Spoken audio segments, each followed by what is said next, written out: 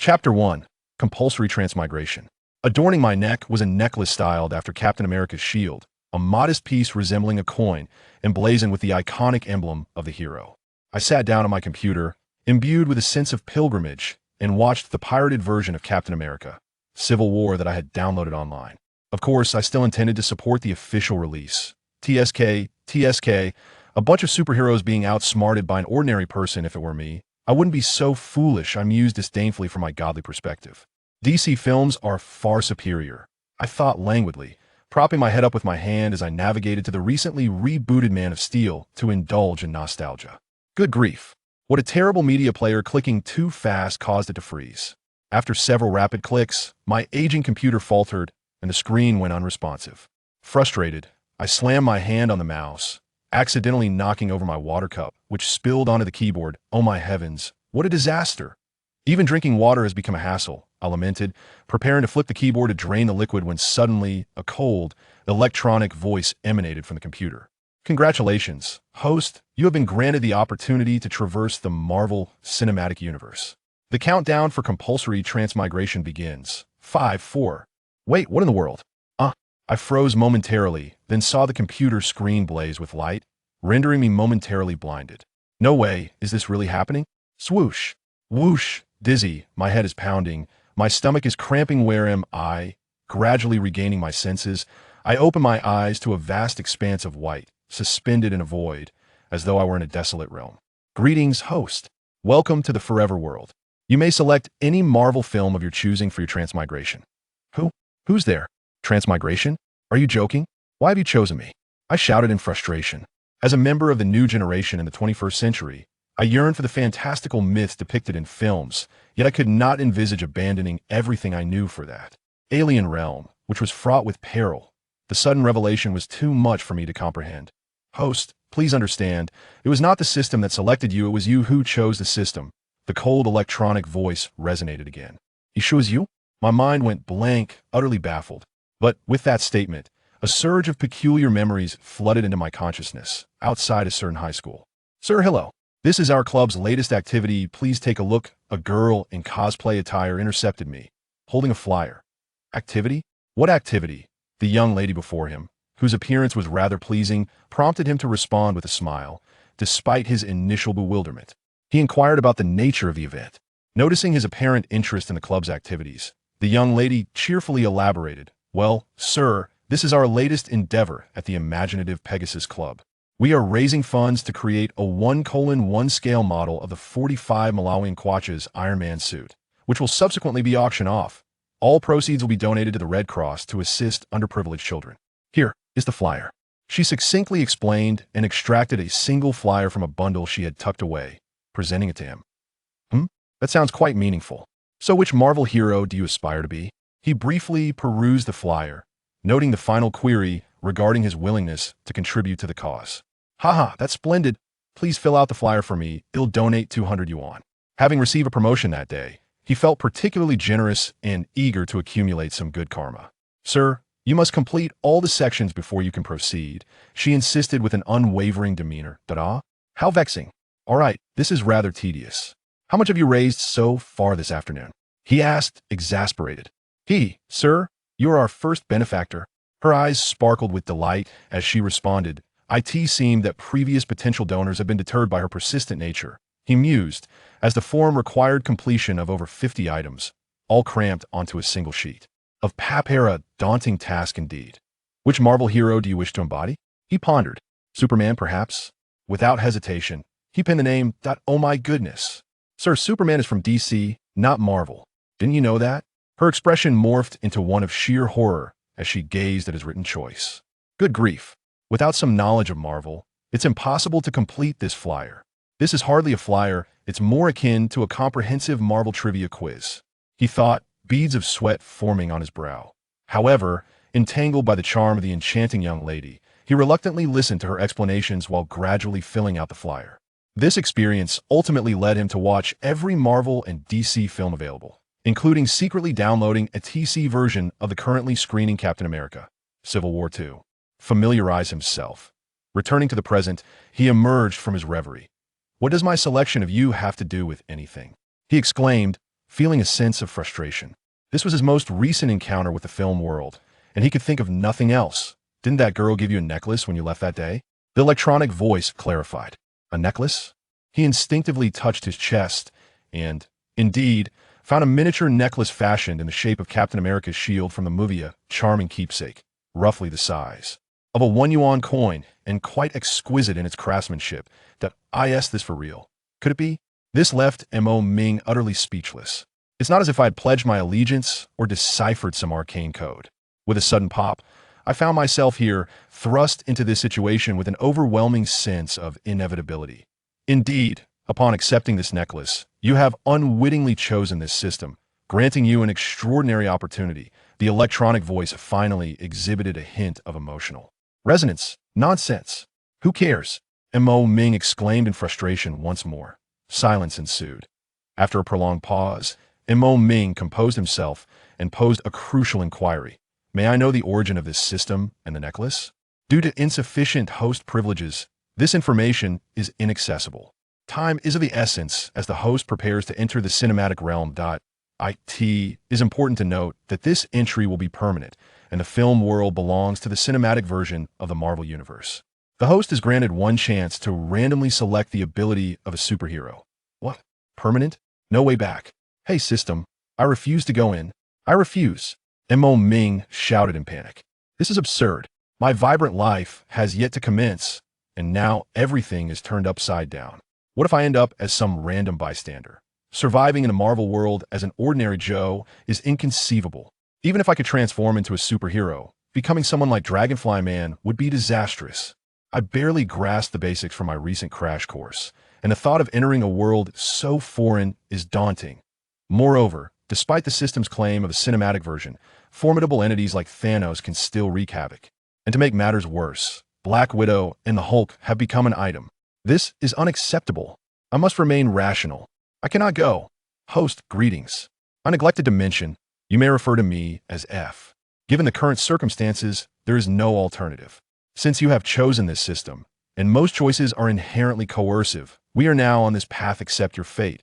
However, I can grant you an opportunity. Please randomly select a character from the Marvel Universe within the allotted time.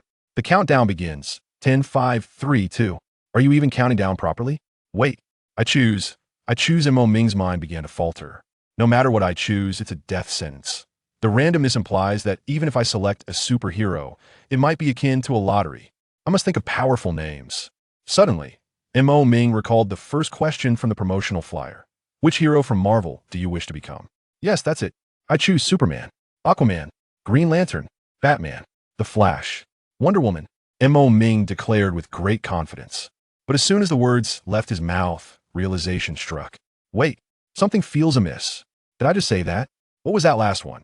If I were to become Wonder Woman, I'd be too embarrassed to step outside. Are you intellectually challenged? I clearly stated it's the Marvel Universe. Are you a fool? F responded with evident exasperation, employing contemporary slang to convey disdain. Did you just insult me? He was utterly bewildered. He had always assumed this system was rather civilized, or perhaps more accurately, quite mechanical. Due to the host's erroneous choice, you will directly enter the Marvel Cinematic Universe. FS voice regained its calm demeanor. Oh dear, please no. Grant me another chance. Allow me to choose once more. He exclaimed in frustration, when suddenly a piercing pain surged through his head, causing him to faint instantly. New York City, the heart of the New York metropolitan area, stands as the largest city in the United States and one of the most significant cities globally. Situated in the northeastern part of the eastern coast of the United States, New York is the most populous city in the nation, characterized by its multiculturalism, housing, immigrants from 97 different countries and regions, with languages spoken exceeding 800 to AS of 2014. New York City had approximately 8.49 million residents living within an area of 789 square kilometers, while the metropolitan area boasted around 20 million inhabitants. New York is a world-class international metropolis that profoundly influences global economics, finance, media, politics, education, entertainment, and fashion. Its GDP surpassed Tokyo's in 2013, securing its position as the world's largest economy. The city also wields enormous influence in commerce and finance, with its financial district, led by Wall Street in Lower Manhattan, being referred to as the financial capital of the world. The New York Stock Exchange ranks as the second largest stock exchange globally, having once held the title of the largest until its trading volume was exceeded by NASDAQ in 1996. Times Square, located in the Broadway Theater District, is dubbed the crossroads of the world and serves as one of the epicenters of the global entertainment industry. Manhattan's Chinatown is the most densely populated area of Chinese residents in the Western Hemisphere. The New York City subway is one of the most advanced rapid transit systems in the world, offering 24-hour service 7 days a week. The city is home to prestigious institutions such as Columbia University, New York University, and Rockefeller University. Chapter 2. I am Superman. New York, on a certain day. Clark, wake up, it's time to rise. Who am I? Where is this place? As if emerging from a distant realm, he slowly regained his senses and opened his eyes, discovering himself lying on a grand bed. Before him lay a room that bore the marks of age, with a desk adorned with a row of photographs, depicting a handsome young boy from birth through school and ultimately to university, graduation, an evident chronicle of the life and growth of the original occupant. Have I truly traversed time and space? He pondered in disbelief. Suddenly, he sprang from the bed, only to thud his head against the ceiling not heavily, but enough to dislodge a few specks of dust. Such remarkable jumping ability. Just regaining consciousness, the protagonist, still struggling to control his newfound strength, stood on the ground, observing his hands and feet. The sensation was entirely different from his previous life. At 1.75 meters, it felt as if he had grown significantly taller. He patted his chest, feeling considerably more robust, not to mention the immeasurable strength coursing through him. Clenching his fists, he was savoring his transformation when a voice floated up from downstairs, presumably that of his mother. Clark, are you awake? Hurry down for breakfast. It's your first day at work, and you don't want to disappoint Mr. White. Okay, Mom, he'll be right there, he responded loudly. Upon entering the bathroom, he gazed at his unfamiliar reflection in the mirror. Goodness, is that not Henry Cavill, the very same handsome star from Man of Steel? It appears to be the cinematic version, yet the system had always claimed this was the Marvel Universe. How perplexing. The protagonist felt a wave of confusion wash over him after ruminating without resolution. He decided to set aside his bewilderment and adapt to his new body. In the bathroom, he found a height chart and measured himself. Wow, 6 feet 3 inches, 191 centimeters. Such height thrilled the newcomer. This exhilarating novelty brought him immense joy.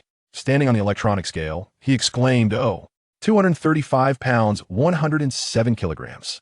Compared to the less than 60 kilograms of his previous form, it was astonishing. This was truly a formidable physique. Lifting his shirt revealed a chiseled 8-pack indeed. 8 abs, and there seemed to be a hint of a 10th as well. For such a splendid physique, one could only describe it as a stroke of fortune. Previously, he had yearned for muscles and endured countless hardships in pursuit of biceps. Yet now he was reaping abundant rewards. Feeling himself out, he estimated that his abilities were akin to those portrayed in the films. With a gentle effort, he levitated slightly off the ground, though it required some exertion. He was not disheartened after all. He possessed superpowers. Superpowers. Now, as the protagonist merged his former memories with the present, he pondered whether his appearance mirrored that of the cinematic version before he had sought out the spacecraft. However, he felt a twinge of concern if this truly was the Marvel Universe. Would his spaceship still exist? Returning to the present, his mother downstairs urged him to head to work. If he recalled correctly, Mr. White was likely Perry White, the editor-in-chief of the Daily Planet. This timeline felt a bit off. In the film, Superman only began his tenure at the Daily Planet at the very end. Moreover, his current memories repeatedly confirmed that he did not know the woman who had captivated the original Superman, Lois Lane. Yet, there was no time for further contemplation. He needed to focus on the immediate situation. With a slight sigh, he resolved to not dwell on it any longer. For now, simply remembering the way to work was a victory in itself. After a brief morning routine and drawing from my existing memories, I retrieved the tailored suit that my new mother had prepared for me from the wardrobe. I donned it with ease. The fit was impeccable. I must admit, the visage of this body is quite pleasing. As I approached the desk and gazed upon the photographs of Superman from his childhood to adulthood, I was momentarily engulfed in a whirlpool of memories, evoking an inexplicable sense of nostalgia. Reflecting inwardly, I thought, from this day forth, I shall become you. Taking a deep breath, I steadied my emotions and opened the door, greeting this unfamiliar world. Descending the stairs, I heard my new mother, embodying the essence of Martha Kent, call out, "Come here, dear my child. A brand new chapter of your life begins today. I'm truly delighted to witness you stepping into society. If your father were still with us, he would be immensely proud of you, Martha said with a hint of melancholy, her eyes glistening with unshed tears. Yes, mother, he would be, and I will be too. Witnessing the tenderness in Martha's gaze stirred a deep sentiment within me. Indeed, Martha must be aware of Superman's extraordinary abilities.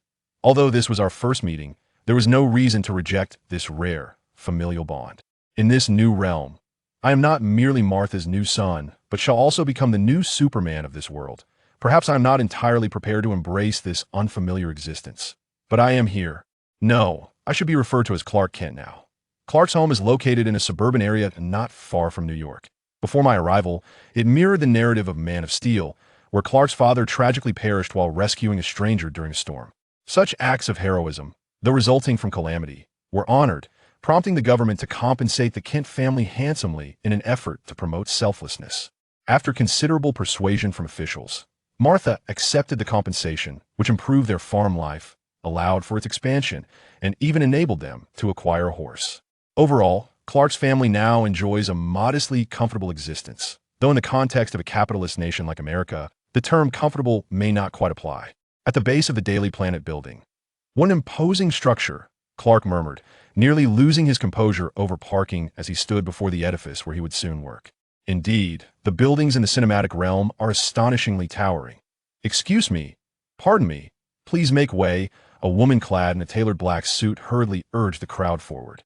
Unlike the typical urban women, this one radiated an intense metropolitan aura, mature, intelligent, and undeniably beautiful. Her very presence marked her as a standout amidst the bustling throng. Catching Clark's eye, Lois Lane? It was unexpected to encounter someone from DC in this Marvel universe, which left Clark, already infused with Superman's memories, in a state of perplexity once again. Oh, my apologies. Lois was inevitably drawn to Clark, much like a magnet. Why do I say inevitably? The moment she came into contact with Clark, she seemed to stumble as if bewitched, her files scattering across the floor, giving Clark ample reason to engage further. Thank you. The tall, handsome figure of Clark immediately captured Lois' attention. He refrained from chiding her for her earlier clumsiness and kindly helped her gather her scattered documents, causing her admiration for him to soar unexpectedly. Why do I say soar? Lois felt an inexplicable fondness for a stranger she had never met before. It seemed that her affection had blossomed rather swiftly. Hello, may I ask who you are? Lois inquired, looking directly at Clark with an open demeanor. Are you all right? Clark assisted Lois to her feet, smiling as he expressed concern for her well-being, deftly sidestepping her question. Yes, thank you. I am Lois Lane from the Daily Planet. Here is my business card. Lois reciprocated with a smile, appreciating Clark's gentlemanly manners as she presented her card and introduced herself. I am Clark Kent. It is a pleasure to meet you, Mississippi Lane. I apologize, today is my first day at work, and I do not yet have a business card. Clark accepted Lois' card graciously and shook her hand, marking a positive beginning to their acquaintance, although he shared little beyond his name. Hello, Mr. Kent. It is a pleasure to meet you as well. However, as you can see, I am quite busy today, so we must continue our conversation another time.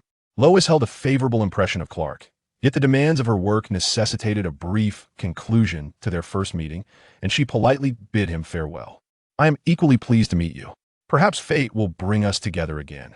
Clark smiled as he said goodbye to Lois. As he watched Lois depart, Clark found himself questioning once more, is this truly the Marvel Universe? It appeared he had much to learn. Yet, to be candid, this Lois, reminiscent of Amy Adams, possessed a certain elegance. Daily Planet. Come, Lombard Lane, meet our new member. Show him around. This is Clark Kent. Good luck, young man. He will accompany you. Lois, Mr. White, the editor of the Daily Planet, clapped Clark on the shoulder and introduced him to the others, giving a nod to Lois before he departed. Upon hearing White call her name, Louise stood up in confusion, her gaze drifting to ascertain the identity of the newcomer White had mentioned. To her surprise, she found Clark smiling warmly at her. Recalling Clark's earlier words, fate will bring us together again, a sense of intrigue washed over her, and she couldn't help but smile knowingly, thinking how amusing this person, named Clark, truly was. Delighted to meet you all. I am Clark Kent. He introduced himself succinctly to his future colleagues. After exchanging pleasantries, the others dispersed to attend to their respective duties, leaving only Louise and Clark in the room. Hi, Louise Lane. Welcome to the Daily Planet, newcomer. It truly is a matter of fate Louise remarked playfully as she shook Clark's hand once more, teasing him about his new role.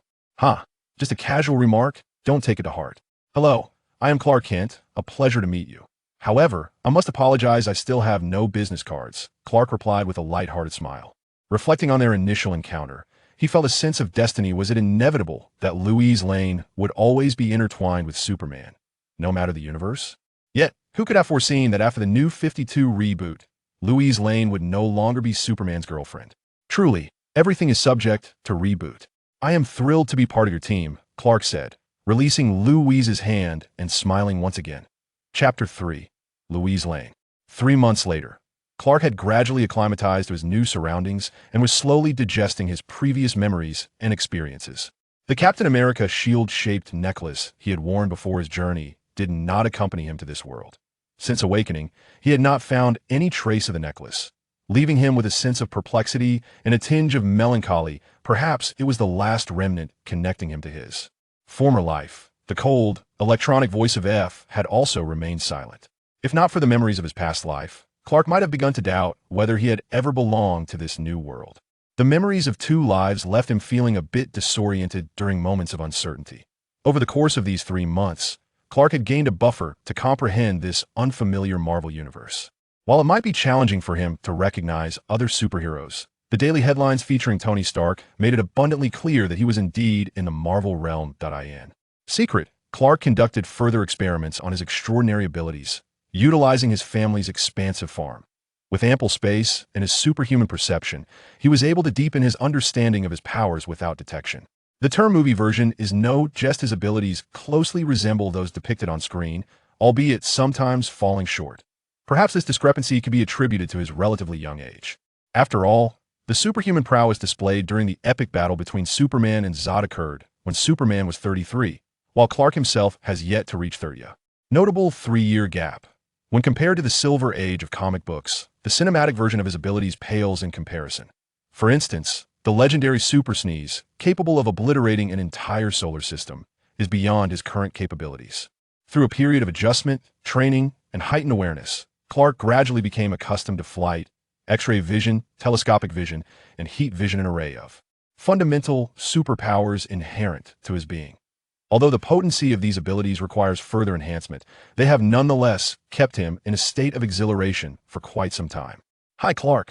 There's a movie screening tonight, and I happen to have 2 tickets. Are you free? Louise approached him quietly, her voice gentle. Perhaps it was Clark's personal charm or the fated attraction that had blossomed between them over the past 3 months. Their relationship evolved seamlessly from acquaintances to close friends, with moments of intimacy feeling entirely natural. Of course, Louise. I suppose I should dress a bit more stylishly today, otherwise I might be mistaken for your cousin, he remarked, glancing at Louise's elegantly made-up face. Clark couldn't help but chuckle at himself. Recent work had left him somewhat unkempt, and he instinctively covered the faint stubble on his chin with his hand. Huh, in that case, I shall dress a bit less attractively. After all, tonight's screening is a re-release of The Day After Tomorrow, which seems fitting, Louise replied, covering her face with a laugh.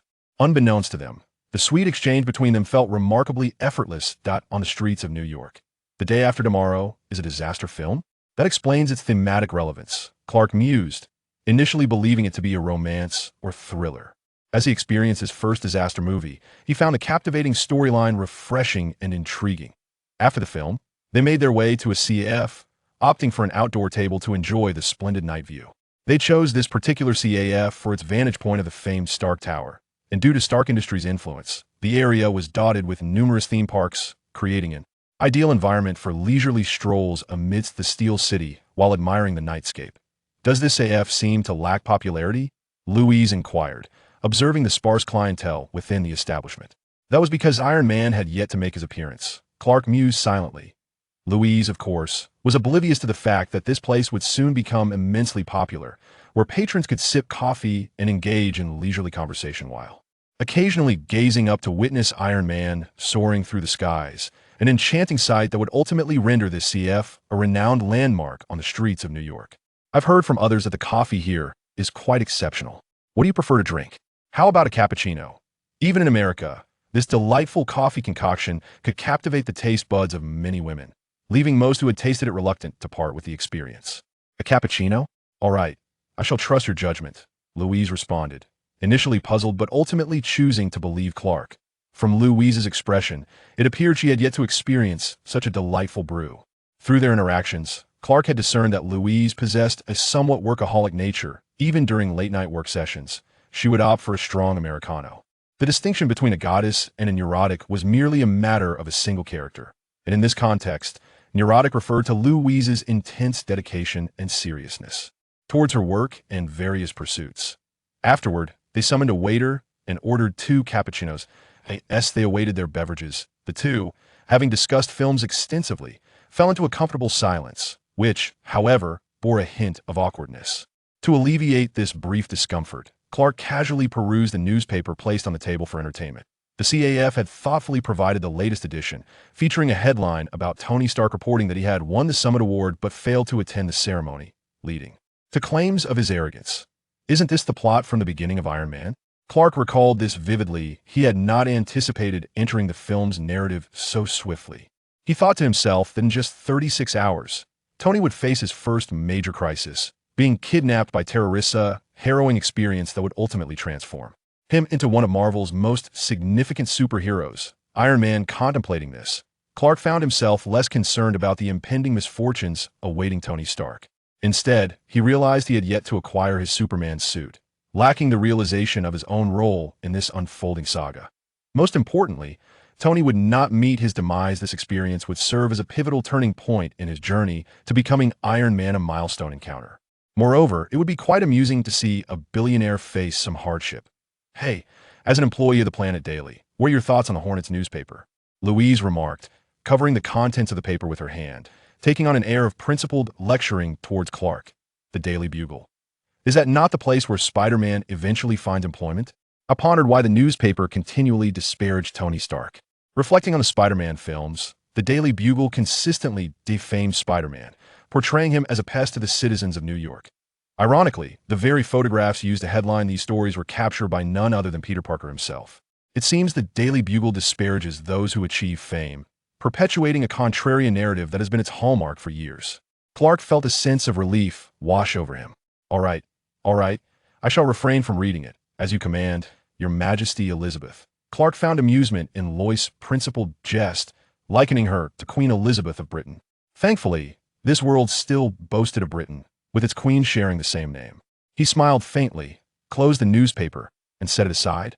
Lois was somewhat taken aback by Clark's response. It was evident that he was jesting, yet perhaps he took it to heart without dwelling on it. His magnanimous demeanor caused her to feel a tinge of embarrassment. Although they had known each other for 3 months and had reached a point of open discourse on various topics, this private interaction, reminiscent of a date, felt novel too. Lois, a strong-willed urban woman accustomed to her assertive role at work.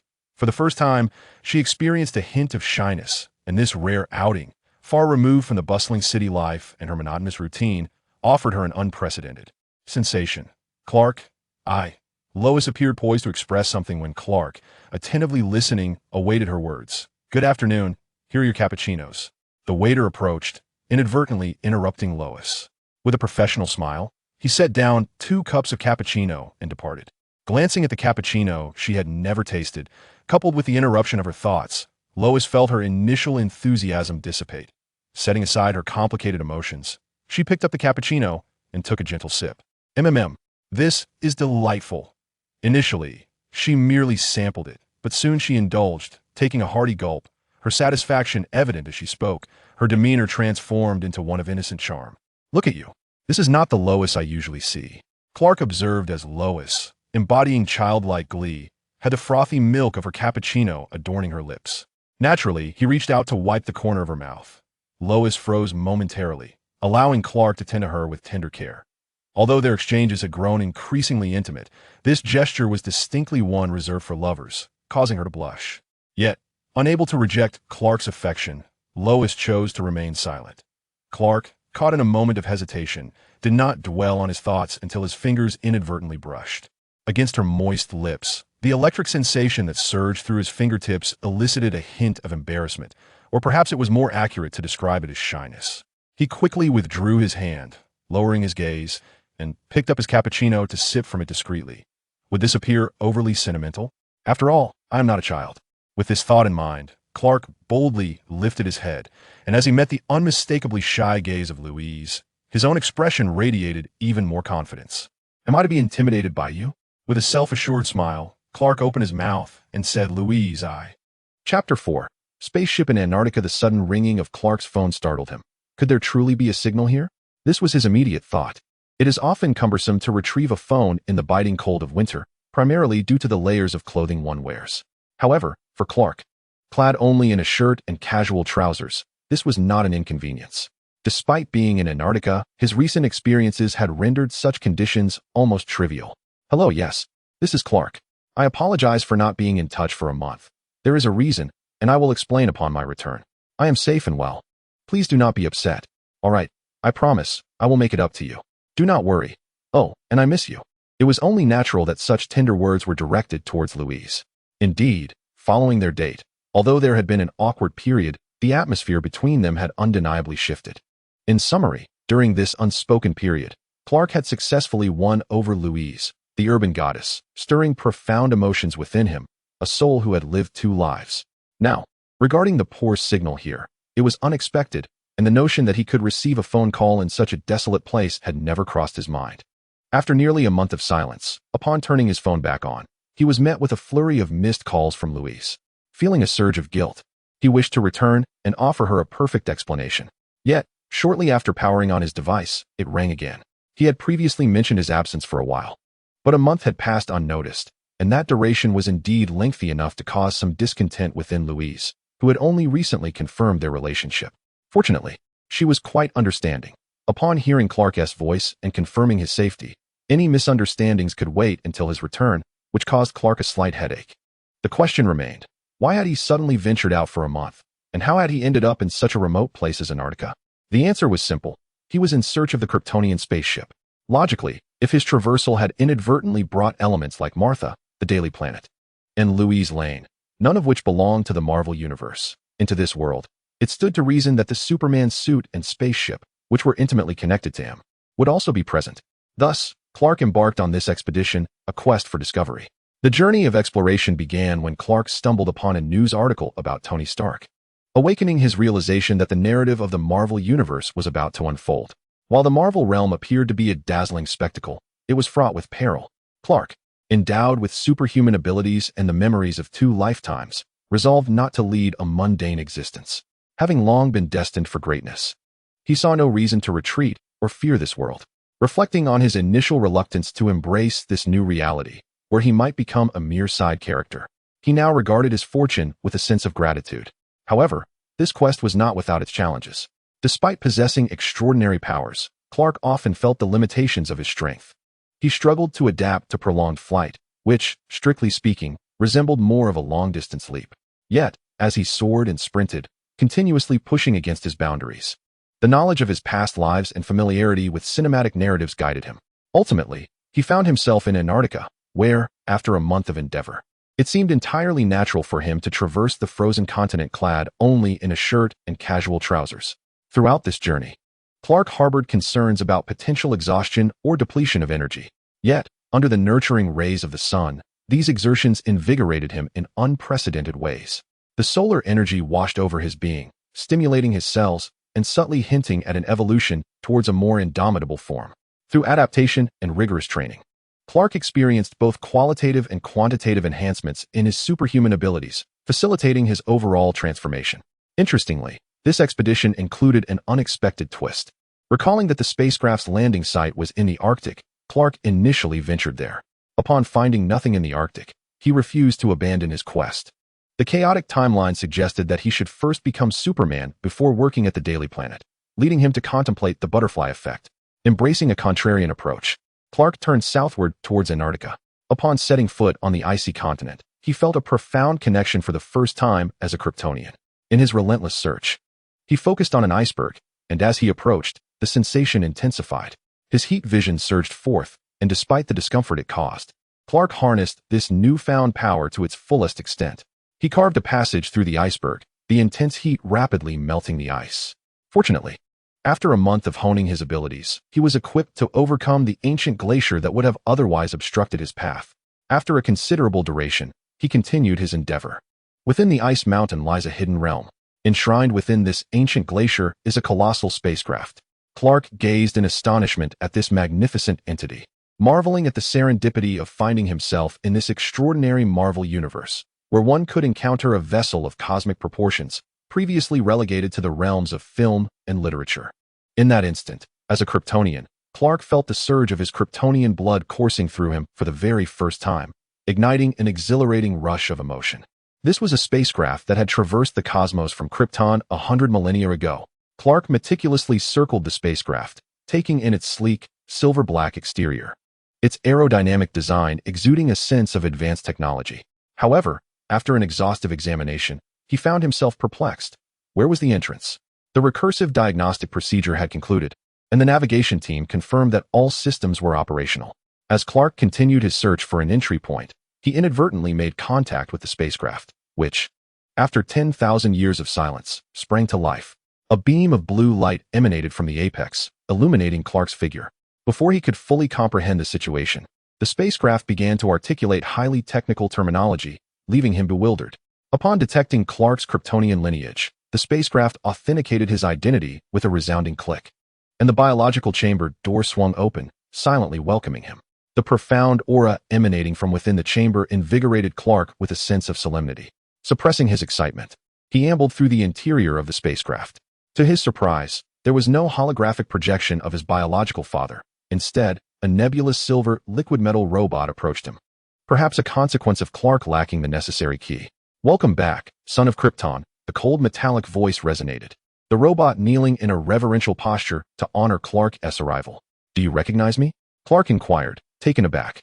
It seemed implausible that a spacecraft from 100 millennia ago would possess knowledge of his existence. "Kal-El is your name," the silver robot introduced, transforming into a liquid state and evolving into a dynamic visual presentation that narrated the history of Krypton. "You hail from Krypton, a realm far more inhospitable than Earth. Long ago, as epochs shifted, our race spread across various star systems in pursuit of a new world to call home. This reconnaissance vessel is one among many. We established outposts on other planets, utilizing the Panga creation engine to alter climates to suit our survival needs. Over the span of 10,000 years, our civilization has approached perfection, nearing a utopia." What transpired thereafter? Clark found himself increasingly captivated by this familiar tale, realizing that this perspective was far more exhilarating than any cinematic experience. "We harnessed biotechnological advancements to regulate population birth rates. However, our initial exploration of space as a prelude to conquest was forsaken. Exhausting our natural resources rendered the Earth's core relatively unstable, ultimately prompting our military leader, General Zod, to attempt a coup. Yet, by then, it was far too late. In anticipation of the civilization's demise, your parents took measures to ensure your survival." Silver robots guided Clark into the interior of the spacecraft, known as the Genesis Chamber, where the embryos of all Kryptonians were preserved in rooms like this one. Each child was meticulously designed to fulfill future societal roles, whether as workers, warriors, or leaders. Clark gazed in awe at the Genesis Chamber, contemplating the profound tragedy of a civilization reaching its zenith only to face such an end. The silver robot led Clark through the spacecraft while addressing his inquiries. Eventually, they arrived at a secluded room. Upon entering, Clark's eyes were immediately drawn to what he most desired from this visit, a massive, egg-shaped wardrobe. The giant egg slowly opened, revealing a deep blue bodysuit that floated gracefully in midair, rotating to present itself to Clark. The Superman Suit. Chapter 5. The Superman Suit. The Superman Suit, with its deep blue hue, exuded a sense of solemnity. The entire garment was adorned with intricate patterns reminiscent of futuristic technology, featuring a form-fitting design that could automatically adjust to the wearer. Simple yet elegant lines accentuated the muscle definition, and emblazoned across the chest was a large, three-dimensional emblem in red and gold, the crest of the House of El. The vibrant crimson cape cascaded down, exuding both weight and lightness. For the first time, Clark beheld the Superman suit up close, overwhelmed with awe. Unconsciously, his fingers brushed against the suit's subtly textured surface, sending a warm and familiar sensation through his fingertips. Before he could fully absorb the moment, the suit began to shimmer, transforming into a beam of light that enveloped Clark. Startled, he realized the Superman suit had vanished, leaving behind a coin-sized necklace around his neck, etched with the emblem of Captain America's shield. What a delightful surprise. "So, you were here all along." Clark finally encountered the necklace that held deep significance for him, the very reason for his arrival in this world, stirring a wave of emotion within him. After a brief moment, the irritating electronic voice remained silent, leaving Clark in contemplative silence. It seemed the adage about permanence held true. He sighed, feeling a pang of disappointment. After a while, concealed within the ice mountain, Clark strode confidently across the Antarctic continent. He felt no chill. Instead, he lifted his gaze towards the sun above, savoring its warmth. Taking a deep breath, he reflected on the culmination of his efforts, realizing they had not been in vain. With a mere thought, the deep blue superhero suit instantly adorned Clark's towering figure, fitting snugly without a hint of tension or discomfort. Stretching his arms wide, he relaxed his body to its fullest extent. As a gentle breeze arose, his crimson cape billowed like wings of freedom. Clark closed his eyes, savoring the warmth bestowed upon him by the sun, while the final words of the silver robot echoed softly in his ears. The sun of Earth, younger and more radiant than that of Krypton, had infused his cells with its energy, enhancing his muscles, skin, and senses. The gravity of Earth was lighter, yet its atmosphere was rich in nourishment, making his newfound strength beyond imagination. The only way to truly gauge his formidable power was to continuously test his limits. Taking a deep breath, Clark suddenly opened his eyes, feeling every facet of his physiology surge to its peak. Now, I am Superman. Boom. From the Antarctic continent. It seemed as if a cannonball had been fired. The ground cracked under the tremendous force. A bolt of blue and red lightning cleaved the sky, tearing through the clouds and rending the heavens. Laughter erupted from within Clark, an unprecedented exhilaration radiating throughout his being. He had flown before, during his time on the farm and throughout his quest, but this experience transcended all previous attempts, feeling more like a joyful leap. A profound sense of freedom emanating from within. Soaring above the earth, everything lay beneath him.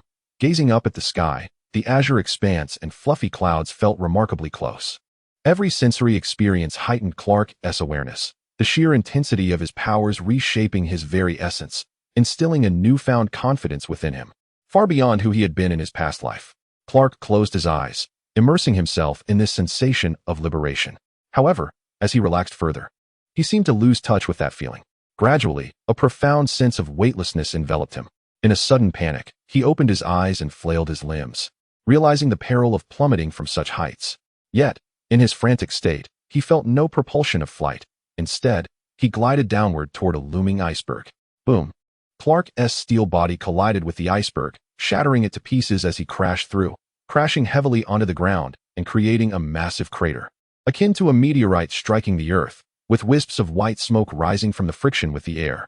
After a considerable pause, he spat out the ice fragments from his mouth, feeling quite vexed as he crawled out of the crater. Dusting himself off, he began to inspect his body with astonishment. A steel physique? Clark marveled, reflecting on the fact that he had fallen from such great heights and smashed through an iceberg, yet emerged unscathed. Calming his racing heart, he began to ponder the reasons behind his sudden descent from the sky. As Clark pondered, he recalled a conversation he had with Martha before his departure. The moment we laid eyes on you, we recognized your extraordinary nature. We know that one day, the entire world will see it too. I fear they will take you away, Martha said, gently caressing Clark's cheek, her voice tinged with emotion. I won't go anywhere, Mom, Clark reassured her, wrapping his arms around Martha in a comforting embrace. I promise. He smiled at her, noting the increasing silver in her hair and the subtle weariness etched on her face, prompting a soft sigh of compassion from him. Simultaneously, the words of the silver robot echoed once more in his ears. You will embody the unwavering belief of humanity. They will follow you. They will stumble and fall, but one day, they will bask in the sunlight alongside you, Carl. In that moment, you will help them achieve miracles. The voice resonated deeply and persistently within Clark's mind. Slowly, Clark opened his eyes, tilting his head slightly to gaze at the gentle sun above, inhaling deeply to truly feel the warm embrace of sunlight enveloping him. The rays cascaded over him, illuminating his face, instilling an extraordinary determination in his gaze. Gradually, he knelt on the ground, clenching his fist tightly, his fingers pressed flat against the earth. His cells fervently absorbed the solar energy, and the surrounding debris began to levitate under the magnetic field generated by this force, enveloping him in a powerful aura, exuding an immense presence. With a sudden burst, Clark lifted his head sharply and launched himself skyward, unleashing a force of destruction greater than before that ravaged the earth beneath him. As he ascended, The ground began to collapse, and a flash of red and blue streaked across the sky, almost impossible to perceive with the naked eye. Looking upward, sonic booms reverberated through the air as he surpassed the speed of sound, tearing through the heavens. Ha! Ha ha! Clark's laughter echoed in the sky. In a region of the Middle East, Ethan assisted Tony in donning the armor designated as 1. Until it was activated, Tony was unable to move a single step. All right. Repeat after me. Take 41 steps forward, reach the door, proceed 16 steps, take the right fork, and then turn right after 33 steps. Tony and Ethan meticulously rehearsed their escape plan. There was no choice, as the operational time of the armor was limited, necessitating precision in every movement. Clearly, their actions had drawn the attention of the terrorists. Where are the Starks? Inquired a figure resembling a terrorist leader. They were just here. However, the cameras could no longer capture Stark and Ethan's silhouettes, as they were concealed behind a makeshift cover. Go and see what is happening, commanded the terrorist leader, a hint of unease creeping into his demeanor. A group of 5 or 6 individuals rushed to Tony's door, shouting fervently. The door had been securely locked by Tony, and their incessant banging and cries were futile, for unbeknownst to them, a bomb lay concealed upon it. In their blind fury, the terrorists resorted to their firearms to forcibly breach the door, triggering a catastrophic explosion that ignited the wrath of their comrades.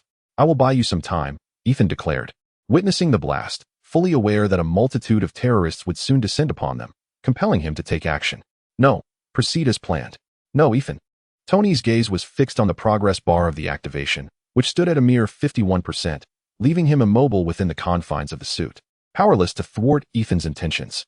With a stolen submachine gun from the recently deceased terrorist, Ethan charged forth with reckless abandon. Damn it, Tony silently cursed in frustration. The activation of 989-9100 consumed an immense amount of power, plunging the entire cavernous base into darkness at the moment of initiation. In the dim light, 7 or 8 terrorists advanced cautiously. Suddenly, a deafening noise erupted, and flames shot forth into the obscurity. Ordinary bullets could not penetrate the steel exterior of the suit. Utilizing its bulletproof advantage, Tony dispatched the terrorists with precision, leaving them scattered and broken. Ethan, where are you? Tony called out anxiously. Upon bursting from the cave, he finally caught sight of Ethan, but it was too late. Ethan lay on the ground, riddled with bullets and barely clinging to life. Get up, we must leave, Tony urged, lifting Ethan as he removed his helmet. Please, for my sake, rise and adhere to our plan. In times of peril, true feelings emerge. Tony gazed at this stranger, someone he had only known for a few days, who had selflessly risked his life for him. Even Tony Stark, often labeled as a carefree playboy, was moved by Ethan's sacrifice.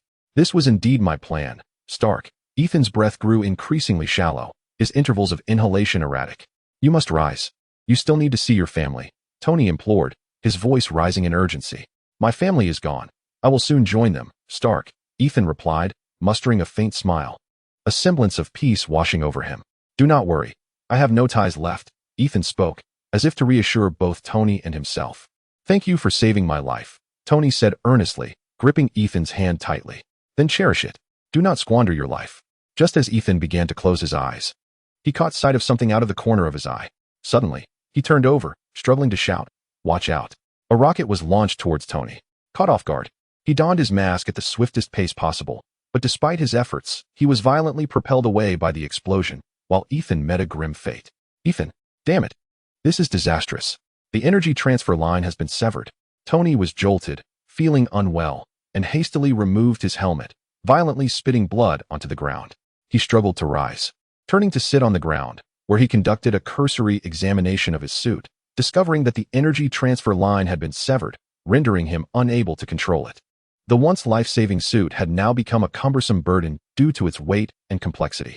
A grim smile crept across Tony's face as he contemplated this unfortunate turn of events.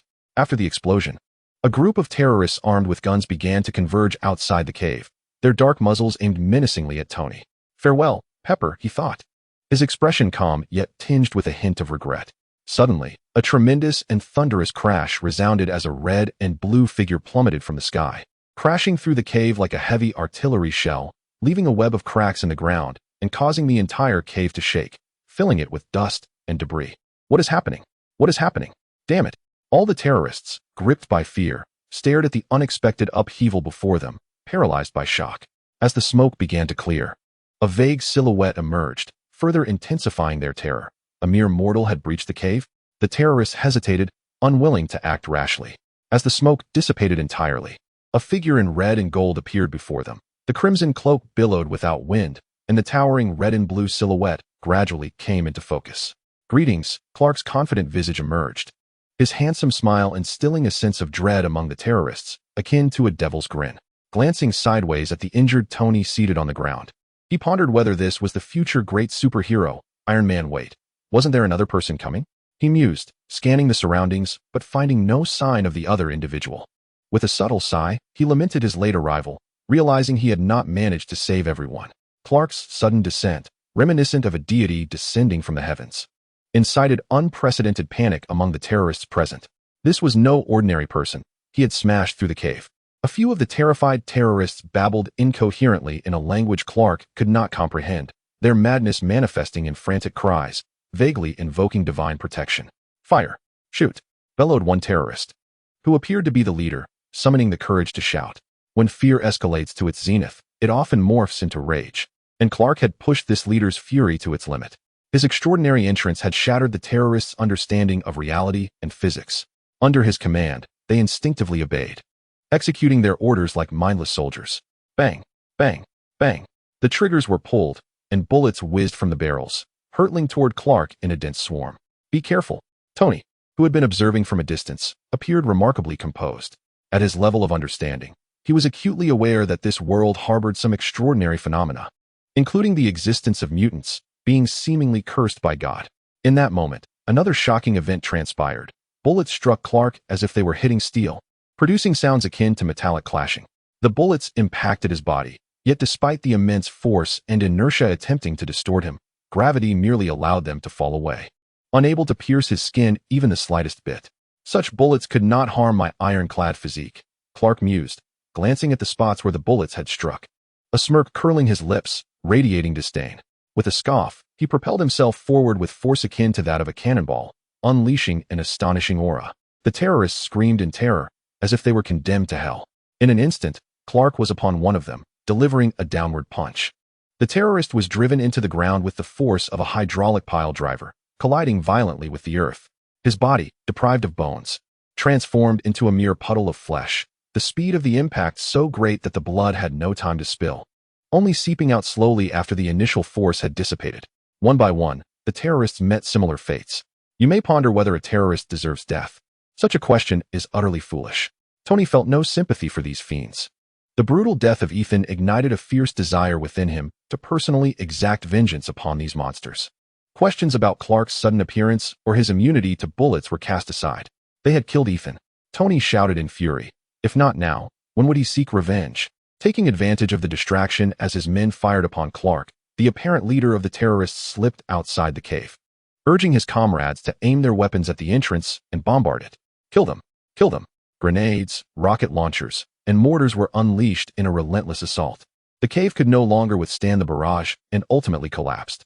After a long while, as the smoke began to clear, the terrorist leader hesitated, instructing his men to investigate the collapsed cave. The heat vision emerged, ruthlessly annihilating everything in its path. Anything caught in its gaze would be mercilessly vaporized, burned to ashes, returning all to dust. Eventually, Clark rescued Tony, and together they gazed upon the ruins littered with debris and the charred remains of bodies, enveloped in a heavy silence. Perhaps these individuals had finally received their just deserts. The actions of these individuals, driven by their own selfish desires and greed, are utterly reprehensible. Contemplating this, Clark felt an unwavering resolve within himself. "Let us proceed," he murmured with a slight sigh. As a modern individual, he found it difficult to accept such occurrences. Yet there was little choice but to gradually acclimate to them. Clark extended a hand to assist Tony to his feet. All right, Tony stammered, still reeling from shock. He seemed unable to recover from the astonishment he had just endured. The events he had witnessed nearly shattered his worldview. It was not Clark's appearance that astonished Tony.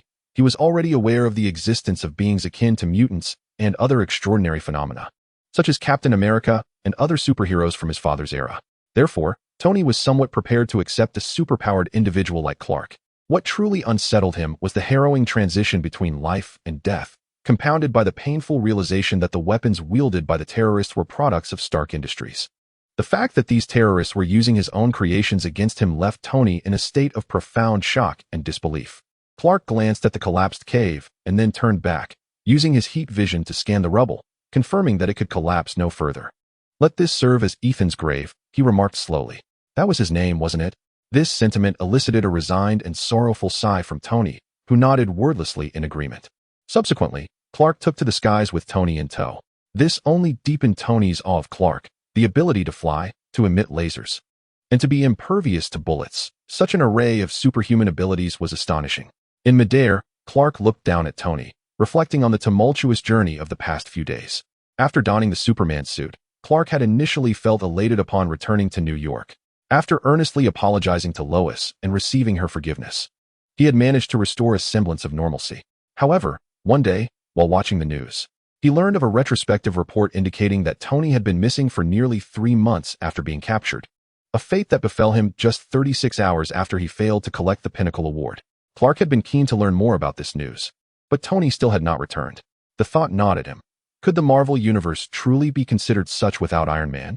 3 months was an interminable duration. In films, such events typically unfold over a month at most. Although the exact timeline had not been explicitly stated, this was approaching 3 months. Logically, Tony Stark should have already embraced his identity as Iron Man, effortlessly conducting research on the creation of the Iron Legion in his villa. Perhaps the timing was simply incorrect, or maybe he had miscalculated. Yet, what if this was a consequence of the butterfly effect? Clark could not help but ponder the possibility of such an effect unfolding, especially considering that the spacecraft originally in the Arctic was now situated in the Antarctic. With this thought, Clark resolved to personally journey to the Middle Eastern locale where Tony had been abducted. Thus, we understand the reason behind Clark's arrival here. Chapter 7. Tony Stark. Returning to the present amidst the vast desert, Tony Stark found himself struggling to regain his composure. The events that had just transpired were overwhelmingly abrupt. Mere moments ago, he had been on the brink of death, and now he was inexplicably alive. The death of Ethan weighed heavily upon him, plunging him into profound sorrow. As Clark brought Tony to solid ground, an uncomfortable silence lingered between them, devoid of any conversation. The remnants of one had been utterly dismantled, yet Tony's brilliance assured that he could continue to forge his iron armor. As Tony's feet touched the earth, the tangible sensation jolted him back to reality. He first endeavored to calm himself, scrutinizing his surroundings and discovering that he was situated in an endless desert expanse. Where's this place? Who are you? What do you want? With a plethora of ill-intentioned individuals in the world, he was wary of falling from one perilous situation into another. Now composed, Tony regarded Clark with keen vigilance, bombarding him with inquiries, emboldened by a newfound fearlessness after having faced death. Wait a moment, Mr. Stark, your questions are rather numerous. Clark replied with an unconcerned smile, dismissing Tony's inquiries with a wave of his hand. Tony gazed at Clark in astonishment. Fortunately, his demeanor was relatively amiable, far preferable to that of terrorists, who had denied him any opportunity for dialogue, fearful of his persuasive capabilities. Acknowledging his own gift of gab, he said, "I should first express my gratitude for saving my life. I suppose I'm a bit flustered. There have been too many bewildering events of late. Haven't you there? I am Tony Stark. Perhaps an introduction seems redundant. Greetings, Tony Stark. Rest assured, you are safe here. The United States military has located you, and rescue will arrive shortly. Farewell." Clark smiled, bidding Tony adieu. It was not yet time for a formal introduction. He felt it prudent for Tony to attend to his own matters. Wait, hold on. As Clark began to levitate, Tony, still brimming with questions, called out anxiously. With a swift motion, Clark soared into the sky, ensuring that the American military would soon come to Tony's aid. It was not yet the moment to reveal his presence, and he trusted that Tony would remain reticent. Accelerating beyond the speed of sound, Tony could still hear the sonic boom echoing in the distance. Oh my, that must have exceeded the speed of sound. Truly an extraordinary individual. Tony marveled as he watched the figure of the stranger fade into the horizon, captivated by the remarkable being who had rescued him. Moments later, the sound of helicopters filled the air. Tony sprang to his feet, exhilarated, waving his arms frantically. As he spotted a helicopter landing nearby, he finally felt a wave of relief wash over him, collapsing back onto the ground, breathing heavily. As soon as the helicopter came to a halt, Tony's friend Rhodey hastily leaped down, rushing towards Tony accompanied by a group of soldiers. Upon Rhodey's arrival, Tony was comforted by the sight of Rhodey's anxious expression, for this steadfast companion would never abandon him. "Still driving your happy Jeep?" Rhodey jested, feigning a carefree demeanor as he finally set aside the worries that had plagued him for nearly 3 months upon confirming Tony's safety. Exhausted, Tony slumped to the ground, feeling a renewed sense of solace at Rhodey's words. In New York, at the Clark residence, Martha listened intently as Clark recounted the tale. "So, you saved Tony Stark? The very same person who has been frequently gracing our television screens." She pondered, trying to recall who Tony Stark was. Meanwhile, Martha occupied herself on the sofa, knitting to alleviate her boredom. Following their heartfelt conversation, Clark had opened up to her about everything. "Yes, Mom. You should perhaps witness the spectacle of that illustrious figure facing a mishap on television," he remarked, donning his apron and wielding a spatula as he prepared lunch. "I'm genuinely happy for you, being able to pursue what you desire. My only concern is whether he might intimidate you," Martha expressed, her worry evident despite her lack of understanding regarding Tony Stark's character. Nevertheless, her maternal instincts remained focused on Clark, who was undeniably unique in the eyes of the world. Her words evoked memories of Clark's excitement upon returning from Antarctica, eager to share his discoveries. Yet Martha would always approach matters from a mother's perspective, fretting over what Clark might overlook. "Mom, you needn't worry," Clark replied with a resigned smile, reassuring Martha as he prepared to venture out in search of the origins of Superman. Yet, her concern for him only deepened. "By the way, while you were away, a girl came to visit." Martha suddenly lifted her head, pausing her knitting. "She is a friend of mine. There's no need for concern," Clark replied, offering another resigned smile. He sighed softly, setting down the spatula and extinguishing the flame, before walking over to Martha, gently taking her hand. "Do not fret, I have grown, and I will exercise discretion," he assured her with a smile directed at the person who cared for him most in this world. "I know. It's just that you are so extraordinary. Your life is destined to be tumultuous. Yet, my only wish is for your happiness," Martha said, tilting her head slightly, her gaze filled with boundless affection as she spoke to Clark. He smiled appreciatively in response. After lunch, Clark spent some time watching television with Martha, but soon noticed that she had quietly dozed off on the sofa. He turned off the television, gently draping a blanket over her, and floated out of the room, careful to avoid making any noise that might disturb her slumber. Clark stood before his home, gazing at his farm, realizing that the day's tasks remained unfinished. He casually picked up the tools resting at the doorstep and tended to the agricultural chores. As he worked, he became unaware of the encroaching darkness. Upon returning home, he found Martha awake and preparing dinner. Clark first took a moment to freshen up in the bathroom and then made his way to the living room, where he turned on the television to pass the time while awaiting dinner. Suddenly, a news segment interrupted the program, featuring a replay of an interview with Tony upon his return. "How fortuitous," he thought. "Therefore, I have decided to shut down Stark Industries' weapons division," Tony stated calmly, addressing the throng of reporters below, which had descended into chaos. Days later, in New York, one night, while strolling with Louise, Clark suddenly heard the distant sound of an explosion. His superhuman hearing activated, and he calculated the timing. Could it be Obadiah? It seemed our affluent friend was in trouble. Clark mused quietly. "I'm sorry, Louise, but I must leave," he said apologetically. "It's all right. Go attend to what you must. Thank you for spending time with me today," Louise replied understandingly. "Let me take you to the station." Initially, Louise had planned to drive herself, but since Clark had picked her up, she had not driven. He escorted her to the station and summoned a taxi. "Good night, Louise." "Sweet dreams," Clark said softly, planting a gentle kiss on her cheek. "Good night, Clark," Louise smiled, waving as she entered the taxi and paid the fare to the driver. Watching her depart, Clark surveyed his surroundings, stepping into an empty alley. After confirming no one was around, he willed his deep blue suit to appear instantaneously. Indeed, it always emerges as pristine as ever, saving on laundry costs, he thought with a hint of sarcasm. Meanwhile, on the other side of New York, Obadiah Stane, a former employee of Stark and a friend of Tony's father, had confronted Tony over his decision to close the weapons division, which clashed with his interests. "This company was built from the ground up by me. No one will stand in my way," Obadiah shouted furiously. Donning the Iron Man suit crafted from the reactor he had seized from Tony, he engaged Tony in a fierce battle. Obadiah lifted Tony and hurled him toward a bus, launching a shoulder-mounted missile that engulfed Tony in flames. As he was propelled into the air, Tony stabilized himself, concentrating energy in his palm cannon, aiming at Obadiah. However, Obadiah was quick to respond, unleashing a barrage of gunfire from the machine guns on his arms, forcing Tony to retreat. Energy at 15, Jarvis reported on the status of the Iron Man suit. "Display it on the screen," Tony commanded calmly. As the scanner detected Obadiah's armored suit equipped with flight capabilities, Tony devised a plan to lure Obadiah into the skies. intending to exploit the frigid conditions at high altitude to immobilize the suit. He surmised that the old rascal had likely overlooked the peril of ice formation at such heights. With that thought, Tony ascended directly into the air. "I've made some enhancements myself," he mused. Observing Tony's ascent, Obadiah, feeling self-assured about his own flight system, pursued him without hesitation. Meanwhile, at A.U.S. Air Force Command Center, an official noted, "That contraption is back." The military base that had previously pursued Tony has once again locked onto Iron Man at high altitude. "Get Major Allen on the line and scramble the jets." The sergeant major issued orders with determination. Suddenly, Rhodey arrived just in time to cut off the call, signaling an assuring glance to the anxious soldiers. "Everyone, stay calm. It's just a military exercise," he assured them. "Understood, sir," the soldiers replied.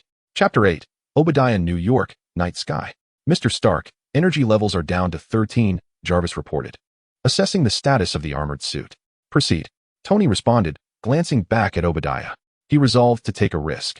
If he maintained this velocity and reached a sufficient altitude, the cold air would likely cause a short circuit in Obadiah's armor, and that height alone could render Obadiah vulnerable to a devastating fall. "Mr. Stark, your energy reserves are critically low, now at 10, Jarvis cautioned once more. "Just display the data on the panel," Tony replied with calm composure. "You cannot escape, Tony," Obadiah bellowed from behind. Tony was taken aback by Obadiah's speed, realizing that the latter had significantly upgraded his suit. In a matter of moments, Obadiah was closing in, now within mere half a body length of Tony. This altitude is insufficient for ice formation. Tony's expression shifted to alarm as he calculated the distance between himself and Obadiah. Clearly, they were not high enough to pose a threat to Obadiah. "Tony, your father would be proud of you," Obadiah roared, extending his arm and seizing Tony's calf, yanking him forward forcefully.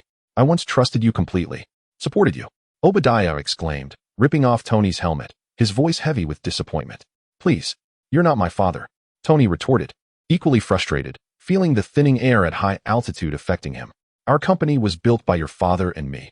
I cannot allow you to destroy it," Obadiah asserted, lightly crushing the propulsion system at Tony's feet. "Oh," Tony gasped, realizing the imminent danger. His thoughts immediately turned to Pepper, recalling how he had sent her to investigate Obadiah's criminal background. He feared that this old fox had anticipated his moves.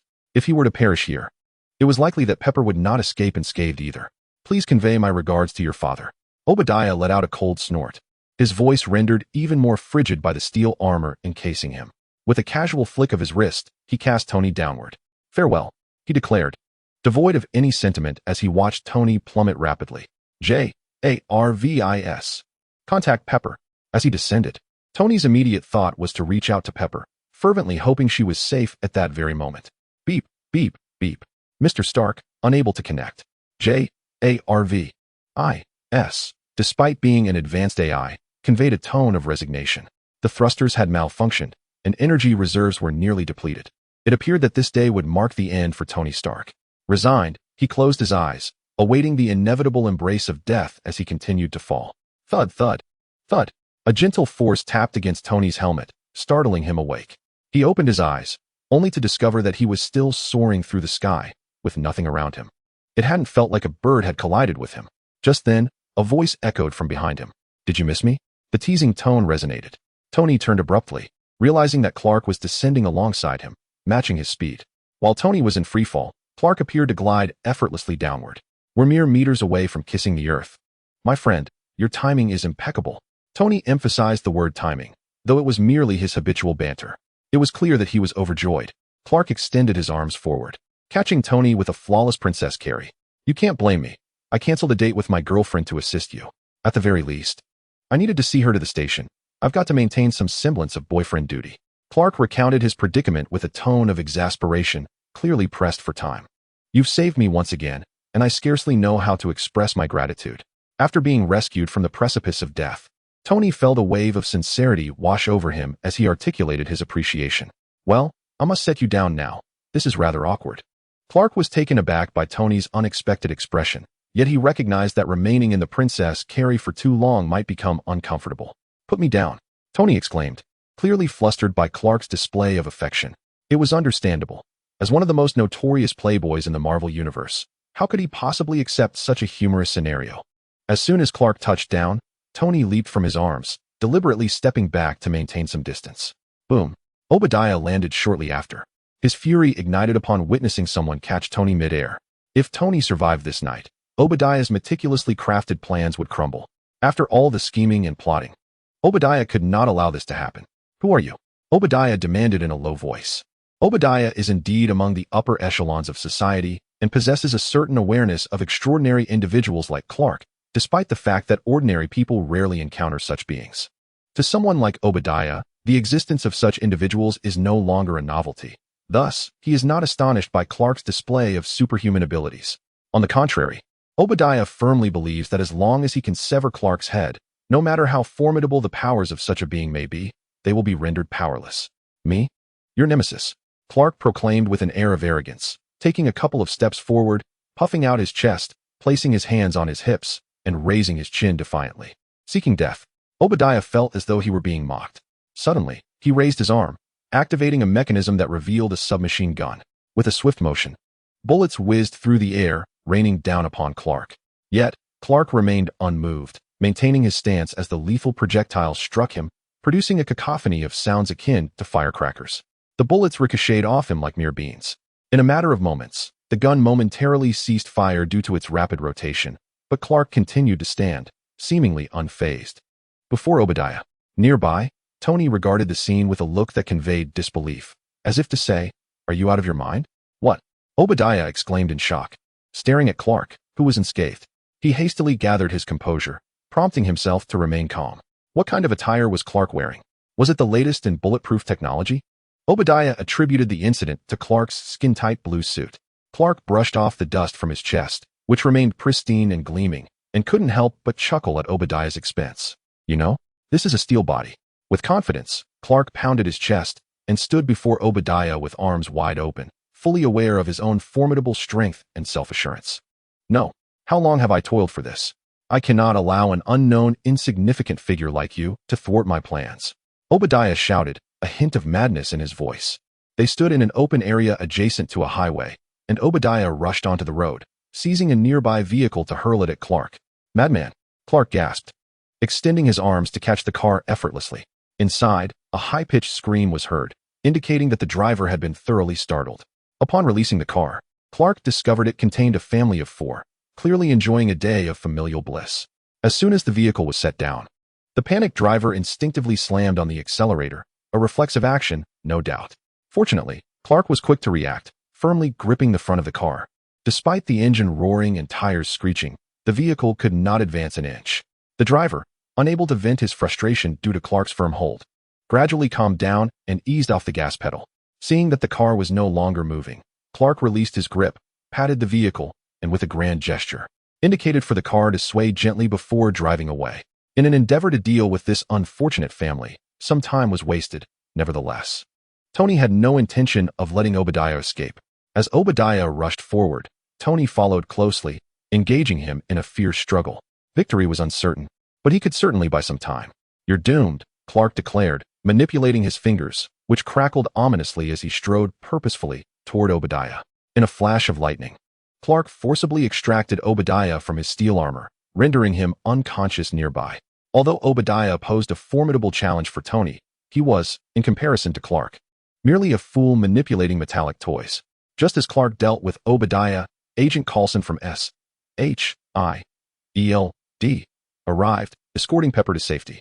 Seeing Pepper unharmed, Tony disregarded Coulson and embraced her, offering comfort. After a while, Tony approached Clark.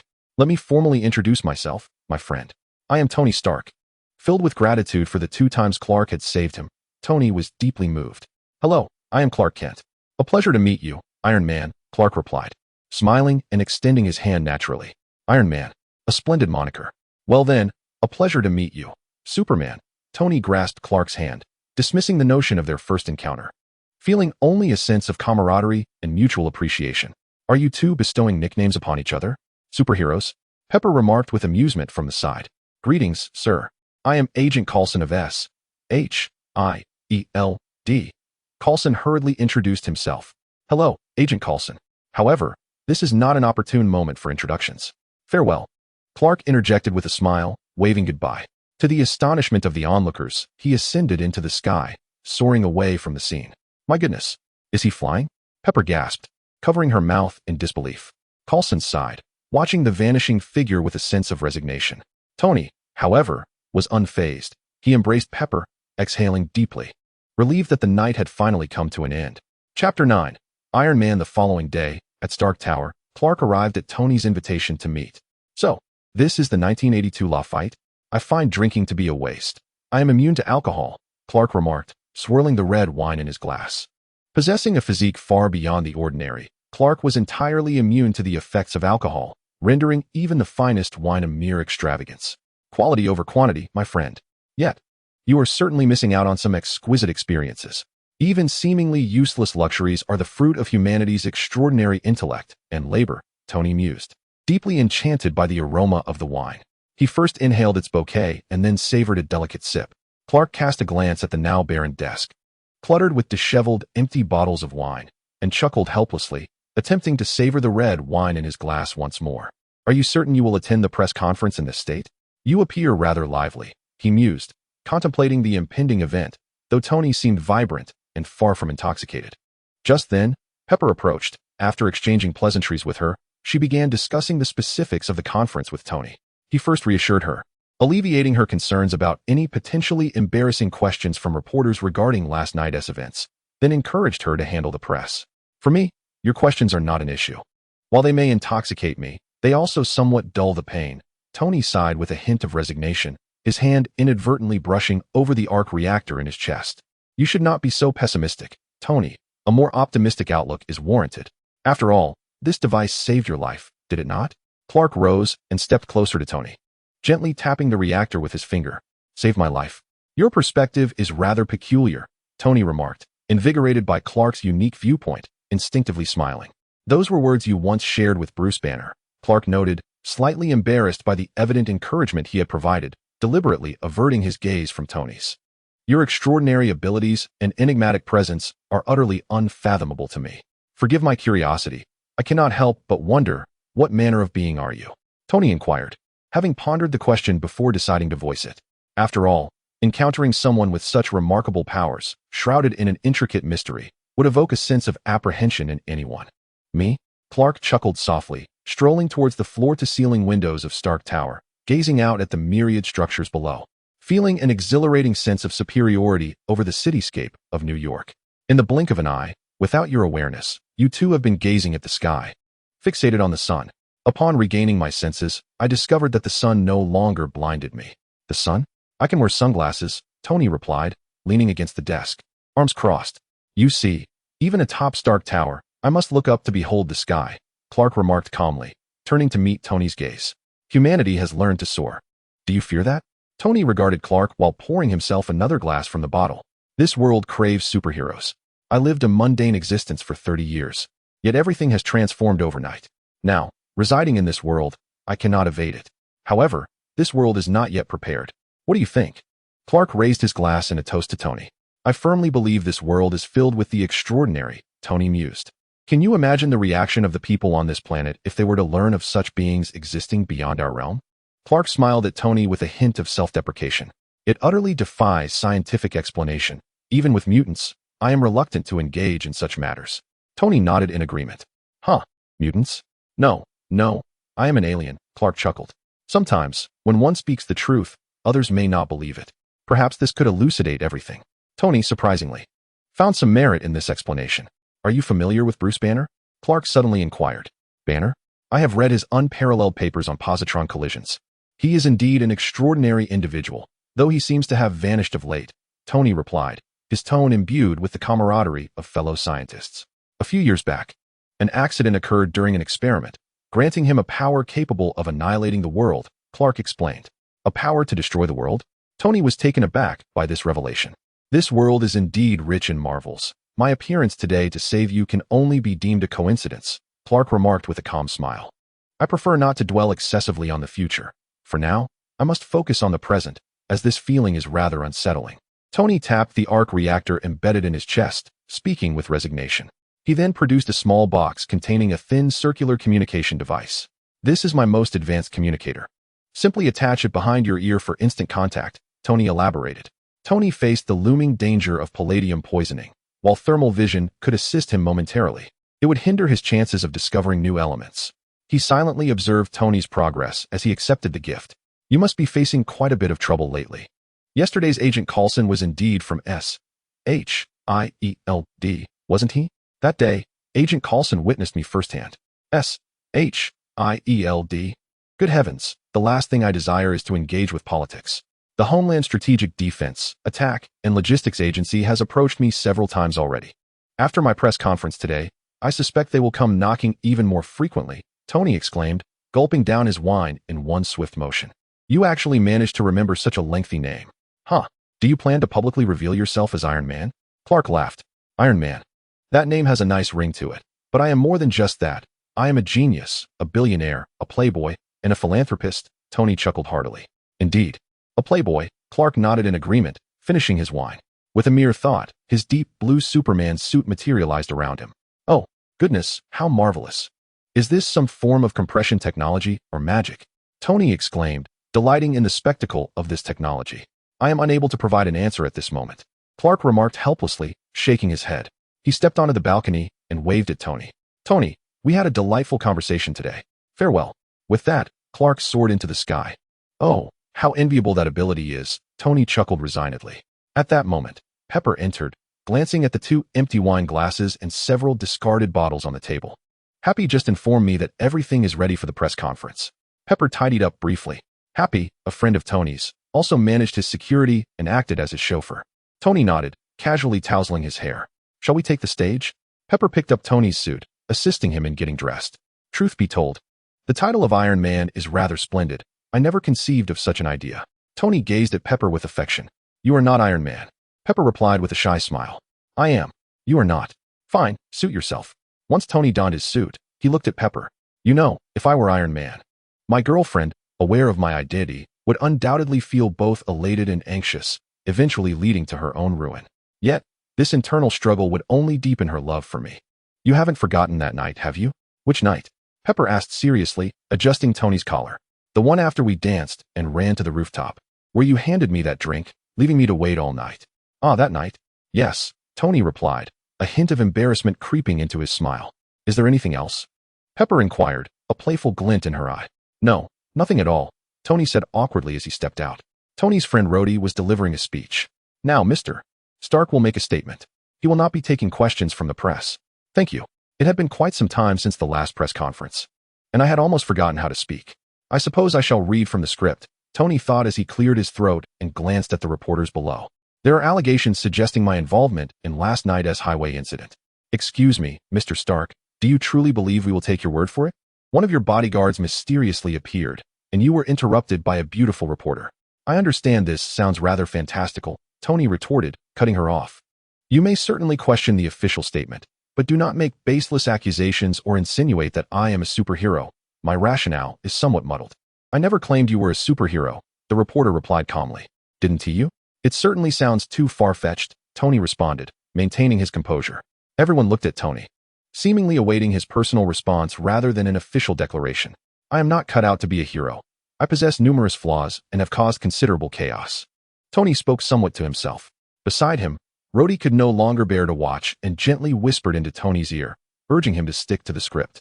All right, Tony replied, taking a moment to collect himself as he gazed at the official statement in his hands. The reality was that he intended to publicly declare himself as Iron Man.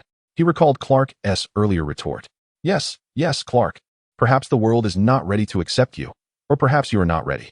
But at this moment, I, Tony Stark, am prepared. Perhaps you need a symbol. Allow me to be that exemplar, Clark. A flicker of determination shone in Tony's eyes. I am Iron Man, he stated calmly. Chapter 10. Wayne Enterprises. Wayne Enterprises, a new generation technology conglomerate, has in recent years seen its total asset value nearly rival that of Stark Industries. After 3 years of exploring renewable energy, it finally emerged into the public eye, with President Bruce Wayne becoming a new elite within high society. The Wayne family, it seems, is a hidden aristocracy, as reported by the news. Wayne Enterprises, Wayne. Why does that sound so familiar? Clark, who had been resting his eyes at his desk, suddenly jolted awake. Wayne Enterprises? Bruce Wayne? Isn't that Batman? Despite the butterfly effect triggered by his arrival, including elements like Martha, Lois Lane, and the Daily Planet, all of which are inexplicable within the broader context of the Marvel Universe, Clark had come to understand that this indeed was the Marvel world. Beyond iconic superheroes like Iron Man, there were also the X-Men from Xavier's School for Gifted Youngsters. While certain timelines had seen slight alterations, history continued to unfold progressively within the overarching narrative of the Marvel Universe. Clark opened his computer and began to search for information about Wayne Enterprises, delving into relevant keywords. It turned out that Wayne Enterprises was not merely a coincidence of nomenclature. It mirrored its namesake closely. However, when Clark searched for the keyword Batman, the results presented were almost unrecognizable, failing to evoke the image of the Dark Knight, the demon of Gotham's criminals, which left Clark perplexed. Moreover, in this world, there existed no comics, animations, or films related to Marvel. Everything associated with Marvel appeared to be tied to the cinematic versions of reality. Those who had portrayed characters in Marvel films were akin to other stars of similar renown, albeit with different identities. For instance, there might be an actor reminiscent of Robert Downey Jr., yet one could not directly associate him with Iron Man. Of course, following Tony Stark's admission of being Iron Man, the corresponding comics, animations, and films would surface to satiate the diverse fanbase. "Hey, Clark," Chief Editor White approached, interrupting Clark's contemplation with a pat on his shoulder. "At present, there is an assignment requiring immediate attention. A press conference is about to commence at Wayne Enterprises in Gotham City, and your task is to interview the president, Bruce Wayne. You must make an effort to arrive promptly. It is merely a formality." Editor White smiled at Clark and said, "No problem, leave it to me." "Indeed, this is an excellent opportunity. I had initially planned to investigate the matter in my own time, but now I can visit Wayne Enterprises openly." As for Batman, although he and Superman share a minor-mentee relationship, they have also clashed in the past. However, Clark is not the least bit concerned at this moment. This is the Marvel Universe, where kryptonite does not exist, and Batman's primary leverage against Superman is precisely that. While unforeseen events, including the butterfly effect or certain restrictions inherent to this Marvel realm, may occur, absent any extreme anomalies, Clark can be deemed nearly invincible. With that thought, Clark drove towards Gotham City. Inside Wayne Tower, a commanding woman in a dark green business suit was ensuring an orderly entrance. Clark quietly joined a throng of reporters entering the venue, glancing upward at the theme of the press conference: the successful transformation of desert into oasis through new energy and greening initiatives. Isn't this precisely what Poison Ivy yearns for? Could it be that she and the Joker would make an appearance in this world? For the moment, let us set those thoughts aside, should they arrive. The ensuing amusement would surely be abundant. Clark clenched his fists, confident that his abilities could thwart any farcical criminal endeavors. Following the press conference, a reception for the reporters would be held. Now, let us welcome the president of Wayne Enterprises, Mr. Bruce Wayne. After a formal introduction, a strikingly attractive professional woman finally presented the day's main figure. A mature man, seemingly in his 30s, entered, wearing a trademark smile of a successful individual, his handsome visage exuding wealth. Indeed, he appeared even more affluent than Stark. He had recently announced his plans to remain single this year, yet his reputation rivaled that of any modern-day playboy. Is that not Ben Affleck? This Batman must have traversed dimensions, without a doubt. Upon the first sight of Bruce, Clark sensed that the system responsible for their transition lacked creativity, as Bruce's appearance was a carbon copy of a character from a previous cinematic incarnation. How lazy. Welcome. Welcome everyone to Wayne Enterprises. I apologize. Last night's hangover seems to have lingering effects, Bruce quipped from the podium, radiating his characteristic humor. Subsequently, he adeptly introduced the details regarding the new product, demonstrating that his official statements were far more polished than Stark's. To Clark's dismay, despite Batman being over a decade older than Superman, Bruce appeared remarkably youthful.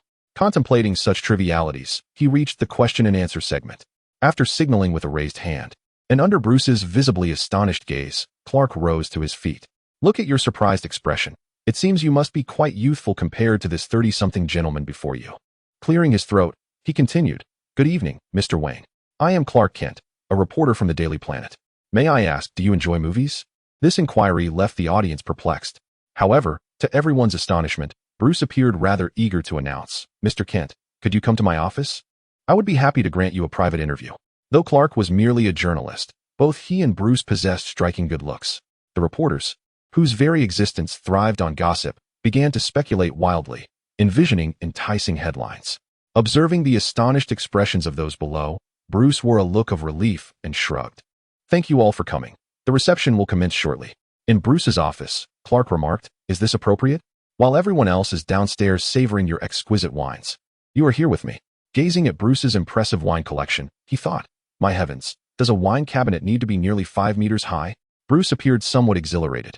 Casting aside his jacket, rolling up his shirt sleeves, loosening his tie, and downing a glass in one go. He paced back and forth, gesturing animatedly. "Indeed, I am not alone in this world. You understand, don't you? You get what I mean?" Bruce asked Clark, his excitement palpable. "You seem a bit agitated," Clark observed, noting that Bruce's behavior was somewhat at odds with his youthful appearance. "How could I not be excited? I find myself in this unfamiliar world, and most importantly, I know next to nothing about Marvel. I'm a fan, all right," Bruce replied with a resigned shrug. Clark, utilizing his X-ray vision, scanned the office, leisurely approaching Bruce's desk.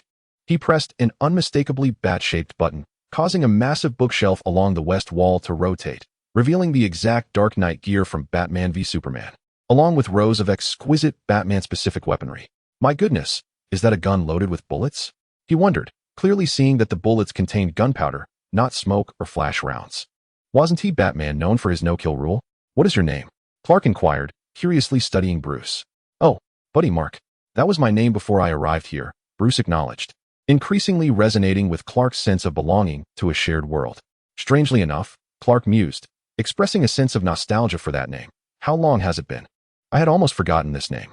Inviting Clark to sit down, he signaled his subordinates to bring an afternoon tea, while Bruce filled his glass. "You must have been quite young before you arrived here. Why is it that you enjoy drinking so much?" Clark chuckled, observing Bruce. "Is it a trait of the wealthy? Perhaps? You must be able to sense the overwhelming strangeness, the terror, of suddenly becoming someone entirely different. At first, I hardly dared to step outside. How could I face those who knew me? How could I manage a company valued in the hundreds of billions? It was utterly insane. I can only say that at times I inevitably require a bit of spiritual sustenance." As he spoke, Bruce shook the bottle of red wine in his hand. "It seems your arrival here was not quite pleasant, was it?" Clark remarked sympathetically. "I have become Batman, Bruce Wayne. I am exhilarated, yet at times. You see the superheroes in movies and think of becoming like them. However, when you actually embody that role, the challenges you face extend far beyond merely knocking down an adversary with a punch. Even more perplexing is that I have landed in the Marvel Universe, rather than the world I once knew," Bruce expressed with a hint of gloom. Chapter 11. Bruce Wayne. "Undeniably, I concur with your perspective. Yet now is not the time for the world to acknowledge us. Rather, we must first recognize the world. After all, neither of us can ever truly be ordinary. We will inevitably be thrust into the spotlight, making it difficult to evade our fates. I firmly believe that those endowed with great power possess equally formidable spirits. Your ability to endure thus far commands my admiration," Clark stated calmly. Hearing you say that touches me deeply. You are right. Before my arrival, I was merely a student. As someone who traversed realms, my starting point was astonishingly high. The specialized knowledge required nearly overwhelmed me. However, there was no escaping it. I experienced much along the way, transitioning from initial resistance to acceptance, gradually growing to appreciate it. I have managed to persevere, and I commend myself for that," Bruce replied, his words reflecting a transformation from a naive youth to a mature individual, imbued with profound sentiment. "How have you been lately? As Batman, you must have undertaken investigations into this world. Have you found any companions akin to us?" Clark shifted the topic with curiosity. Bruce stretched lazily, reclining on the sofa. "I must have inherited the previous Batman's curiosity, yet, as you know, I have come up empty-handed. I have been here for quite some time now, nearly 3 years. And this investigation commenced 3 years ago as well, but there has been nothing to show for it." It was evident that Bruce had engaged in more than just this investigation. It was the only means to glean insight into why he had come to this world. "Cast aside those worries. From this day forth, our era begins," Clark exclaimed, rising and extending his hand towards Bruce. Bruce stood up, slightly influenced by Clark's confident smile. "Greetings, my friend," Clark said with a reassuring smile. "Haha, indeed, friend. I have yet to properly welcome you." Bruce was enveloped in an indescribable emotion akin to encountering an old friend in a foreign land. As night fell and dinner commenced, Clark gazed at the lavish spread of food adorning the nearly 10-meter-long table, exasperatedly resting his forehead in his hand. "Oh, come on, I am Bruce Wayne, a playboy wealthier than Stark in this world," he exclaimed, stretching his arms and laughing heartily. "Indulge yourself." Reluctantly, Clark took a seat and reached for a glass of red wine. "I just examined the fibrous tissues of your muscles. You have nearly reached the pinnacle of human potential. I dare say you could rival Captain America, whose physical prowess far exceeds that of ordinary men," Clark mused, stroking his chin in feigned contemplation. It's quite uncomfortable being so exposed, yet I assure you, such a fate shall not befall me. I am a pacifist, Bruce replied with a smile, raising his glass towards Clark. Your competitive spirit is quite pronounced, I can see that. However, you seem to be living rather comfortably at the moment, Clark continued to inquire. Have you heard of a game called The Sims? Heh, I am in splendid condition right now, Bruce remarked, savoring the delectable cuisine before him, his seemingly mundane tone betraying a hint of melancholy that even Clark failed to detect. So, you've become friends with Tony Stark. If one were to list 10 individuals with extensive sources of information, Bruce would undoubtedly be among them, he noted. Yet, it was evident that Bruce's tone bore an undercurrent of rivalry. Two super-rich individuals from disparate realms had found themselves in the same world, igniting a flicker of competitive spirit between them, despite never having met. Bruce, being a devoted admirer, only fueled his own competitive nature further. Haha, from a certain perspective. You two are rivals, how curious. Who is wealthier, Iron Man or Batman? Clark remarked cheerfully, drawing comparisons between their identities. Bruce rolled his eyes, noting Clark's nonchalant demeanor, and chose not to delve deeper into the topic. And what about you? What do you plan to do next? Clark naturally referred to the realm of superheroes. I am in no rush. Although I reside in Gotham City, crime is rather scarce here. As you mentioned, the butterfly effect, I quite like that concept, and it is still 2008. I prefer to be an observer, enjoying a god's eye view, Bruce explained. An observer? Your perspective is truly unique. I do not share that sentiment. A rather troublesome individual is about to stir things up, Clark replied nonchalantly. Who? Bruce inquired, puzzled. The Hulk, Clark said with a slight smile. The Green Giant? That presents quite a challenge. You must remain calm, Bruce exclaimed, rushing towards Clark and placing his hands on his shoulders, shaking him.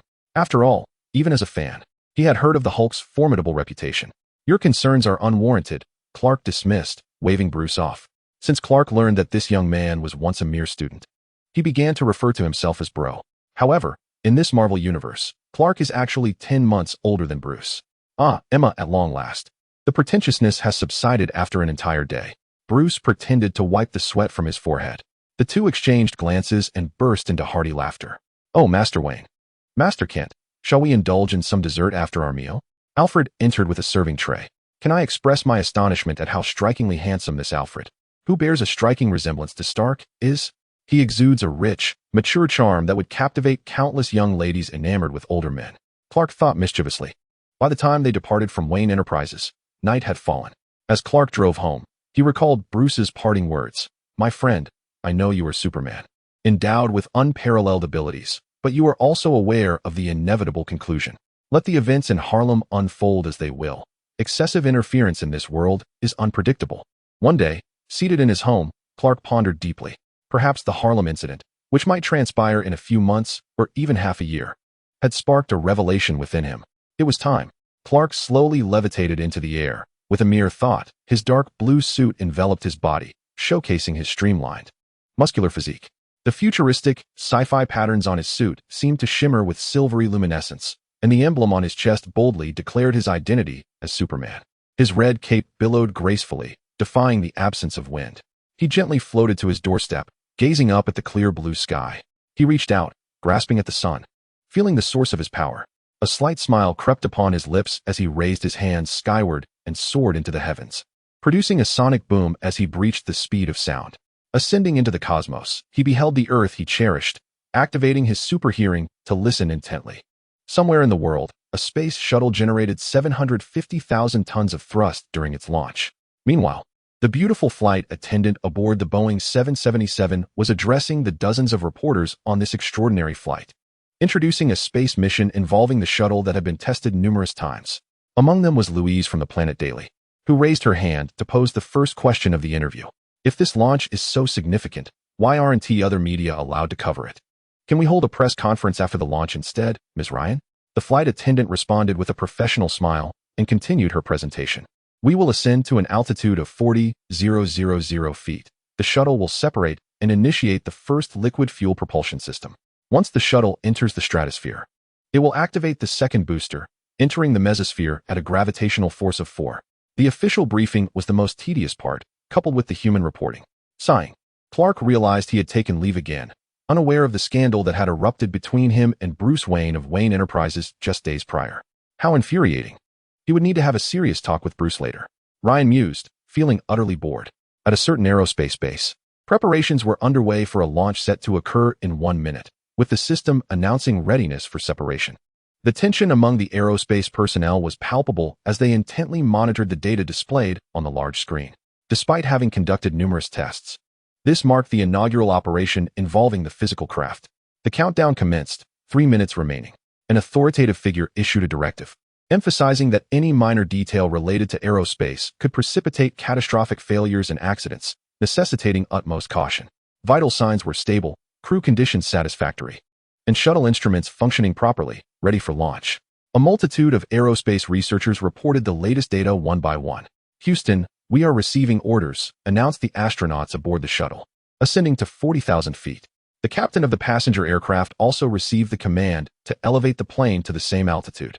Suddenly, one of the engines on a wing failed unexpectedly, ceasing operation, causing both the aircraft and the shuttle to tilt. An alarming realization dawned: power failure. A bead of sweat trickled down the brows of both captains and astronauts. This was a foreboding sign. A slight tremor coursed through the fuselage, and the interior lights flickered ominously. Passengers began to stir uneasily. The flight attendant calmly reassured everyone, urging them not to worry, attributing the situation to a minor power outage. Indeed, within moments, the power restored itself, and the aircraft regained its balance. The flight attendant, regaining her composure, smiled reassuringly, declaring that the issue was merely a brief lapse in power supply. Before long, the plane ascended to 40,000 feet. Chapter 12. The origin of the superhuman at the aerospace base. The commander of the Genesis spacecraft delivered troubling news, indicating that the mission must be canceled. The commander, intolerant of any errors, understood that any mishap could result in significant repercussions. "Understood." Aboard the launch of the boosters came the response, as the astronauts accepted their orders like soldiers. Yet the boosters remained unresponsive, and the countdown continued. The computer emitted a terrifying announcement. "Transport aircraft, we have encountered a problem." The astronauts called out to the captain. "What is happening?" The captain sensed an ominous turn of events. During the power outage, a malfunction had occurred. The boosters were still counting down to launch. Calmly reporting, the astronaut relayed. "Transport aircraft, you have 30 seconds remaining." Ground control reported the situation. "What?" The captain momentarily froze. "Engage the couplings. We cannot shut down the boosters. This may provide an opportunity for an emergency landing." The astronaut pleaded with a glimmer of hope. 23 seconds to launch. 21. 20. The computer coldly continued its countdown. The astronaut attempted manual control, but the 3 couplings connecting the transport aircraft and shuttle remained unresponsive. "Transport aircraft, the couplings are jammed," the astronaut reported, hearing the countdown echoing in the background. The captain also made an effort to disengage the couplings from his end, yet there was still no response. On the other hand, the fuselage experienced a slight tremor, as the flight attendant helplessly reassured dozens of passengers, "Do not be alarmed. This is quite normal." The computer reported a coupling jam, rendering it unable to disengage. "Houston, please initiate remote operation," the astronaut implored, seeking assistance from the aerospace base. Remote operation failed. 6, 5, repeating, remote operation failed. 4, 3. Fortunately, a faint sonic boom could still be heard, as the flight attendant smiled and explained. Suddenly, the thruster's flames erupted, producing an overwhelming sensation of thrust that caused everyone to lose their balance, leading the flight attendant to stumble forward in shock. "Houston, the thruster has been launched," the astronaut exclaimed in despair. The captain felt the oxygen mask being placed on him, while the oxygen masks in the cabin automatically descended. Nearby, escorting fighter jets observed the situation, anxiously relaying updates. "This is Python 21. The space shuttle has gone out of control."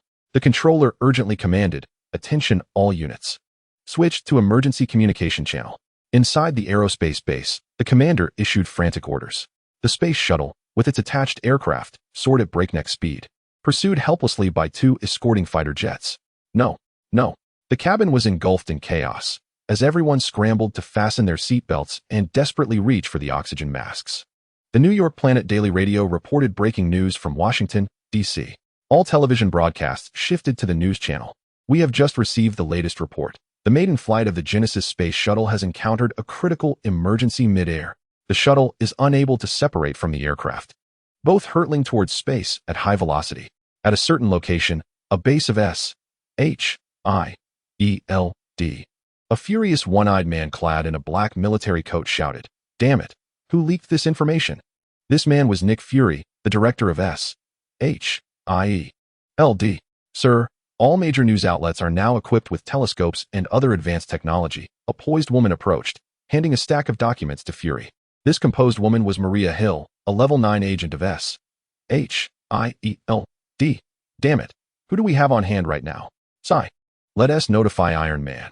Let us cling to a glimmer of hope, Fury lamented, recalling an old plan that seemed ill-timed.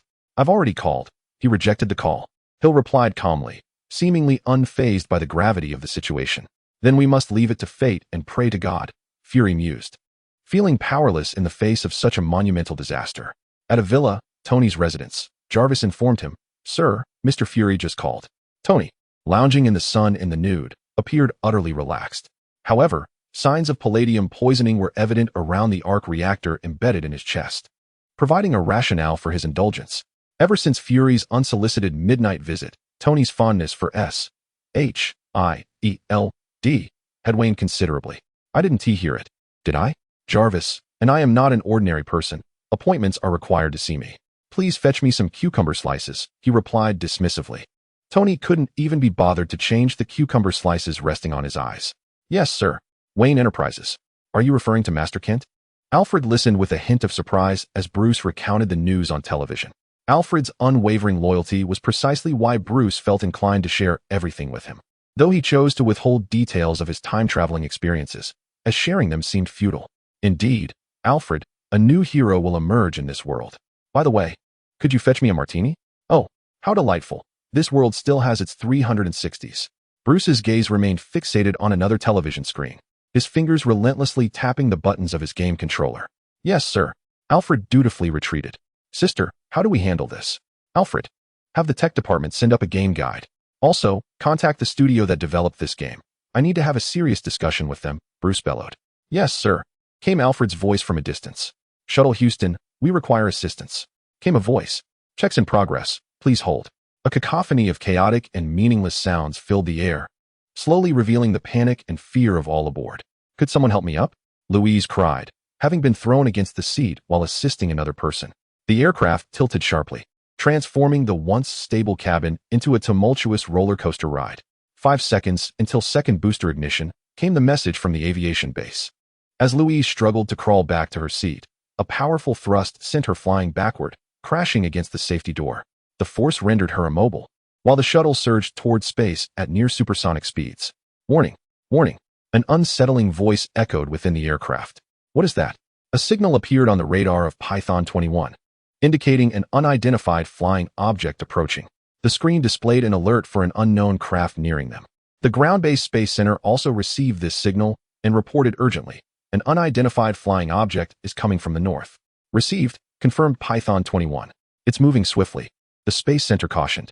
Louise desperately reached for the nearest oxygen mask, clinging to her last hope. A casual glance out the window revealed a blue figure soaring through the air.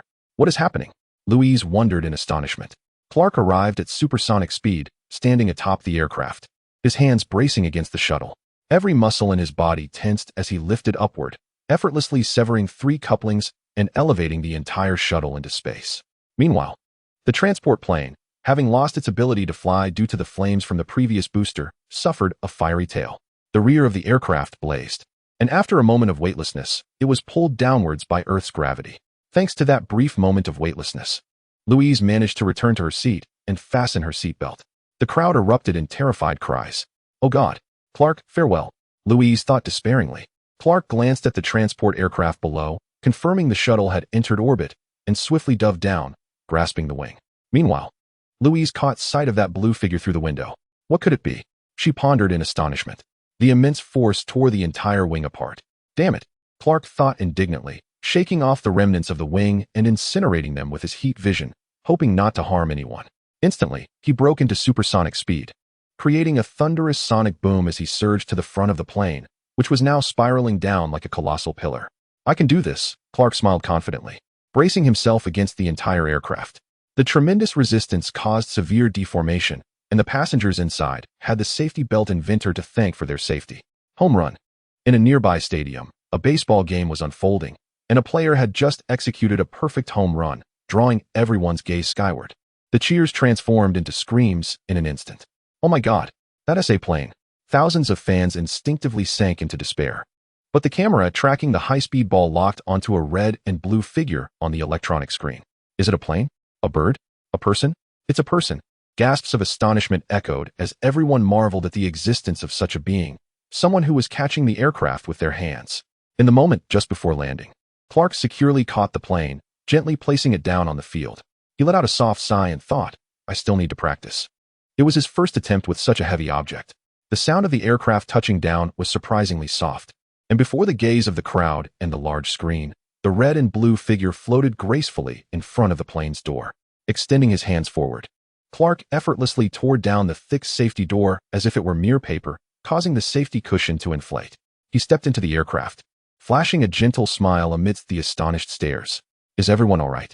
Clark asked, his radiant smile illuminating the space. Louise, more astonished than anyone, slowly rose to her feet, her mouth opening to call out Clark's name. My goodness, who said you can't recognize someone without glasses? Superman doesn't wear a mask, and yet, his friends can't seem to identify him. What a trick, Clark swiftly concluded. Chapter 13. The ongoing saga of Superman. Clark saw Louise smile, her expression filled with tenderness, soothing her recently startled heart. Are you all right? He asked gently. This drew everyone's attention to Louise, who felt a tinge of embarrassment. Yeah, she stammered, unsure of what to say, her eyes conveying a subtle threat of, you'd better explain this, or it's not over. Hopefully, this experience won't deter you from flying in the future. According to statistics, aircraft remain the safest mode of travel, Clark remarked with his characteristic sunny disposition. Perhaps influenced by the warmth of the sunlight, everyone nodded with smiles, yet the instinct of the journalist within surged forth, prompting a flurry of raised hands as questions erupted. Clark smiled serenely and stepped outside, where the crowd had already been cheering for quite some time. The source of the shouts unknown, waves of sound rising and falling. Superman! Superman! Superman! The visage of Superman appeared on the electronic screen, a name of a new superhero that had emerged in breaking news across the globe. The aerospace base erupted in a jubilant cheer, celebrating. People from all corners of the world, captivated by this news, rose to their feet, applauding and cheering, creating a moment of collective fervor. Clark accepted it all with a smile, descending upon this world in a manner reminiscent of a savior. Today, I, Superman, have arrived. Perhaps neither the world nor I were fully prepared, but here I am. After a final smile, Clark soared into the sky, while Lois, who had chased after him, gazed at his figure against the heavens. Overwhelmed by the astonishing events, she finally succumbed to the pressure and fainted, collapsing onto the safety mat. At a certain S.H.I.E.L.D.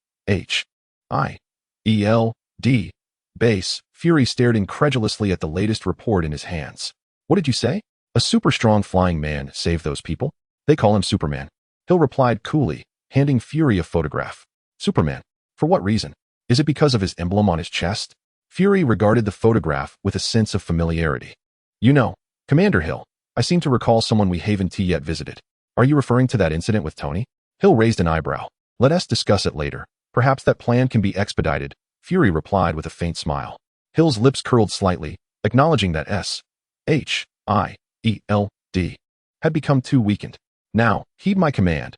All agents of level 9 and above, enter a state of readiness. We must uncover the true identity of this Superman. Hill, go fetch Coulson, the only one who has had direct contact with Superman, and inform him of his promotion. Understood, Hill responded before departing. At Tony's residence, he exclaimed, Oh, my friend, you're ready, aren't you? As he watched the news report and the information Jarvis had compiled. Jarvis, if Clark comes to see me, notify me immediately. Tony ordered. It seems I must prepare, the holiday is over. Excitement gleamed in Tony's eyes. Clark's actions appeared to reignite Tony's fighting spirit, prompting him to delve into research on new elements. Though he had been in a state of despair due to palladium poisoning, which had caused him to neglect Pepper, their recent quarrels had left him with a persistent headache. I must find you, Tony declared, gazing at the data in his hands, a fierce light igniting in his eyes at the thought of discovering new elements. Alfred, what are your thoughts? Bruce leisurely indulged in every form of entertainment. In my opinion, there must be a hidden motive. Yet, Master Wayne, why should I express such thoughts? The old butler glanced anxiously at Master Wayne. Ever since encountering Master Kent, Master Wayne seemed to have, well, become more lively? Ha. Understood. In high spirits, Bruce absent-mindedly stroked his non-existent beard.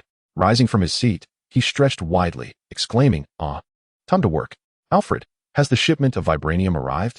Bruce's expression turned somewhat serious. Yes, sir. Although I would advise against dealing with a despicable black market arms dealer like Ulysses Claw, Alfred replied. However, Bruce's orders were the highest command for Alfred. Indeed. You are right, Alfred. Have all the equipment transported to the Batcave. We must commence our work. Bruce smiled in agreement. Yes, precisely. I intend to forge a bat suit from vibranium akin to that of the Black Panther. My apologies, dear Black Panther, but I shall appropriate your family's creative design. Haha. Besides, it cost me billions. I'm also feeling the pinch. The next target must be considered carefully, even if we acquire it, regarding the Doomsday virus. Bruce pondered. However, this was not the time for such thoughts. Alfred would take considerable time arranging the equipment in the Batcave. Before that, I must confront the current challenges.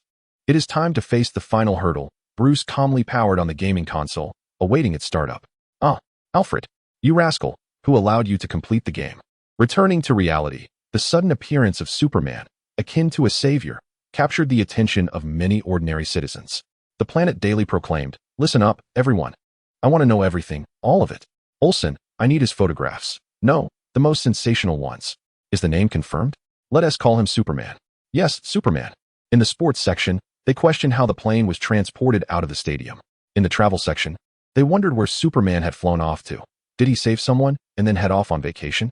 The paparazzi sought to uncover his romantic entanglements, exploring his social connections. The fashion section aimed to introduce the popular elements and features of the Superman costume. The health section queried about his physique. The finance section speculated on the implications for the stock market, long-term or short-term. The political section questioned whether he represented a true messenger of justice.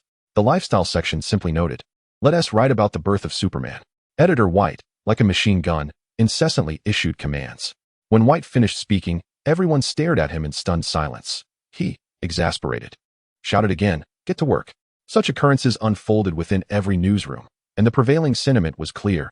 Superman equated to news, and news equated to wealth. On a certain day, the sun shone brightly upon the earth. At the entrance of a certain bank, a large contingent of police had assembled, all poised and ready. Their weapons aimed at the building, as a robbery unfolded within. "Chief, they are on the rooftop, and there is a helicopter," crackled the police report over the radio. "Proceed with caution and ensure the safety of the hostages. Establish a sniper position on the adjacent building. Additionally, request reinforcements from headquarters and encircle the premises.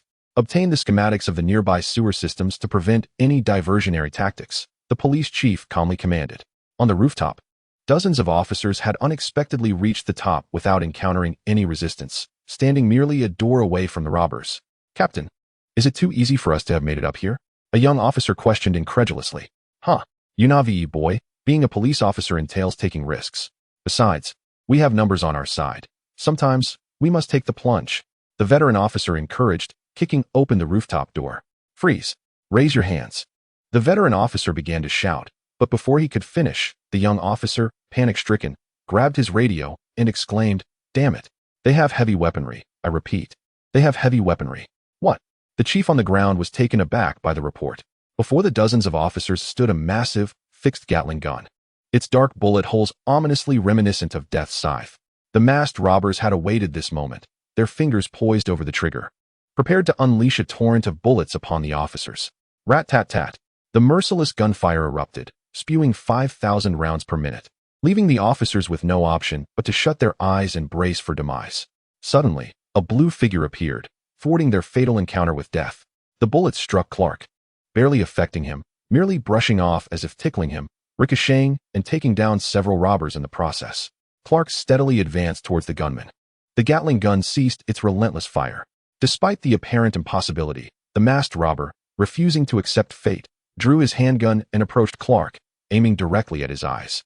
"I don't believe it," the robber shouted in his final defiance. Time seemed to slow as the robber's gaze locked onto Clark.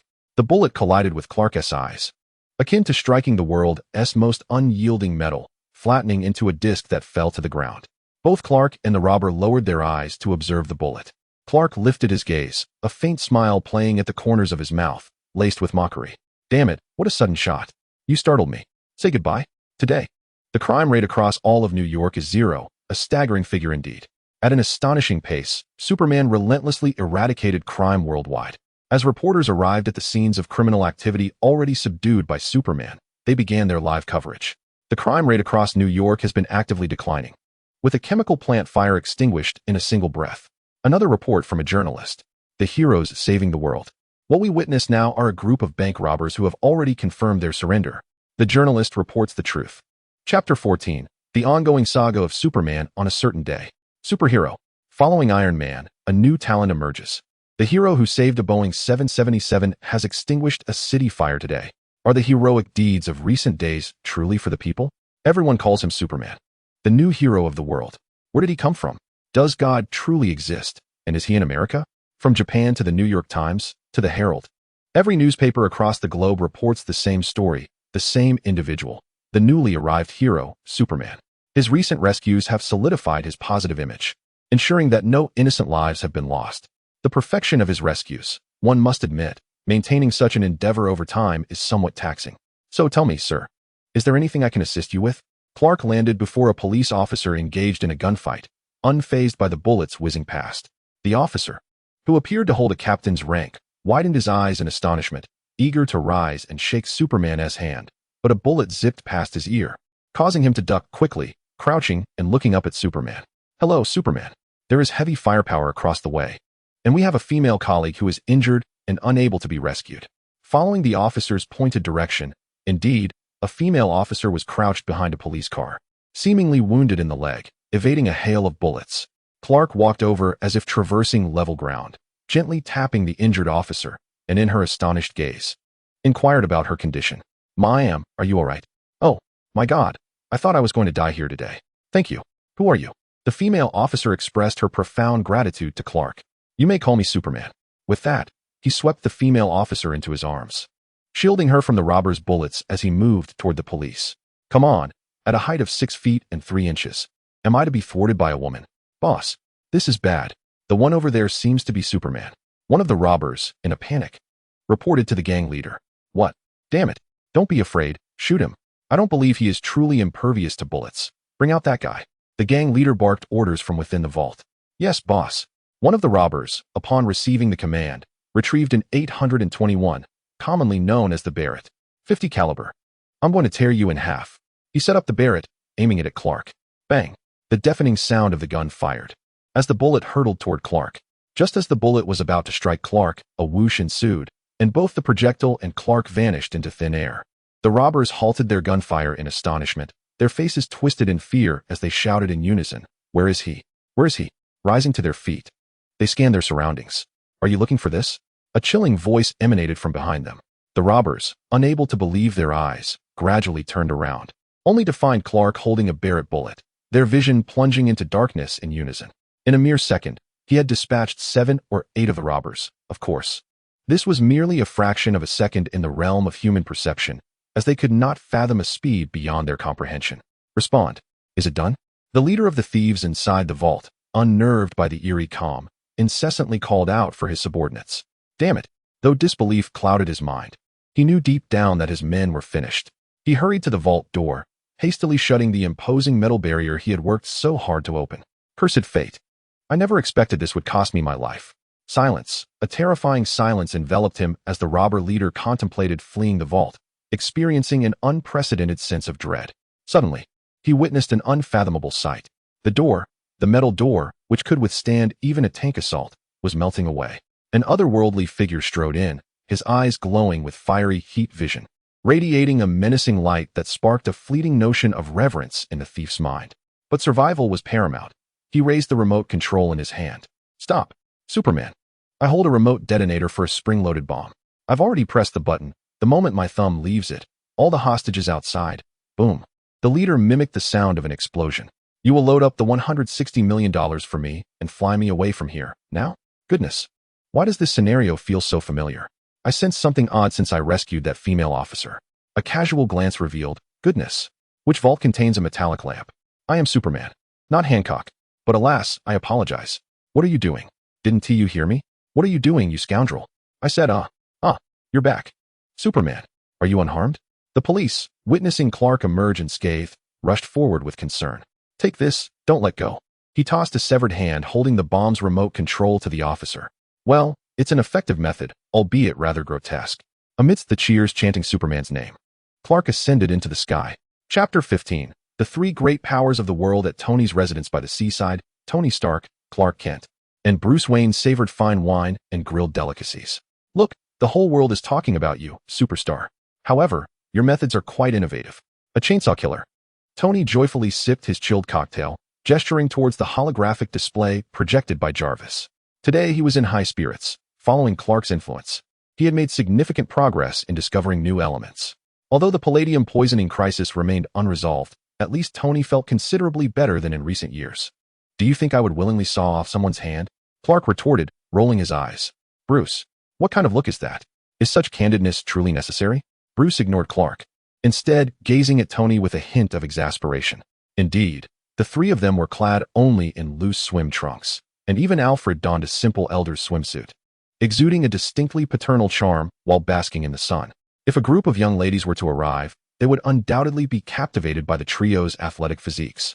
Naturally, heroes must be accompanied by beautiful women, especially for confirmed playboys like Tony and Bruce, who were eagerly awaited by a bevy of Victoria's Secret models frolicking in the sea. Waiting for the arrival of the three gentlemen, they maintained a respectful distance, ensuring not to intrude upon their conversation, and felt no fear of interruption, as Tony had purchased the surrounding area for 10 miles, with the coastal entertainment facilities extending from his villa to the ocean's depths. While such expenditure was beyond the means of an average person, it was but a trifling sum for Tony. Observing Tony's flamboyant demeanor, Bruce contemplated whether it was time to upgrade the gaming consoles in the villa, pondering the need to mature a little himself. Delighted to see you, Bruce. I never imagined you and Clark were friends. However, I must say, your physique is quite commendable. You two have even made headlines together, Tony teased. It was undeniable that Bruce's muscular frame, standing at 6 feet tall, was a testament to the limits of human capability, especially when compared to Clark's imposing height of 6 feet 3 inches. Oh, come on, blame me. How am I supposed to explain this? Bruce feigned confusion, collapsing backward onto a sun lounger. And you? Superman has rescued you several times. His dedication to you is quite remarkable, Tony quipped, as Bruce lay on the sun lounger, making one last futile struggle. This elicited a laugh from Tony, who sputtered his cocktail, wiping his lips as he mused. I never expected Bruce to possess such a mischievous temperament. Is this my greatest rival in wealth? If outsiders were to witness the world's two wealthiest individuals engaging in such banter, they would likely faint in shock. Clark took a sip from his glass, appearing indifferent. If others were to learn that Superman and Batman share a connection, it would surely send them into a frenzy. Tony retorted, executing a swift comeback. Shut up, Iron Man, Bruce exclaimed, as the invincible Superman surprisingly choked on his drink. Oh dear, where's Alfred? Bruce called out in exasperation, sitting up and gesticulating wildly. Nearby, Alfred thought to himself. Ah, Master Wayne, you have finally chosen to step out, make friends, and socialize. I am genuinely pleased for the Master. As he reflected while flipping the meat on the grill. Regarding Tony, aside from the matter of traversing dimensions, Bruce disclosed everything about being Batman, as both Clark and Bruce, these outsiders, held a certain inexplicable admiration for Iron Man. Well then, for the sake of our friendship, let us raise a toast, suggested Clark, the peacemaker. Cheers. Cheers. Today, the three greatest superheroes in the world have gathered here. Clark, did you not mention that the world was unprepared to accept you? What prompted your change of heart? After the jest, Tony earnestly posed his first question. Listening to Tony's inquiry, Clark responded with a faint smile. I should have anticipated this. From the very day you declared yourself Iron Man, the trajectory of this world began to shift. They started to recognize you, to comprehend the existence of superheroes. Although a few years back, Magneto's assassination attempt on the president at the Statue of Liberty ignited a conflict among the higher echelons of humanity regarding mutants. Thanks to Professor's interventions, the government managed to downplay the incident time and again. We owe that to Mystique. She once saved Nixon, Bruce interjected. This revelation astounded Tony, as not many were privy to this information, prompting him to regard Bruce with renewed curiosity. All right, indeed, regardless of the circumstances, the populace began to acknowledge and accept the concept of superheroes. I find myself anxious, for a great calamity looms due to Banner's actions, and I wish not for the world to perceive two monsters instead of a savior. Speaking of Banner, this naturally refers to the Harlem incident, which Bruce comprehended, while Tony harbored his own thoughts. Bruce Banner, you have mentioned him more than once. Is he truly that terrifying? That energy? Tony inquired incredulously. That gamma radiation is lethal enough to kill anyone, yet he survived. Bruce affirmed, pressing a button on his watch, which projected a three-dimensional display showcasing two video feeds, one depicting Banner S' experimental rampage, and the other a recent surveillance from a beverage factory in Brazil. Oh, my God. That S. General Ross. It's no easy feat to offend that old curmudgeon. Does this imply his girlfriend is Ross's daughter? Tony jested. The first video featured someone Tony recognized. What are you focusing on? Bruce sighed, facepalming. Given the limited content of the videos, Tony failed to grasp the true horror of the Hulk. All right, I harbor no doubts about your concerns. What must come will come, and what should not come will still arrive. Before that, let us relish this fleeting peace. Tony proposed a toast. Despite the underlying worry, Tony's words were undeniably valid. You are right. Fretting over trifles is not a wise endeavor. Clark and Bruce concurred, raising their glasses in salute to Tony. So has S.H.I.E.L.D. made any inquiries about you? Tony asked Clark and Bruce with a hint of trepidation. Don't look at me. I haven't even made my entrance yet. I'm merely somewhat known in Gotham City, but this fellow overshadowed me. Bruce pointed at Clark with a sense of reluctance. Indeed, in recent days, Bruce had conducted several punitive operations in his city to test the vibranium-crafted Batsuit, which had sent shivers through Gotham's underworld. One could jest that with such armor, even if one stood still while machine guns fired upon them, they would scarcely feel a twinge of pain. This realization filled Bruce, well-versed in Marvel lore, with a sense of pride. I'm not the only one. Suddenly, Clark's expression shifted, and he rose, summoning his Superman suit with a mere thought. In an instant, with a whoosh, he took flight without so much as a farewell. What's going on? Tony and Bruce, left in a cloud of dust, exchanged puzzled glances while observing the girls frolicking in the distance, relieved that they remained oblivious. Fear not, it's nothing. He is, after all, Superman, Bruce mused thoughtfully, offering some comfort to Tony.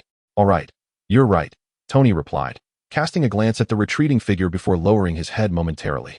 Then, lifting it again with a broad smile, he made his way toward the Victoria's Secret models. Come on, ladies, I'm here. Bruce paused for a moment, then joyfully followed suit, exclaiming, I have arrived. This is a blessing I never anticipated in my previous life.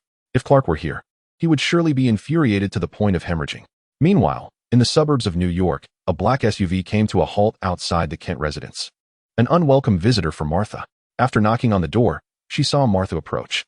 Hello, we are from S.H.I.E.L.D., friends of Clark. Is he home?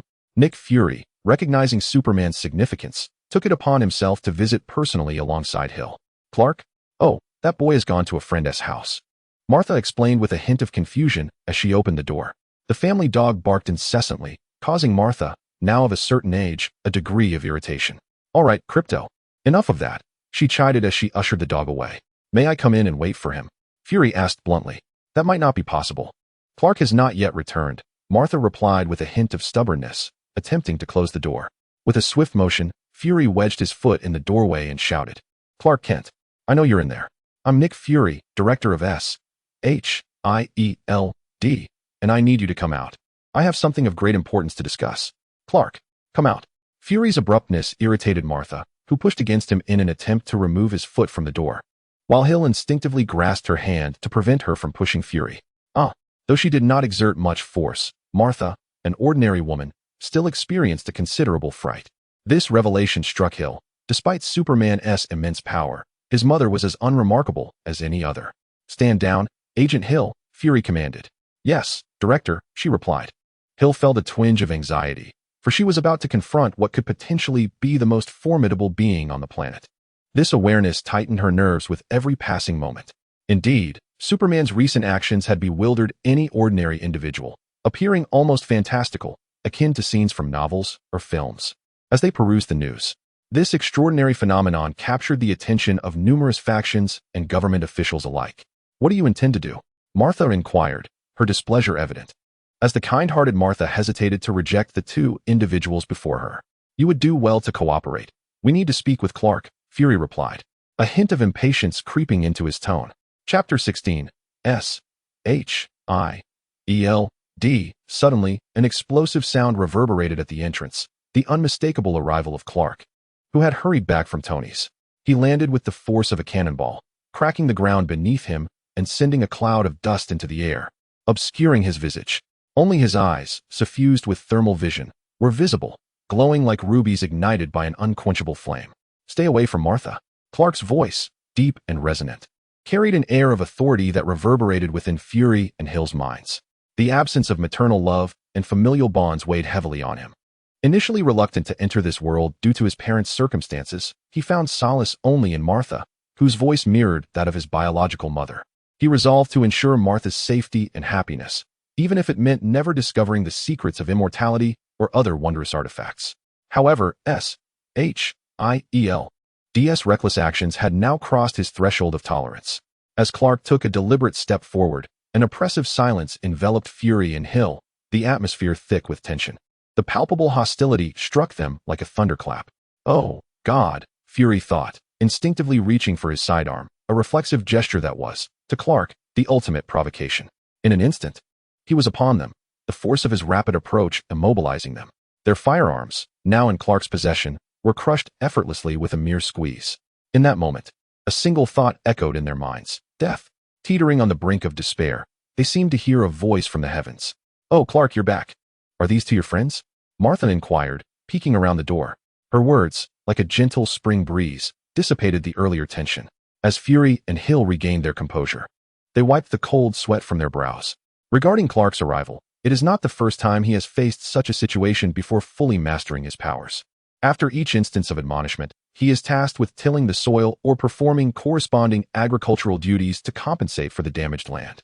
His formidable presence is unlike any peculiar individual encountered previously, evoking a sense of fear. Fury, somewhat speechless, pondered whether this individual truly possessed divine abilities. "All right, it's fine now.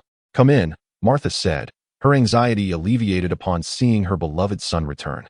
She had a fair understanding of her son, and judging by the previous encounter, those two individuals were not formidable adversaries for him. Perhaps they were merely anxious. "Come in for a cup of tea, and let us converse leisurely." The kind-hearted Martha graciously welcomed the two men. All right. Fury gradually regained his composure. As the director of SHIELD, though it was astounding, the first-hand experience left him somewhat rattled. After signaling to Hill, he followed Martha into Clark's home. With a slight sigh, he was surprised by his emotional upheaval. Clark himself was taken aback by how much he cared for this somewhat unfamiliar family. It appeared he was increasingly integrating into this world, although this might become a vulnerability. He reminded himself that he was Superman and had little to fear. Gaining some confidence, he strolled inside. Ding, ding, ding, Tony was calling. "Yes, everything is fine. You and Bruce needn't worry. Take your time," Clark reassured them, informing Tony and Bruce of his safety and briefly recounting the earlier events. They advised him to be cautious in dealing with SHIELD. Upon entering the house, Martha was pouring tea for Fury and Hill, while Clark put away his Superman suit, joking that he was merely wearing swim trunks underneath. "Mom, could you please rest for a bit? My friends and I have some matters to discuss." He gave Martha a gentle kiss, encouraging her to retire to her room. "All right, dear," Martha said, understanding. As she patted Clark's shoulder, Clark settled into a chair opposite Fury, with Hill standing nearby. "Hello, I am Nick Fury, director of SHIELD. It is a pleasure to meet you," Fury stated, forgoing any handshake. "First, I must express my gratitude for your actions over the past few days. You have saved many lives. However, I must fulfill my responsibilities. My first question is, are you a mutant?" Despite having been shaken moments before, Fury regained his composure and posed his sharp inquiry. "Hello, Director Fury. Agent Hill," Clark acknowledged, glancing at Hill. "How do you know my name?" Hill, typically aloof, felt a flicker of intrigue. She had not introduced herself, yet he was aware of her name, which revealed much. Had he been privy to the existence of SHIELD all along? Or perhaps Tony has conducted an inquiry into us. No, that cannot be right. Tony was unaware of our existence at the outset. A single remark from Clark has sparked an endless chain of professional speculation in Fury and Hill. "I am aware that I can see the cards in your pocket, as well as the half-eaten smoked beef sandwich. I also perceive an entire cadre of agents lurking around my home. You would do well to dismiss them." Clark whimsically toyed with the teacup in his hand. The astonishment brought forth by this Clark had long ceased to astonish Fury and Hill. Good grief. Does this fellow possess some form of precognition? Target identified. All units retreat. Agent Hill commanded through her communicator at Fury's behest. "First and foremost, you may have misunderstood. I am not a mutant. I possess abilities beyond your imagination. While you may have certain protective measures, I assure you they are unnecessary," a confidence evident in his tone. "Not a mutant? Extraordinary abilities? This veers into the realm of the superscientific. Is he akin to Captain America, an existence of superhuman caliber? Regardless, that is of little consequence now. What is your intent? I beg your pardon for my candor. I must conduct a straightforward psychological evaluation of one who wields unknown powers. I am not the product of any laboratory. However, I harbor no aggressive intentions. As you have observed over these past few days, I possess remarkable abilities. I reside in this world and cannot evade it. I believe that if I do not seek trouble, it will nonetheless find me. Since I cannot avoid it, I shall confront it. Director Fury, I hold your profession and sense of responsibility in high regard. However, I must caution you to keep your distance from my family. Clark exhibited his displeasure for the first time. This is a misunderstanding. I had no intention of revealing the truth to your mother. I assure you I will cease to disturb her, but other forces may not share this sentiment. You have stepped into the light. You have revealed yourself to the world. Fury conveyed with solemnity. I have stated from the beginning that I possess abilities beyond your comprehension. You may not believe it, but you are astute. Do not provoke my wrath. Should there indeed be other forces, you shall witness their fate. Clark gazed resolutely at Fury, instinctively clenching his fists. At this moment, Fury appeared somewhat skeptical. Though Clark was undeniably formidable, Fury retained faith in his limitations. Well, perhaps one day I shall bear witness to it, though I find it unlikely. Moreover, there is one more matter I must address, which is the purpose of my visit today. I have a plan for the Avengers.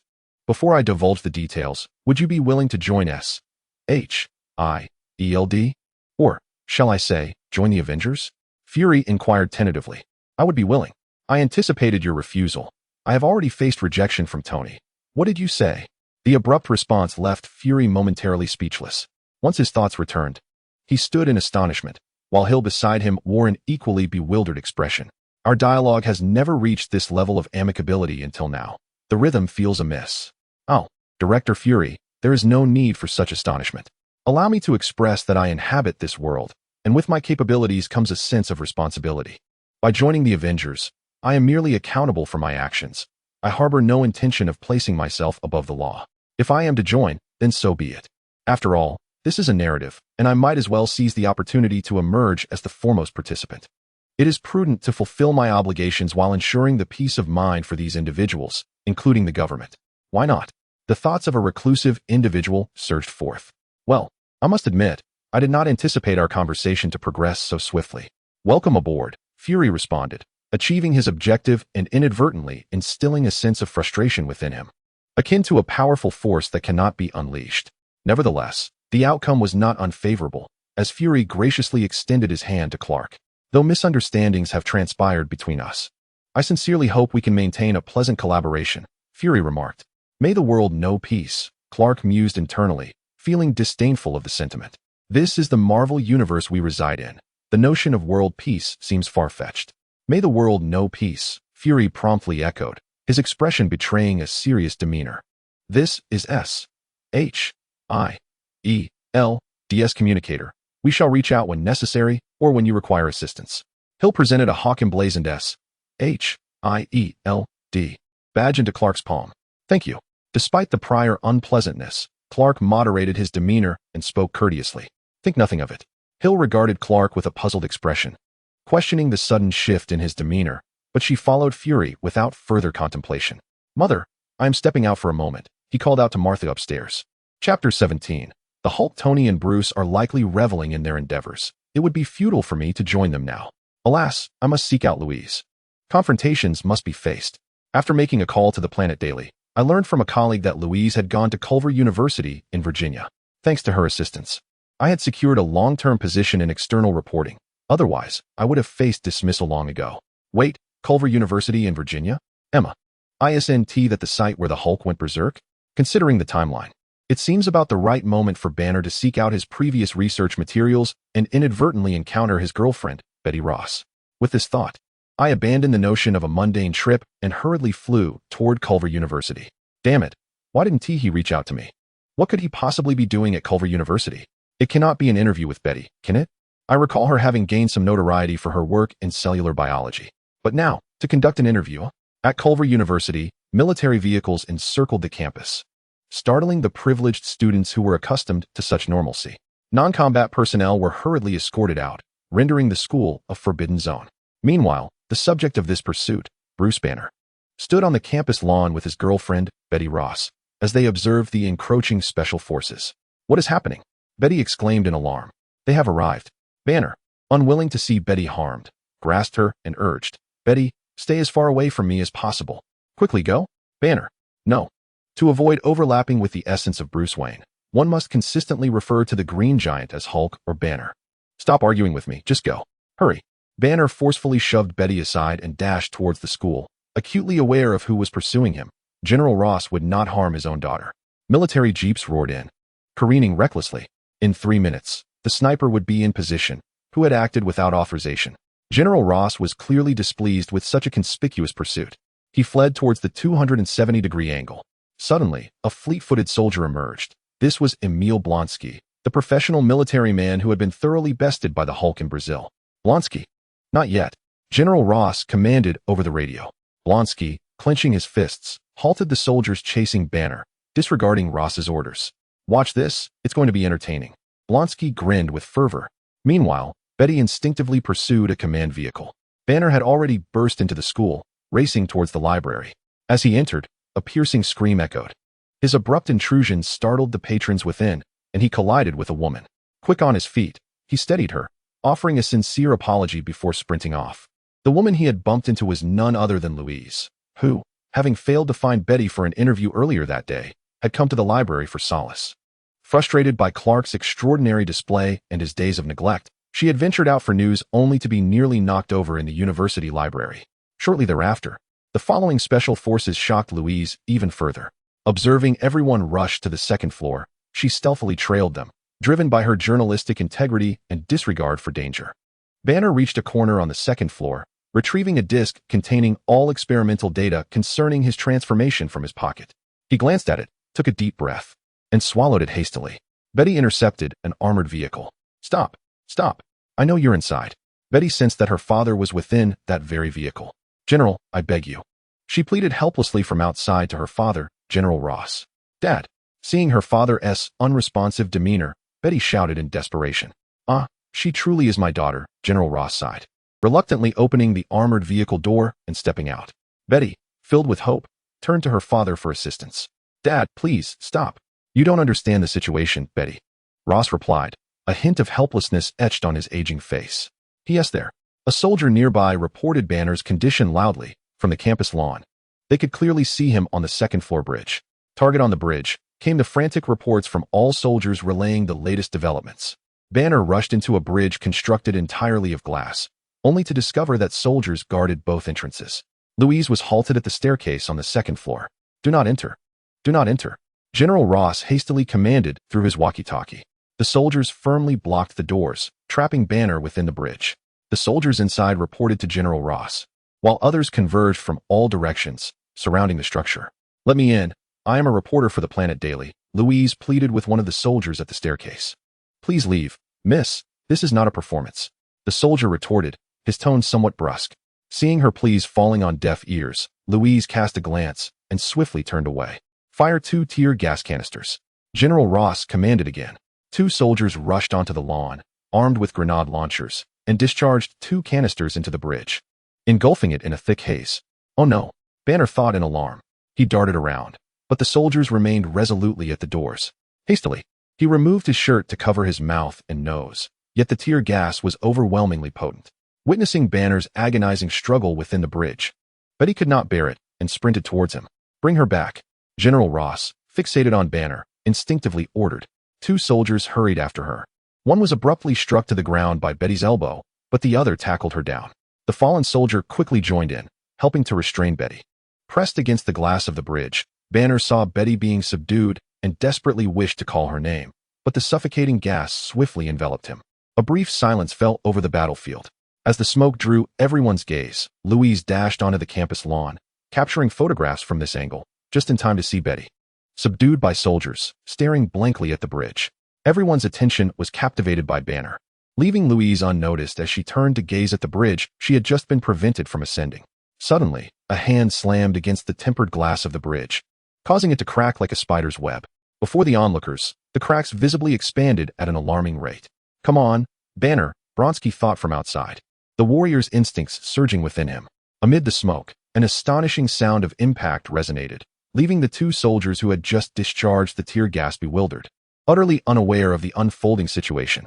With a thunderous crash, two grand marble columns from the bridge suddenly hurtled towards them, prompting a panicked retreat, the smoke still lingering. A roar erupted, echoing like a dragon's cry. "She will see the truth," General Ross stated calmly. A colossal green figure leapt down from the second-floor bridge, landing powerfully upon the lawn, gradually rising to its full stature. All were astonished, gazing at the unfolding spectacle. The green giant took a step forward and unleashed a thunderous roar. "Oh my!" Louise covered her ears, fear propelling her to retreat. "Clark, where are you?" Only Clark could bring her solace in this moment. Betty was helped to her feet by two soldiers, her eyes vacant as she stared at Banner, no, Hulk. Towering at an impressive height of 2 meters and 43 centimeters, Hulk's rage seemed to swell him even further. His body, serpentine and draconic, bulged with muscle, veins protruding, brimming with unimaginable strength. With General Ross's command, a monumental clash was on the horizon. "Fire at will." The cacophony of gunfire erupted, as dozens of heavy machine guns spat flames mercilessly, while other soldiers hastily constructed defensive fortifications. Countless bullets failed to penetrate Hulk's impenetrable skin, and the cacophony of gunfire only served to annoy him, guiding him toward the source of the bullets. "Come, take him down." The resolute soldiers, undeterred by the monstrous presence of Hulk, remained steadfast in their solemn duty. "Where's the 50 caliber artillery? Get it ready." General Ross commanded relentlessly. With a roar, a military off-road vehicle sped into the fray, armed with a 50 caliber cannon atop its roof, approaching Hulk and unleashing a barrage. Hulk merely shifted his stance, swinging his arm as if toppling a child's building blocks, effortlessly overturning the entire vehicle. Another military vehicle charged forth, but Hulk, moving with astonishing speed, darted ahead, stomped down, launching the vehicle into the air. With a swift motion, he grasped the front of the vehicle, crouched low, and with a furious roar, lifted it high, preparing to hurl it at the soldiers still firing. Damn it! Before the words could escape their lips, several soldiers sacrificed their lives. Rage was gradually consuming Hulk's mind. With a thunderous crash, he brought the military vehicle down, shattering it into fragments. From the wreckage, he seized a piece, raising his arm in fury, demolishing several more military vehicles, causing violent explosions to erupt upon the campus lawn. Chapter 18, Bronsky Heavens. Louise, now at the periphery, gasped in astonishment, covering her mouth, while Betty remained in a daze, staring blankly at the chaos. Not far off, students from Culver University, who had snuck in, activated their phones, recording the explosions on the lawn. "Oh my God, this is so cool." The students marveled in disbelief, caught in the shockwave of the explosions. Injured soldiers still engaged in combat with Hulk had no time to heed the students. Damn it! General Ross, filled with reluctance, contemplated the situation. Although he had anticipated such an outcome, the realization that conventional weaponry could no longer harm the Hulk was difficult to accept. Yet, he still held a trump card. "Blonsky, proceed." Obediently, Blonsky discarded his assault rifle, recognizing its futility, and seized a more powerful grenade launcher. "Cover me," he commanded, advancing with composure. Boom! A shell struck the Hulk squarely in the back, creating a cloud of smoke and forcing the creature to stagger back, black powder marks marring his skin. The Hulk whirled around, only to be met with another explosion, this time to his face. With bared teeth, the Hulk glared at Blonsky, letting out a low, guttural roar. "Do you remember me?" After firing his last round, Blonsky drew his pistol, locking eyes with the Hulk. The Hulk lunged forward, swinging his fists. But Blonsky deftly evaded the attacks, utilizing his extraordinary agility to leap and shoot in tandem. "My word, he has truly grown stronger," General Ross observed with pride, regarding his creation. Indeed, his creation. Only Ross was aware that he had administered a serum to Blonsky, akin to Banner's, albeit in minimal dosage. Blonsky had now become Ross's finest work. As all eyes were fixated on the clash between Blonsky and the Hulk, a figure silently descended from the sky beside General Ross. "Superman. Superman." Ross gasped, startled by the sudden presence of another. As a high-ranking official, he was well aware of the recent adulation bestowed upon this superhero by the American populace. My God, how did he arrive here? For someone like Ross, the appearance of Superman introduced an unpredictable variable. His inherently suspicious nature left him uncertain whether Superman was friend or foe, and even amid the hero's world-saving endeavors, he would not easily earn Ross's trust. Meanwhile, the young soldiers nearby gazed in awe at the superhero who had recently become their idol, their excitement palpable. "General," Clark greeted politely, nodding towards the soldiers who had taken note of him. Superman is looking at me, the young soldiers thought, their admiration for the superpowered being evident. Despite their own military roles, Clark scanned the surroundings and quickly spotted Louise, who was engrossed in observing the Hulk, oblivious to his presence. Instantly, he felt at ease. "What brings you here, Superman?" General Ross inquired, uncharacteristically courteous. In America, even the president held a degree of deference towards Ross, instilling in him a sense of superiority when addressing others. However, provoking Superman would yield no beneficial outcome. "I didn't expect to encounter you here, General. I came to find my girlfriend." The meaning behind Clark's words was quite straightforward. He was essentially conveying to General Ross his disinterest in managing the affairs at hand. Ever since S.H.I.E.L.D. had discovered his residence, he suspected that any semblance of privacy regarding his girlfriend had long been catalogued by the government. His girlfriend? This revelation caught him off guard. "If there's nothing else, please feel free," General Ross remarked, having obtained what he desired. And he ceased to concern himself with Superman. He understood that a being of Superman's caliber, should he harbor any ill intentions, would have already brought about his demise. General Ross was no stranger to formidable mutants and had continuously engaged in a battle of wits with creatures like the Hulk. Thus, a cunning individual like him knew full well that mere scheming would not suffice against Superman. While General Ross remained preoccupied, Clark made his way toward his spirited girlfriend. "Clark, my goodness." The long-awaited reunion with Lois ignited an exhilarating joy within her, prompting her to instinctively call out Superman's true name. Fortunately, there was no one else around as she rushed over, embracing Clark fervently. "Goodness, have some restraint," Clark thought helplessly, gently kissing Lois's soft lips, his gaze filled with affection. "I'm sorry." Lois's apology was laden with guilt and regret. "It's all right, Clark. I'm just as overwhelmed," she admitted, her initial excitement giving way to a realization that she was holding Superman. She quickly glanced around, noting only a handful of soldiers observing them. "It's fine." Sensing Lois's unease, Clark tightened his embrace. "I will protect you." His solemn vow entranced Lois, and she rose on her tiptoes to kiss him again. After a prolonged moment, they parted. "You're Superman? Clark, is it really you?" Lois began to inquire as she regained her composure. "And what brings you here?" Upon asking, Clark immediately felt he had erred in his question. "Oh dear, have I short-circuited from that kiss?" Indeed, Lois's cheeks flushed, not from shyness, but from irritation. "You say that? I recognized you on the plane that day, and then you simply vanished. You have no idea how terrified I was. I thought," as she struggled to finish her sentence. Tears welled in the corners of her eyes. "Damn it, Lois's character is terrifying. My fierce girlfriend. Comfort? What comfort?"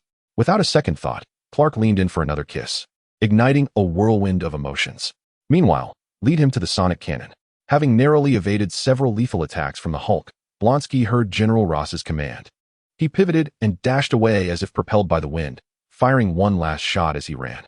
The Hulk paused momentarily, then pursued him relentlessly, while two military vehicles equipped with sonic cannons rapidly approached. "Initiate!" Blonsky shouted from a distance, feeling the pressure of the Hulk's pursuit as he sprinted toward the sonic cannon. Now, the sonic cannon activated instantaneously, causing Blonsky to leap aside, propelled by its shockwave. Nevertheless, he sustained injuries. His eyes became bloodshot, and blood streamed from both ears. The excruciating headache compelled Blonsky to clutch his head tightly. The sonic blast sent Hulk reeling backward, his muscles undulating like waves due to the impact. Unable to endure the searing pain, Hulk also grasped his head, emitting anguished cries. Betty, supported beside General Ross, watched Hulk in torment. His heart-wrenching screams jolted her back to reality. Taking a step forward, she grasped General Ross's arm, unable to bear Banner's suffering, pleading for mercy. "Please, I beg you, stop. You will kill him." However, as she advanced, soldiers swiftly pulled her back. "Take her away," General Ross barked. "Stop. Let me go." "Banner," Betty cried out desperately, struggling in panic. Meanwhile, Hulk, pinned to the ground by the sonic waves, raised his head and spotted Betty being dragged away. In an instant, his gaze hardened, and it seemed as if his body expanded further. With a powerful strike to the ground, he crouched, muscles taut with pent-up rage, assuming a runner's stance. The green light in his eyes radiating even more fiercely. Roar! With a powerful kick, the ground shattered beneath him as he lunged forward, crashing into the military vehicle carrying the sonic cannon, obliterating it. Seizing the nearby sonic cannon, he hurled it at another vehicle, reducing it to rubble. General Ross and the other soldiers stood in stunned silence, internally lamenting, "A monster! Where are the armed helicopters?" General Ross helplessly called for various military assets. Recovering, Blonsky picked up an assault rifle, taunting Hulk as if greeting an old friend, drawing Hulk's attention. The two men stood face to face. Is that all you've got? Blonsky stood fearlessly before Hulk, a dismissive expression on his face, laced with mockery. Blonsky, retreat. Come back. General Ross, perplexed, commanded over the radio. Blonsky ripped off the irritating headset, glancing at Hulk before continuing his provocation. Is this really your limit? Hulk's eyes flared with fury as he kicked out. Though Blonsky had been injected with serum, he was only marginally stronger than an ordinary man. Hulk's kick sent him soaring over 100 meters, crashing into a tree with fatal consequences. Yet, under the serum's influence, he still clung to life. General Ross, observing with a resigned expression, felt little emotion as he promptly ordered, retreat, retreat, organize all soldiers for withdrawal. His pride prevented him from seeking assistance from someone who would not heed his commands, the superhuman. At that moment, Betty, unattended, slowly approached Hulk. Hulk turned his head and saw Betty not far behind him, merely 10 paces apart. He gazed at her with profound affection, and Betty reciprocated with an equally deep gaze. Chapter 19. The battle of Culver. The fury within Hulk seemed to gradually subside at Betty's presence. He stepped forward to her, a hint of tenderness emerging on his fearsome visage. Open fire. General Ross, newly arrived at the makeshift command post, was oblivious to Betty's whereabouts as he continued to issue orders to the armed helicopters via his radio. Banner, with a gentle look towards Hulk, exhibited only compassion and love in her eyes. Hulk sensed her affection and regarded her with a calm demeanor. Even the terrifying Hulk radiated a unique gentleness towards Betty. He had momentarily earned a fleeting tranquility. However, this rare serenity was abruptly shattered by the arrival of an adversary. An armed helicopter swooped in from the distance, locking onto Hulk and executing General Ross's commands. The sound of gunfire erupted as the helicopter unleashed its relentless barrage upon Hulk. General Ross, who had just come to search for Betty, witnessed the helicopter's fire aiming to engulf her, and a look of regret finally crossed his features. After all, she was his only daughter. He bellowed for a ceasefire, ceasefire, ceasefire. His tone was laden with remorse. Betty, Ross cried out within his heart. Hulk turned, deflecting all the bullets, and seized a fragment of a car from the ground, hurling it towards the helicopter. Just as he was about to obliterate it, a figure suddenly appeared, intercepting Hulk's assault. Superman. The helicopter, witnessing a savior materialize in midair, quickly received General Ross's orders and hastily retreated. Hulk observed Clark effortlessly thwart his attack, and the spark of aggression reignited in his eyes. Yet, considering Betty behind him, he refrained from advancing. Clark descended slowly, noting the battle fervor in Hulk's gaze. He thought to himself, come on, I'm here to help your Betty, you know? If you were to smash that helicopter and cause an explosion, your dear Betty wouldn't fare well, would she? Although he understood that explanations would be futile, he could only ponder silently. Yet, he knew that if he did not engage Hulk today and demonstrate his strength, Hulk would likely leave unsatisfied. With a wave of his hand, he gestured for Betty to step aside. She glanced at Hulk, feeling helpless, and moved to the side. Did she know Superman? Yes. At least the entire American populace was aware, given the recent media frenzy surrounding her. With a vague understanding of Superman's prowess, Betty couldn't help but worry for Hulk, for she had never witnessed him handle a Boeing 777. Are you ready? Clark smiled faintly at Hulk, though his expression gradually turned serious. He certainly did not underestimate Hulk, for it is well known that the angrier Hulk becomes, the more formidable he transforms. A thunderous roar echoed in response to Clark's demeanor. Hulk, unleash your fury. Hulk slammed down onto the ground, an immense shockwave erupting from the impact. Clark leaped into the air, only to find a colossal shadow enveloping him. Such astonishing speed. Despite his massive size, Hulk moved with remarkable swiftness, leaving Clark momentarily astonished at the sight of him suddenly appearing before him. With a swift motion, Hulk swung his massive arm, delivering a powerful punch that sliced through the air. Clark quickly raised his arms in defense, feeling the weight of Hulk's strength. How astonishingly heavy. Clark marveled internally. He was struck by a downward force, causing the turf beneath him to explode, leaving a deep gouge in the ground reminiscent of an excavated trench. Intense friction ignited a plume of smoke, with half of Clark's body buried in the earth. Goodness! That feint followed by a deliberate blow to bring the battle to the ground indicates that Hulk possesses considerable intelligence. Indeed, Banner, as one of the 8 most brilliant minds in the world, has influenced Hulk as well. Another powerful punch came crashing down just as Clark regained his footing, Hulk's gigantic fist hurtling toward him. Clark took a step back and countered with a punch of his own, the two fists colliding with an unimaginable force. Bang! The collision generated a tremendous shockwave that repelled everything in the vicinity, leaving a barren radius of several meters. The ground beneath both Hulk and Clark sank slightly, while Clark's crimson cape fluttered wildly in the gusts. Hulk gazed incredulously at the seemingly diminutive figure before him, harboring such immense power, and let out a cold snort. Meanwhile, Clark was equally astounded by Hulk's explosive strength. After his long time on Earth, he had finally encountered an adversary of comparable might, which filled him with a thrill of excitement. Once more, Clark thought eagerly. With renewed vigor, he launched another punch at Hulk, who mirrored his actions. And they both struck each other with tremendous force. The impact sent them flying backward, creating distance between them. General Ross, observing the fierce battle from the sidelines, could only gape in astonishment. This was no mere human conflict. The other soldiers watched intently from what they believed to be a safe distance, realizing they were witnessing a once-in-a-lifetime spectacle. Meanwhile, the college students hiding nearby recorded every moment on their phones. Damn, if only I had a higher resolution camera, the students lamented. This would be a battle for the ages. The scene shifted back to the battlefield. Clark hovered in midair, poised for a sprint, while Hulk crouched, ready to charge. The two individuals exchanged glances, both ready for the impending clash. Thus, let the battle commence. With a roar, Clark surged forward, the force of his flight compressing the surrounding air, distorting the scenery around him as if it were being siphoned away. Concurrently, Hulk dashed ahead, his powerful strides generating immense pressure, leaving behind a series of explosive craters in the earth. Clark's heat vision intensified, unleashing a searing laser that struck Hulk's face.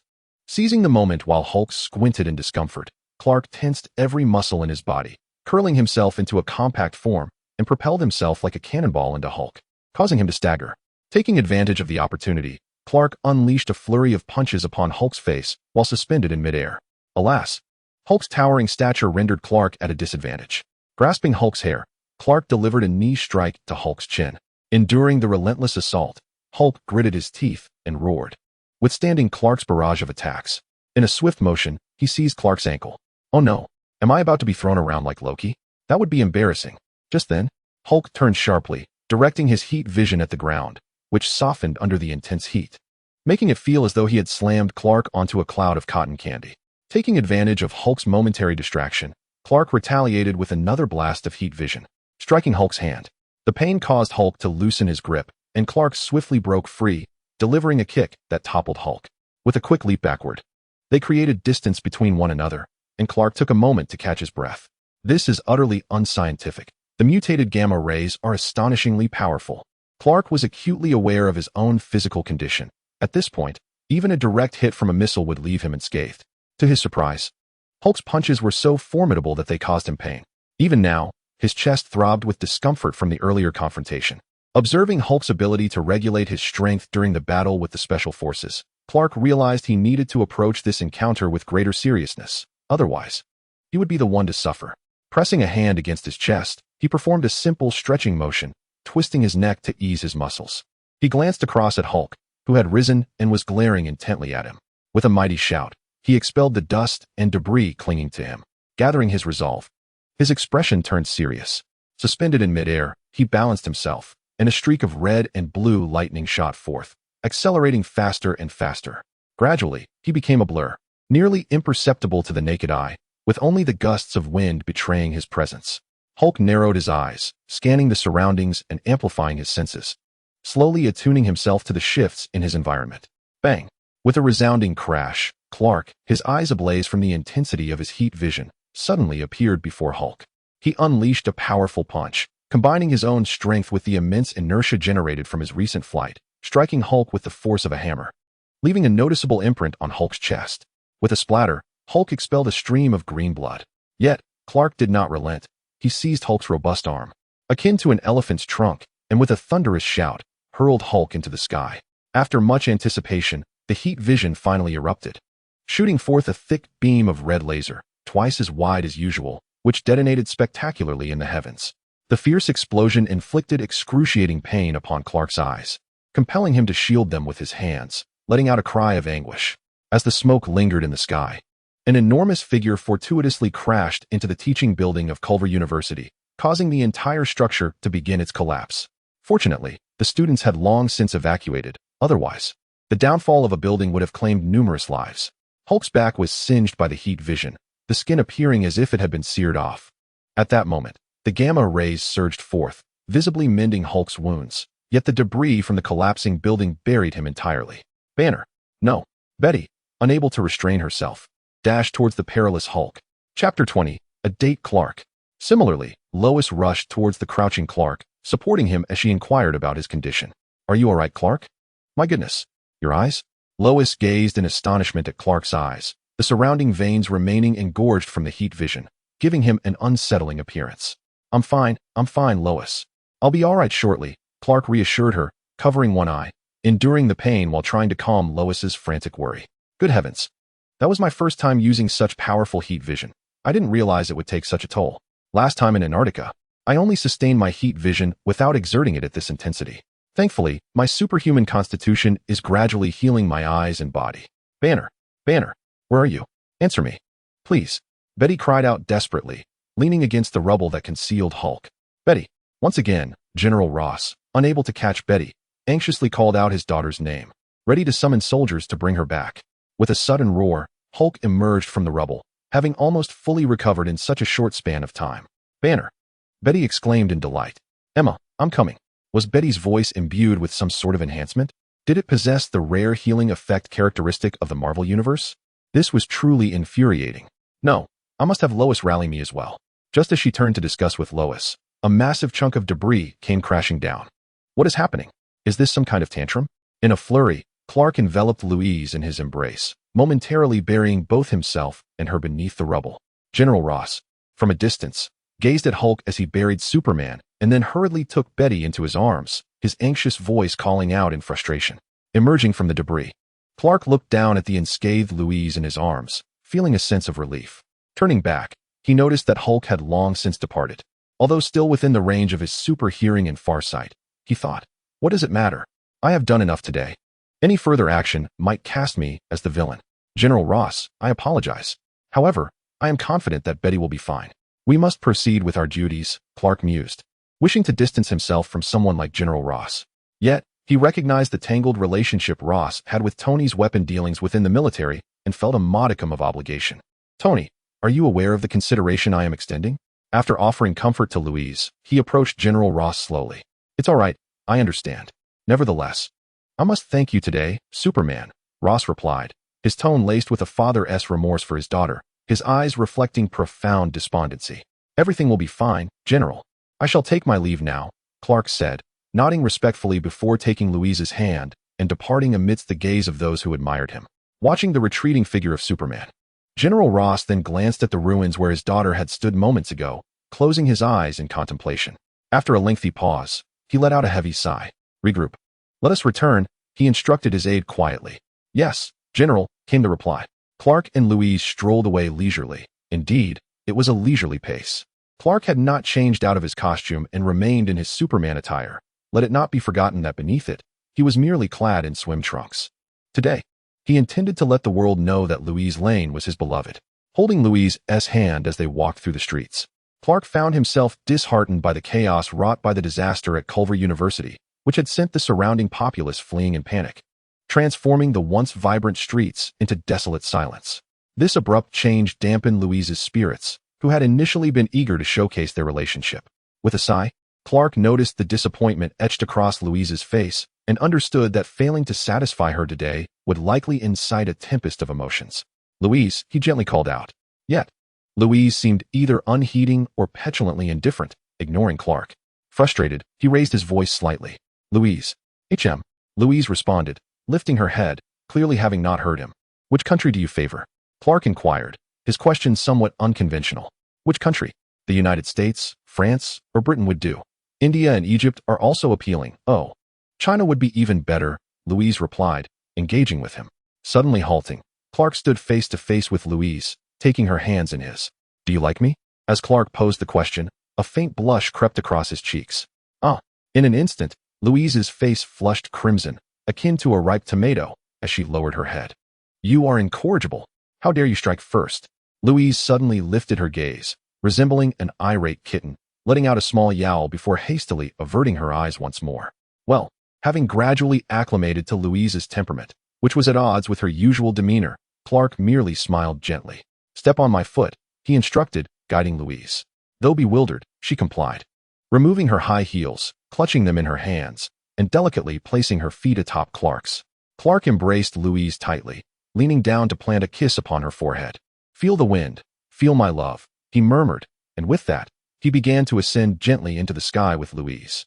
Goodness! This sudden movement startled Louise, causing her to cling tightly to Clark, her eyes shut tight. "Do not fear, I am here. Look, what is that?" Clark's words served as a soothing incantation to Louise. Slowly, she opened her eyes. Heavens! I am flying. I am soaring. Thanks to Clark's protective embrace, she felt no turbulence in the air. And gazing at the clouds so close, she looked down to see herself gliding between azure skies and cerulean seas. Clark! At this moment, Louise was so overwhelmed with excitement that words escaped her, and all she could do was hold him tightly, savoring the warmth he provided. "I love you." Clark uttered a phrase he had never spoken in this world before. I too. I also love you," Louise stammered, her words tumbling over one another. Clark smiled softly and kissed her deeply. After a considerable time, observing Louise, who had succumbed to silence in his arms, Clark confidently licked his lips, thinking to himself, "Compete with me, eh?" It was unclear how long had passed when Louise slowly opened her eyes. Where am I?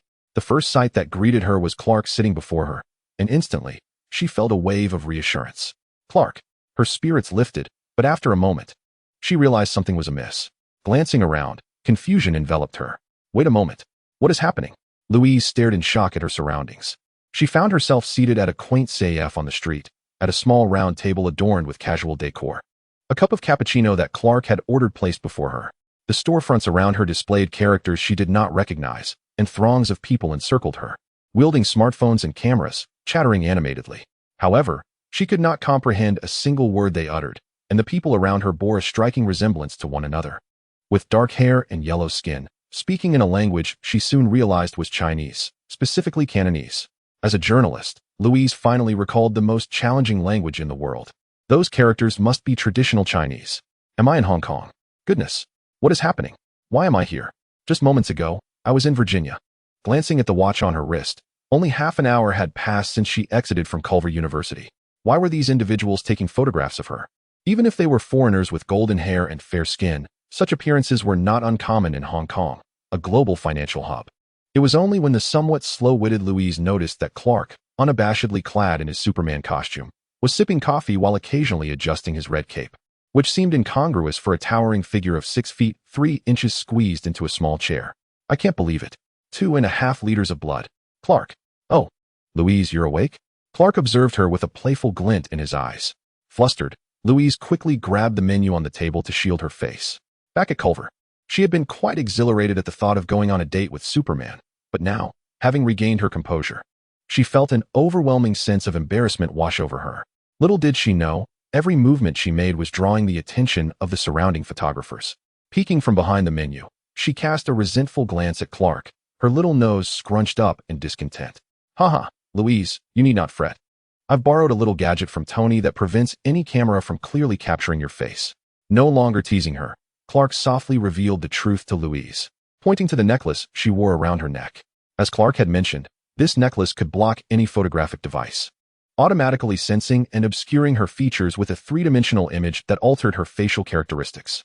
Thus, even if someone managed to capture her image, they would find it impossible to discern her true face. As for Clark himself, he remained indifferent, already accustomed to being the center of attention and unperturbed by the tricks of the unworthy. After hearing Clark's explanation, Louise finally felt at ease. She was not a superstar and had no desire to make a grand entrance in front of so many eyes. Chapter 21. Conflict. "Would you like something to drink, Louise?" Clark inquired. No thanks, Clark, let us go." Louise could not bear the thought of doing anything under such scrutiny. "Very well, but do you have any money?" Clark gestured toward the coffee in front of Louise, shrugging his shoulders, indicating that his costume offered no place to conceal money. Oh, look at those travelers with their little spaces and storage bags. Why was he not so fortunate? Reflecting on his shield necklace, which had vanished with his costume, Clark resolved to investigate this remarkable piece further when alone. "You, honestly," Louise exclaimed, feeling her pockets. Oh no, she had opted for a dress today, and in her fluster at Culver, she had lost her handbag, which contained her identification.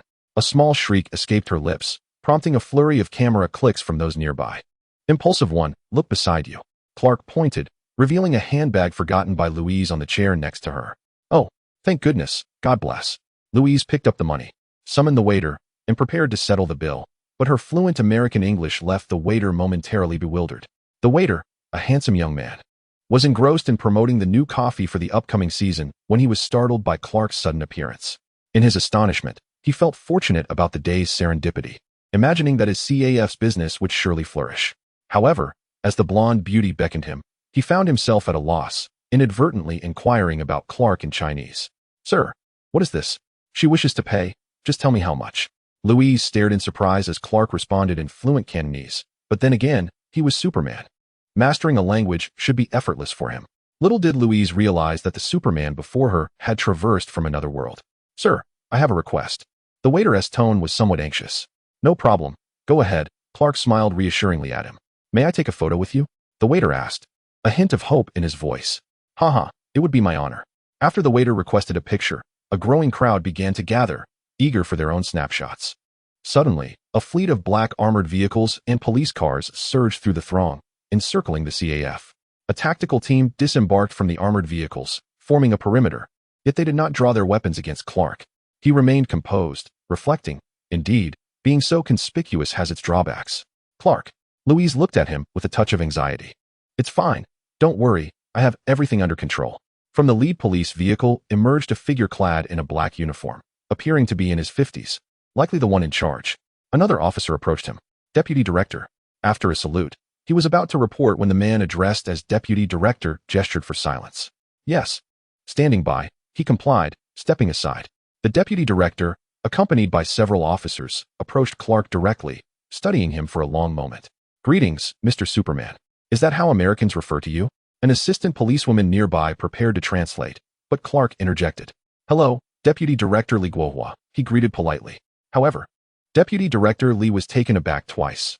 First, by Clark's Chinese, and second, by his knowledge of Li's identity. You know me? Li Guohua was momentarily stunned. Haha, merely a little trick, nothing of great significance. I wonder what brings you to seek me, Deputy Director? Clark stood courteously, extending his hand for a handshake with Li Guohua. It seems that Mr. Superman ought not to have ventured to this place.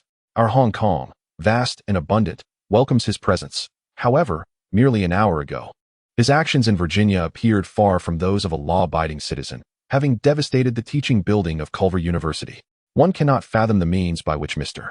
Superman arrived in Hong Kong with such swiftness, yet I must implore him to return whence he came. We in Hong Kong and the United States are not inclined to invite misunderstandings at this juncture. Li Guohua's sudden change in demeanor left Clark momentarily taken aback. The apprehension of inciting trouble filled him with disdain. Clark's irritation was further fueled by Li Guohua's final remark. It is true that he is Superman, but he should not merely be regarded as a hero of America. Rather, he aspires to be a hero for the world.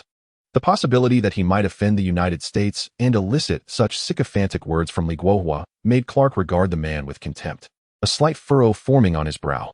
Before arriving in this world, Clark was merely a 30-year-old man with a recently stabilized job, whose subsequent experiences brought him to this unfamiliar realm. In truth, he had never encountered significant joy or sorrow, and thus, while embracing his identity as Superman brought him a measure of elation, it did not fundamentally alter his mindset. His inherently introverted nature, now intertwined with the benevolence of Superman, has indeed rendered him more compassionate, though the last encounter with those terrorists was a justified response to their heinous crimes.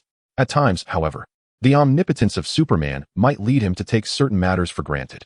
He often finds himself imposing self-limitations, which he refers to as the cinematic effect, preventing him from altering the original history of the Marvel Universe. Should he indulge in his whims? Should he endeavor to change history? Does he possess such a monumental mission? The disembodied electronic voice had not assigned him any tasks that brought him to this world. Although he initially felt summoned to rescue Iron Man, he eventually accepted his identity as Superman. The subsequent triumphs and heroism may have caused him to feel somewhat euphoric. Li Guohua's attitude, while perhaps merely impolite, served as a cautionary bell for Clark, reminding him not to presume too readily. This world, though part of the Marvel Universe, is also a starkly realistic one. It will not shower him with courtesy merely because he is Superman. While Nick Fury had initially been somewhat intimidated by him, the man before Clark, having yet to witness his prowess, is unlikely to relent easily. Fearful of the United States? You may tremble, but I do not. As these thoughts coursed through his mind, Clark unintentionally exerted force beneath his feet, causing the ground to fracture in a web-like pattern. Deputy Director Li Guohua, observing the agitated Superman before him, could not help but feel a twinge of fear. After all, he was Superman. Despite having the great backing of China, should the other wish to strike him down, he would find himself at the forefront of peril. Superman, what are your intentions? Li Guohua took a step back, his loud shout causing those behind him to become alert, readying their weapons. Clark. Upon witnessing this scene, Louise promptly nudged Clark, offering a reminder. Her own exclamation jolted her back to reality. She had been oscillating between her past and present selves, torn between acting as an outsider indulging in whims or fulfilling the duties of a superhero. Alas, how foolish. Nearly falling prey to inner demons. What was there to fret about? Simply being oneself suffices. By accepting Louise, she had embraced the identity of Superman, a role imbued with responsibility. I do not intend to shirk my duties. I never did before, and I certainly shall not now. After signaling to Louise that all was well, his gaze firmed, and a smile returned to his face. You worry too much, Deputy Director Li. I am merely here for a visit. Li Guohua was evidently displeased with the superhero's explanation. I care not for your intentions, but you should still join us for tea at the bureau. With a gesture from Li Guohua, the flying tigers began to advance slowly. Louise, come behind me. Clark whispered to Louise as he distanced himself from Li Guohua. Everyone prepare, commanded a figure resembling the leader of the flying tigers through a whisper into a radio. Suddenly, a loud crash echoed as a Rolls-Royce Phantom barreled through, clearing a path amidst the police vehicles. Clark's eyes widened as he recognized a certain reveler who had just been celebrating with Tony Stark. The world-renowned playboy, Bruce Wayne, appeared before them, holding a bottle and dressed somewhat scruffily in a black suit complemented by hotel slippers. Despite his sunglasses, the signs of inebriation were evident upon his face. What an occasion today, so lively, he remarked with a hint of swagger, fluently speaking in Cantonese. The most awkward of all was Li Guohua. Even as one of the strongest contenders for the title of world's richest man, Bruce was initially unknown to him. After all, such individuals resided on a different echelon. Although he held the position of deputy director, he was still somewhat in the dark, especially since Bruce had only recently risen to prominence. However, having just been informed by the governor about meeting with representatives from the Wayne Group, Li had fortuitously reviewed their information and thus recognized Bruce. With Superman now present within his jurisdiction, he had no choice but to excuse himself to meet Bruce. The realization that the head of the Wayne Group was evidently acquainted with Clark left him bewildered. What was unfolding here? Slow down, Mr. Wayne. Li Guohua called as he recognized the individual stepping out of the vehicle, Lu Xingfei, a fellow deputy director yet a decade younger. How infuriating. This man must have been assigned by the governor to host Mr. Wayne, and it appeared that today's affair would come to naught. Chapter 22. The Super Batsuit Make Way? What are you doing? Lu Xingfei shouted, dispersing the flying tigers, anxious they might accidentally scare off this wealthy benefactor. Lu Xingfei, what are you doing? Li Guohua cast an irritated glance at Lu Xingfei. What do you intend to do, Li Guohua? Mr. Superman is a friend of Mr. Wayne. Kindly escort him away and release him. As the two engaged in a heated dispute, Bruce had already approached Clark. What brings you here? Clark inquired, noticing Bruce, who appeared on the verge of intoxication. Well, I have a bit of a predicament. I was initially going to handle it myself, but upon seeing you, I decided to take a shortcut, Bruce replied clearly, his voice barely audible even to Lois standing nearby. Hello, I am Bruce Wayne, a member of a long-established affluent family. He introduced himself to Lois as if he had discovered a new continent. May I speak? Lois, aware that Bruce knew Clark but uncertain if he was a friend or foe, looked at Clark with a hint of desperation. Oh, for heaven's sake, conceal your expression, Bruce. This is my girlfriend, Lois, Lois Lane. Meet Bruce, my friend, Bruce Wayne.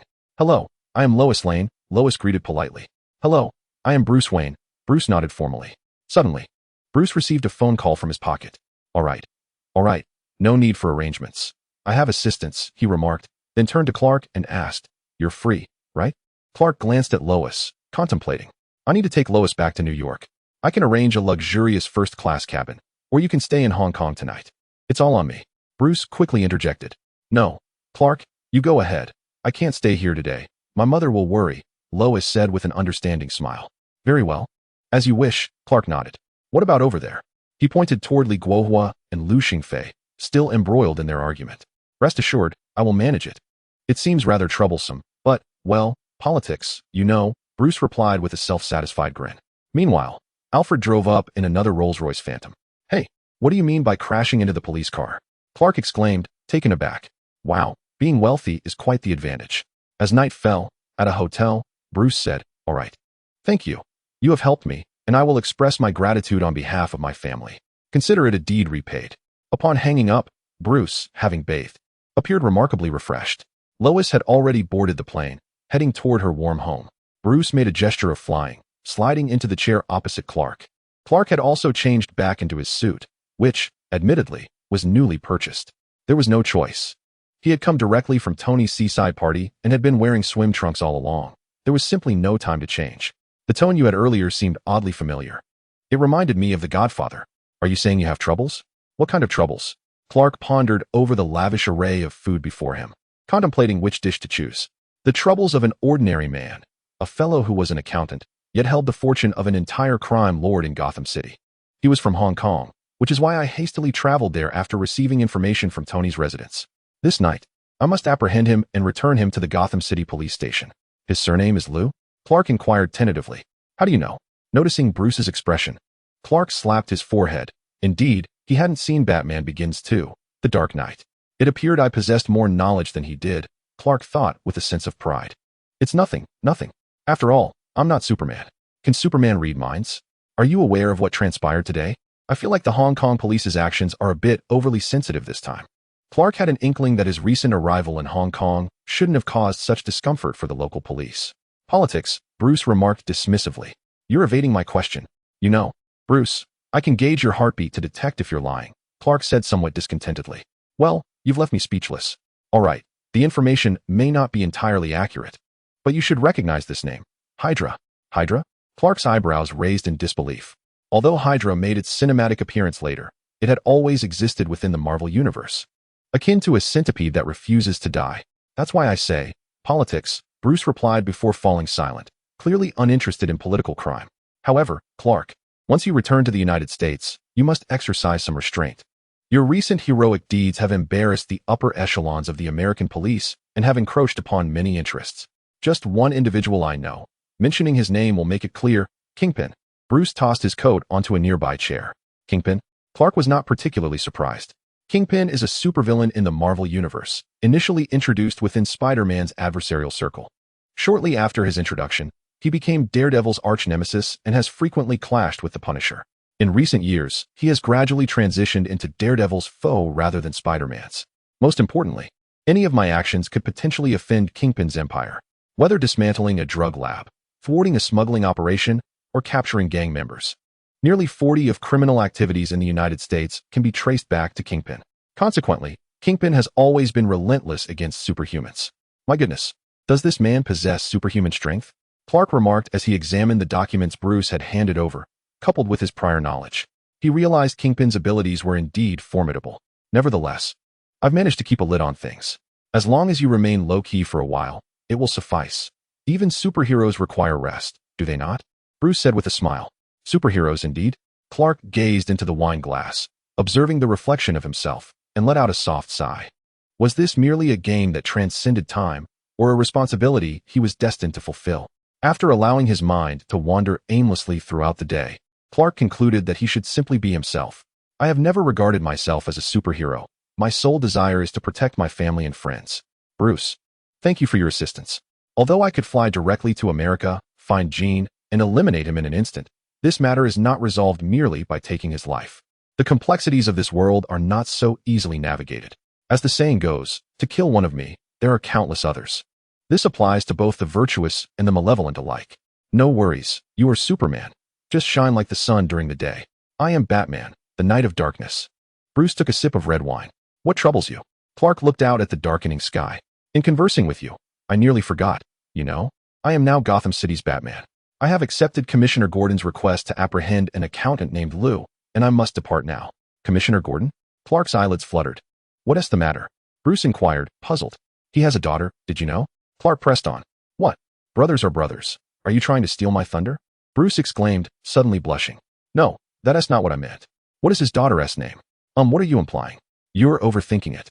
I truly have no other intentions. I know you have feelings for her. I am not that kind of person. What are you talking about? I like her. She is my assistant, but Gordon is unaware. Her name is Barbara Gordon. Bruce calmly responded to Clark's question. Oh, never mind. Clark felt a bit embarrassed. So, when you mentioned stealing my thunder, you were referring to this. If so, it seems we may soon have a Batgirl. Barbara Gordon is the second-generation Batgirl. The entire Bat family is indeed quite extensive. There have been 4 iterations of Batgirl and several generations of Robin. One can only wonder how many lives Bruce's presence has influenced. For clarification, the original Batgirl is unrelated to Batman and was mentored by Batwoman. However, based on Clark's understanding, it seems this alternate Batwoman and the original Batgirl may not make an appearance. Does your pursuit of Lou have any connection to Two-Face, Harvey Dent? Clark sought further confirmation. Who? Bruce's initial reaction revealed that he was not only unfamiliar with Two-Face, but had also not seen Nolan's version of Batman. Never mind, what were you saying? Are you ready to depart? Clark deftly shifted the topic. Yes, but I must also return to Gotham City tonight to prepare. With that, Bruce retrieved a coin-sized remote control from his pocket and pressed a button. The room is situated on the top floor of the hotel, and just beyond the expansive floor-to-ceiling windows lies a plaza adorned with a swimming pool. After Bruce presses the remote control, a cylindrical hangar descends from the heavens. Clark steps out through the window, initially captivated by the sound, and slowly gazes upward. Is that the Batplane? Clark points at the aircraft soaring above, resembling a colossal bat. This design is not akin to Nolan's version, but rather reminiscent of the older, slightly cartoonish Batplane. Chapter 23. Kick-ass. I must admit, I quite admire Alfred's design, although I find it somewhat antiquated. Clark struggles to comprehend Bruce's aesthetic sensibilities. And what about this? A batsuit? Clark glances at it with his X-ray vision. Bruce approaches with a smile, presses his palm upward to confirm his fingerprint, and after scanning himself, the hangar emits a plume of white smoke and opens. Before them stands the Batsuit from Batman v Superman, quite similar to what Clark had seen in Bruce's office previously. However, this time the Batsuit gives Clark a distinctly different impression. He strides over and taps it with his finger. Steel. A sound akin to metal clashing reverberates, as the suit's hardness exceeds Clark's imagination. Just moments ago, it appeared as an ordinary fabric, yet in an instant, it seems to come alive, glinting with metallic sheen and becoming remarkably rigid, as if the suit possesses a life of its own. Be careful, I only have 3 of these, and they cost me several hundred million. Bruce watches Clark's tapping with a hint of concern, jokingly aware of Superman's immense strength. What is this? Clark is momentarily taken aback. Vibranium. This suit is woven from vibranium, equipped with cloaking technology that evenly absorbs kinetic energy, rendering me impervious to blades and bullets. The soles of the boots feature vibranium cushioning, allowing me to adjust different vibrational frequencies, enabling silent movement along building facades and even walking on water. Moreover, the cape can be controlled by my will, retracting and extending at my command. Bruce proudly presents his supersuit. It finally dawns on Clark. Isn't this reminiscent of the Black Panther's suit? He gazes at Bruce, somewhat speechless at the audacity of such blatant imitation. This is not merely a batsuit. It is an extraordinary batsuit. Haha, indeed. And I possess another treasure. Bruce gestures to his chest and draws a heart shape. This simple action prompts Clark, already aware of the origin of the super batsuit, to associate it with another unique feature of this place. Heart-shaped grass. This left Clark utterly speechless. The heart-shaped herb is a treasure of the African nation of Wakanda, reserved exclusively for the king and the mightiest warriors. For ordinary individuals, consumption is limited to a single piece in a lifetime, bestowing extraordinary speed, strength, stamina, endurance, and acuity, akin to that of Captain America. This is no jest. Captain America embodies the pinnacle of human physicality, possessing remarkable strength, speed, endurance, and reflexes, and is among the finest fighters on Earth. Given Bruce's already exceptional physique, having reached the limits of human capability, it is likely that after partaking of the heart-shaped herb, he would surpass even Captain America. Such a miraculous substance, devoid of any side effects, entices many, though Clark, as Superman, is a different matter altogether. However, the potential outflow of this herb could spell disaster for Wakanda. Bruce, Clark exclaimed, grasping Bruce by the collar, his eyes reflecting a flicker of anger. What is it, Clark? Bruce responded, unfazed and filled with confusion. Do you not realize the calamity your theft of Wakanda's treasures could unleash upon this nation? Clark gazed at Bruce with frustration. There was something he refrained from voicing. Your actions could cost countless lives. Your naivety treats this world as a game, turning lives into mere jokes. What theft? I purchased it. Bruce hurriedly defended himself. Ever since Alfred expressed dissatisfaction with my collaboration with Ulysses Claw, I personally went to Wakanda to acquire vibranium and met their king, Chaka. Their nation permits the trade of vibranium. This is the truth. As for the heart-shaped herb, I earned it as a reward for participating in their warrior competition. You have misunderstood. Listening to Bruce's explanation, Clark loosened his grip. I apologize, Bruce. I was simply too agitated, Clark said. It's all right, Clark. I understand. You are just too kind-hearted, Bruce reassured him. Ulysses Claw? Clark found the name somewhat familiar. Just an arms dealer, Bruce replied. Later that night, outside a certain building, Clark floated in midair, having locked onto his target with his X-ray vision. What are you planning to do? Clark communicated with Bruce via a thin, film-like communicator. You'll throw the person out, and I'll fly back to Gotham City with them. Bruce replied from the other side, now donned in his bat suit and activating the Batplane. Isn't that a bit too straightforward? Clark said, bemused. You need to be discreet. You can't make too much noise or let anyone know it's you, Bruce advised. Hey, buddy. Don't you think that red and blue outfit of yours is a tad conspicuous in the dark? Shut up and get ready to receive, Bruce quipped. Huh. Free shipping. Enough with the banter. After this job, I'm heading back to New York, Clark stated. Another job? Who exactly is the villain here? This is so annoying, Bruce retorted. Outside a supermarket in the Harlem district of New York. This place is rather secluded, nestled within the neighborhood, requiring one to traverse several houses along the main street to behold it. The clock has struck 9 in the evening, and the moonlight fluctuates between dimness and brightness. Come down, kitty, come down. A boy clad in a snug green bodysuit calls out beneath a large billboard, beckoning a gray cat, standing at approximately 5 feet 7 inches. His physique has grown lean, adorned in a green jumpsuit accentuated with yellow lines, and he carries 2 nightsticks slung over his back. This is the recently emerged superhero of New York, who self-identifies as the Cat Slayer. Splendidly, Dave, the Cat Slayer, has spent the entire day in search of this lost feline and has finally located it. Glancing at a missing cat poster, he extends his hand and ascends the iron ladder affixed to the billboard. Come here, let me take you home, he calls out, leaning over the edge to beckon the cat. Meanwhile, on the street below, 3 burly men are in pursuit of a middle-aged man. In a twist of fate, the man inadvertently runs beneath Dave's feet. The cat leaps over Dave's face, entirely disregarding him. Startled, Dave loses his grip and tumbles down, inadvertently crashing into the oncoming middle-aged man. Oh heavens, I am so sorry, Dave exclaims hastily. The unfortunate man, struck hard, stumbles and falls again. The pursuing trio delivers a vicious kick to the man's face, toppling him completely. 2 of them hoist the middle-aged man up, while one, adorned with tattoos, extends a middle finger towards Dave. Thanks a lot, creep, he retorts, before unleashing several punches upon the beleaguered man. Dave, momentarily bewildered by the unfolding chaos, observes that all 3 men bear the same tattoo, indicating their affiliation with the gang. The restrained middle-aged man appears to be an ordinary citizen. Comprehending the situation, Dave steps forward to grasp one of the tattooed men. Let him go, he shouts defiantly. Get lost, mind your own business, the tattooed man retorts, shoving Dave aside.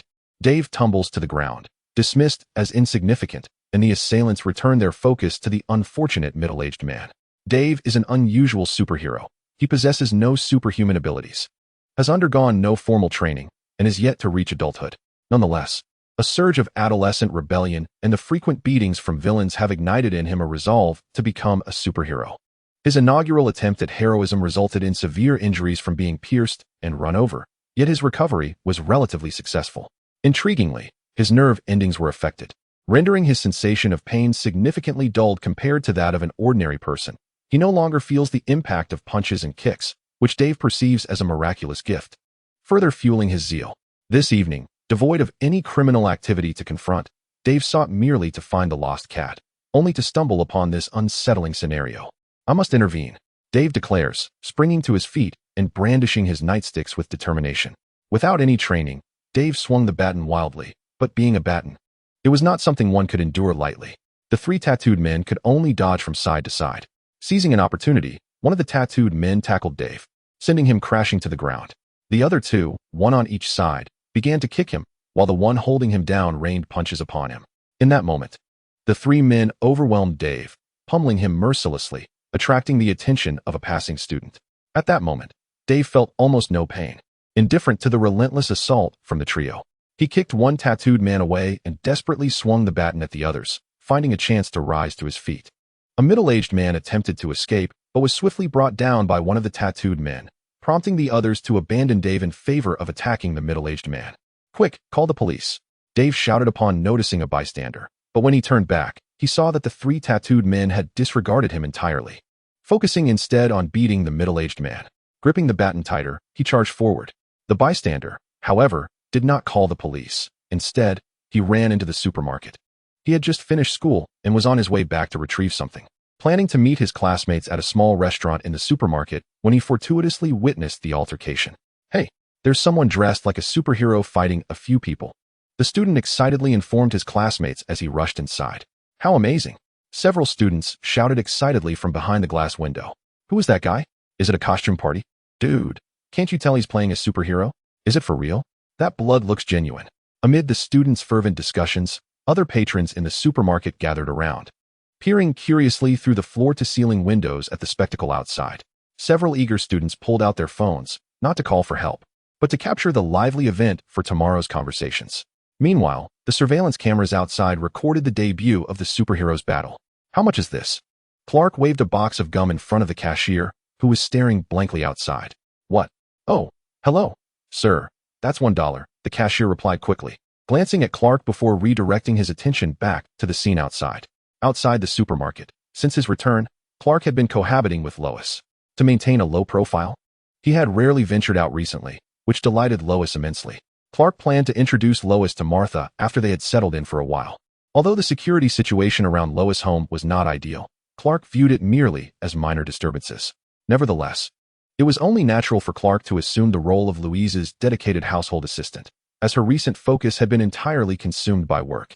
While Clark, who had been idling away his time at the company, had secured an external permit, he unhesitatingly embraced the life of a domestic caretaker. Tasks such as grocery shopping, cooking, and cleaning fell squarely upon his shoulders.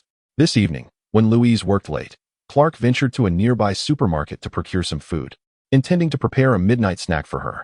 After perusing the aisles and gathering the items Louise had requested, he bagged his purchases, settled the bill, and casually picked up a pack of chewing gum while waiting at the checkout. However, he noticed that the cashier was engrossed in the surveillance footage displayed on the monitor, seemingly oblivious to him. Turning to glance outside, he spotted Dave. What is going on? Clark pondered. Dressed simply in casual attire and a pair of black-framed glasses devoid of lenses, Dave, an ordinary individual, was nearly exhausted from the relentless attention of three tattooed men, his breath coming in quick gasps as he was subsequently pinned to the ground. The onlookers in the supermarket showed no inclination to intervene, not even bothering to call the authorities, which elicited a faint sigh from Clark. One hand grasped the shopping bag while the other pushed open the supermarket door, stepping outside. What is up, buddy? We have an audience now.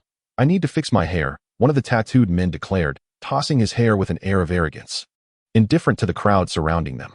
On this tranquil evening, perhaps it was the supermarket's loud doorbell or the imposing figure of Clark that caught the attention of three tattooed men, causing them to halt their actions and collectively gaze at him. Why don't you boys move along? Clark said, adjusting his glasses with a hint of disinterest directed at the three tattooed individuals. One of the tattooed men, shaking off his grip on Dave, strode directly toward Clark.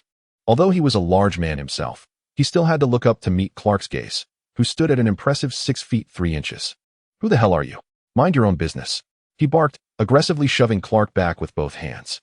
Yet, Clark remained unmoved, while the tattooed man stumbled backward from the unexpected force of the rebound. You're asking for trouble, enraged by the counterattack. The tattooed man swung a fist at Clark's face, but it was as if he had struck a steel wall. Clark remained unperturbed, his glasses unaffected. The tattooed man stared incredulously at his now fractured fingers, quickly signaling his companions to flee, uttering the classic line, "You'll pay for this." As the three tattooed men retreated, Clark shook his head in bemusement, letting out a soft sigh. Amidst the astonished gazes of those in the supermarket, he approached Dave. Are you all right, kid? Clark asked, glancing back at the onlookers still capturing the scene on their phones. Stealthily, he retrieved his own phone and pressed a button, causing the screens of the onlookers' devices, including the supermarket's surveillance cameras, to flicker and go dark, rendering them inoperable. Bruce's belongings were quite impressive. The prowess of high technology was truly remarkable, Clark mused to himself. What on earth? My phone is broken. Mine too, damn it. God, I just bought the latest model. Ignoring the turmoil of those around him, Clark assisted Dave to his feet. I'm fine. Thank you, sir, Dave replied, his eyes reflecting a sense of despondency and inner turmoil. It's all right, young man. All is well. Come with me. You're still bleeding, Clark reassured him gently. No, sir. I must return, Dave protested, struggling to free himself from Clark's grasp. Yet, could he truly push away that hand? All right, young man, tell me your name. However, I believe you could use a drink. By the way, are you of legal age? Clark spoke with the nurturing tone of a father. I am Dave.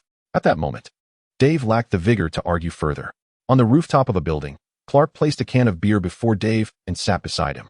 Honestly, my friend, your bandaging skills are abysmal, he remarked, having clumsily wrapped Dave's face in an erratic fashion, though thankfully, the bleeding had stopped. Well, I rarely get hurt, so hey? What do you mean, my friend? I'm much older than you. Clark felt a surge of admiration for the 15-year-old boy's aspirations of heroism. That's about enough. But thank you. Dave took a sip of beer. So what do you wish to do next? Clark inquired nonchalantly. To return to my former self. To be an ordinary person, Dave replied, resigned, retrieving his glasses from his pocket and donning them, his gaze drifting toward the dazzling city lights, his tone heavy with melancholy. Your dream is commendable, young man. Perhaps I should not have allowed you to endure pain. You might consider returning to school to study diligently, or perhaps experience young love. However, Clark rose, and with a thought, the Superman suit materialized before Dave. If you still desire to be a superhero, you need no justification. Simply act. My heavens. Oh my God. You're Superman. Dave exclaimed in a flurry, springing to his feet, inadvertently spilling beer on his pants. The sheer magnitude of the superhero before him left Dave in disbelief. Hello, I am Superman, a superhero. What is your name? Clark smiled and extended his hand. I am Dave, he stammered, timidly reaching out to grasp Clark's hand. I mean your other name, Clark encouraged with a reassuring look. I am the king of beating, Dave declared with newfound determination, inspired by the encounter. Although I may not be able to assist you directly, there is someone who can, though it will be fraught with challenges. Are you willing? Clark sought Dave's consent. I am willing, Dave exclaimed with excitement. Clark left an address on Dave's phone. When you have time, feel free to visit this place. Someone will be there to receive you. Thank you, Superman. When no one is around, you can simply call me Clark. Thank you, thank you. Dave gazed at the address on his phone, expressing his gratitude repeatedly. Clark, observing the self-excited Dave, pondered, Bruce. I have found your Robin. However, whether he is willing to become Robin is entirely your concern. The following day, Clark was taken aback to discover that, while the footage of him had been destroyed, a video of Dave single-handedly teaching a lesson to 3 tattooed men had already been uploaded. In summary, the vigilante had garnered significant attention. Chapter 25. Mutants in a certain assembly. Ladies and gentlemen, humanity is facing another stage of evolution. Mutations often occur during adolescence, triggered by emotional fluctuations. Dressed in a red women's suit, Jean Grey was addressing distinguished individuals and legislators, explaining the origins of mutants. Known as Phoenix, Jean Grey, a member of the X-Men and Professor's most trusted aide, is also one of the primary diplomats advocating for mutant peace in society. Thank you, Miss Grey. Your knowledge is commendable, remarked a middle-aged man in a suit adorned with gold-rimmed glasses, who appeared to be a legislator, interrupting Phoenix's speech. However, you seem to have strayed from the topic of this meeting. Are mutants dangerous? This middle-aged man, named Kelly, was a legislator. Your question is inappropriate. Some individuals get into car accidents while driving, Phoenix countered. Therefore, we require a driver's license, Legislator Kelly replied. Yes, but survival does not come with a license. In fact, once a mutant's identity is exposed, they face hostility and violence. I urge the cancellation of mutant registration and the exposure of mutant identities. Phoenix resumed her speech. Exposure of identity? Legislator Kelly interrupted again. Why should they hide? Why be secretive? They are not hiding, Phoenix responded, dissenting. I know where they are hiding. Miss Grey, this is a list of mutants within the United States, Kelly proclaimed, holding up a document and scanning the room, capturing the audience's attention. There is a girl who can walk through walls. What if she infiltrates a bank vault? Or the White House? Or your homes? I have also heard that mutants can sense and control human thoughts, stripping away free will. We have the right to decide whether to accept mutants or distance ourselves from them. Legislator Kelly's speech resonated with many in attendance. Phoenix repeatedly attempted to interrupt Kelly's address, but found herself unable to counter him. Ladies and gentlemen, indeed, mutants do exist, right among us. We must root them out. Conduct thorough research on them. Legislator Kelly concluded the assembly amidst applause. Shortly after the assembly, a crisis struck the White House, as the President of the United States was assassinated by a mutant. Mutant assassination of the American president. This is a declaration of war. Humans versus mutants. The White House has yet to respond to the veracity of the assassination of the mutants. The President of the United States is unharmed. God bless America. The mutant registration bill is imminent. Mutants will have nowhere to hide.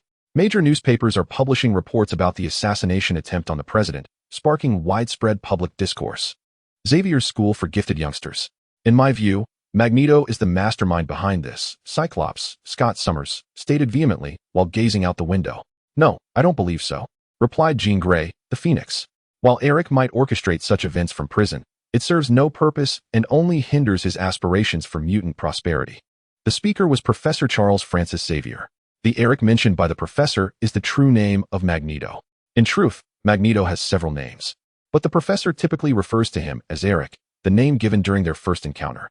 Thereafter, he is usually addressed by his alias for clarity. Magneto has been imprisoned since the Statue of Liberty incident.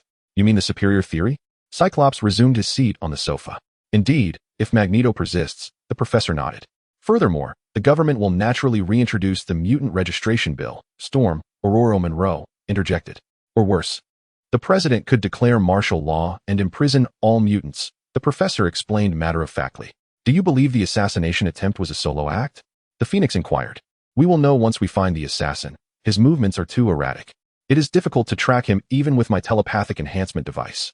Once I have accurately pinpointed the target, Storm, Phoenix, you will be tasked with bringing him back. The professor contemplated the necessary actions at hand. The White House. That was a close call. Beyond imagination, Colonel William Stryker remarked while examining the knife marks left on the president's desk. What do you want, William? The president picked up a bottle, still troubled by the assassination attempt that had robbed him of several nights of rest. While security around the White House had been significantly bolstered, I require your authorization to undertake a special operation. The president gestured with his glass to Stryker, inquiring if he desired a drink. No, thank you, Mr. President, Stryker declined politely. I thought you were here to discuss the school reform plan. The president poured himself a drink. Mr. President, you are quite humorous. Just then, Senator Kelly entered the room. Senator, the president acknowledged with a nod. Thank you for your invitation, Mr. President. Senator Kelly approached and shook hands with the president. Senator Kelly, this is Colonel William Stryker. The president introduced Stryker. Good day. Colonel Stryker. Stryker nodded with a smile. Since my appointment, mutants have been under the jurisdiction of his department. The president continued his introduction. You are a staunch advocate of the Mutant Registration Act. However, it seems your stance on mutants has shifted, Stryker remarked coolly. This is for the greater good. So what suggestions do you have, Colonel Stryker? Congressman Kelly replied with a smile. May I take a seat, Mr. President? Stryker gestured toward the president. The president waved his hand, and the three took their seats. Stryker produced a document. We have gathered some evidence indicating that a training facility in the northern suburbs of New York specializes in training mutants. As Stryker spoke, he displayed satellite images. Are your sources reliable? The president examined the photographs one by one. Stryker explained that he had interrogated a terrorist from Liberty Island. Eric Launcher, you've spoken with him? Congressman Kelly unexpectedly named someone. Indeed, Magneto. We designed the latest plastic prison for him, Stryker affirmed. Congressman Kelly picked up a photograph. Is that training facility a school? Without a doubt, Stryker tossed out the last photo in his hand, which showed a jet flying above the school. What on earth is that? A jet? What jet? I don't know, but it can take off from the basketball court. After viewing the images, the president stood and gazed thoughtfully out the window. If we could take action before the incident, just as Stryker continued to emphasize the seriousness of the matter, the president made a decision. All right, listen, William, you have the authority to search, detain, and interrogate. But do not let me see the bodies of slain mutants on the 6 o'clock news. Stryker wore a victorious smile. So what about that incident? Congressman Kelly continued the conversation. Which incident? The president inquired. The Culver incident, Congressman Kelly mentioned. The Hulk and Superman? The president, feeling a headache coming on, glanced at Stryker. Yes, Mr. President, they destroyed a school. William, can we ascertain that this constitutes a mutant conflict? Is either of them a mutant? The president asked, trying to avoid the crux of the matter. I will investigate, Mr. President, Stryker replied with a dismissive smile. Well, William, go find General Ross. Have him provide you with information on the Hulk, and do your utmost to avoid a direct confrontation with these two. I do not wish to experience another loss like that of Culver, the president ordered. Mr. President, I suggest we first clarify the assassination matter, Congressman Kelly proposed. Are you attempting to absolve mutants? Is the assassination not obvious? That mutant assassinated the president, Congressman Kelly? Stryker expressed his displeasure. That is not my intention. But you cannot antagonize all non-humans. Our current research team, and even the military, are still utilizing Mr. Fantastic's inventions. Congressman Kelly stated emphatically. The Fantastic Four? The president inquired. Well, at last, there exists a trustworthy non-human entity.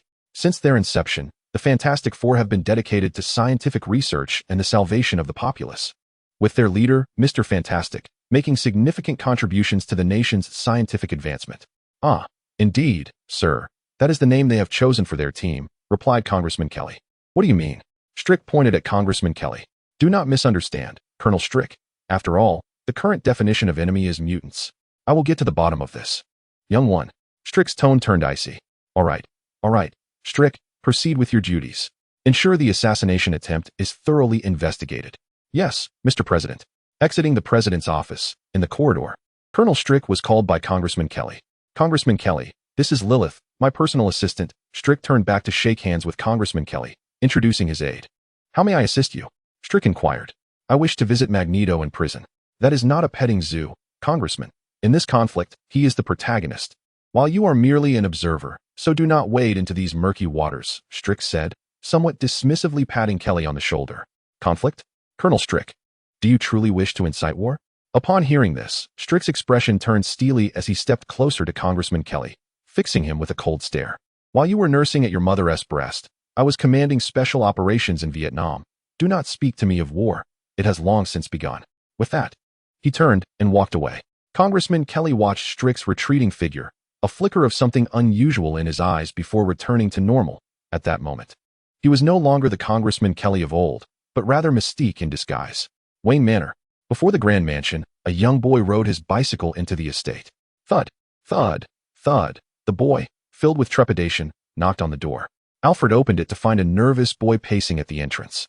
Oh, hello, young master. How may I assist you? Alfred inquired politely. Oh, hi. My name is Dave. Dave Lazeski. Yes, Superman sent me, Dave stammered nervously. The boy arriving at Wayne Manor was the youthful hero, the Robin, recommended by Clark. Ah, you know Master Kent? Very well. Come with me. Alfred nodded. In Bruce's study. He groggily asked, Child, what is your name? Bruce, just awakened, sat on the sofa in his robe, reeking of alcohol.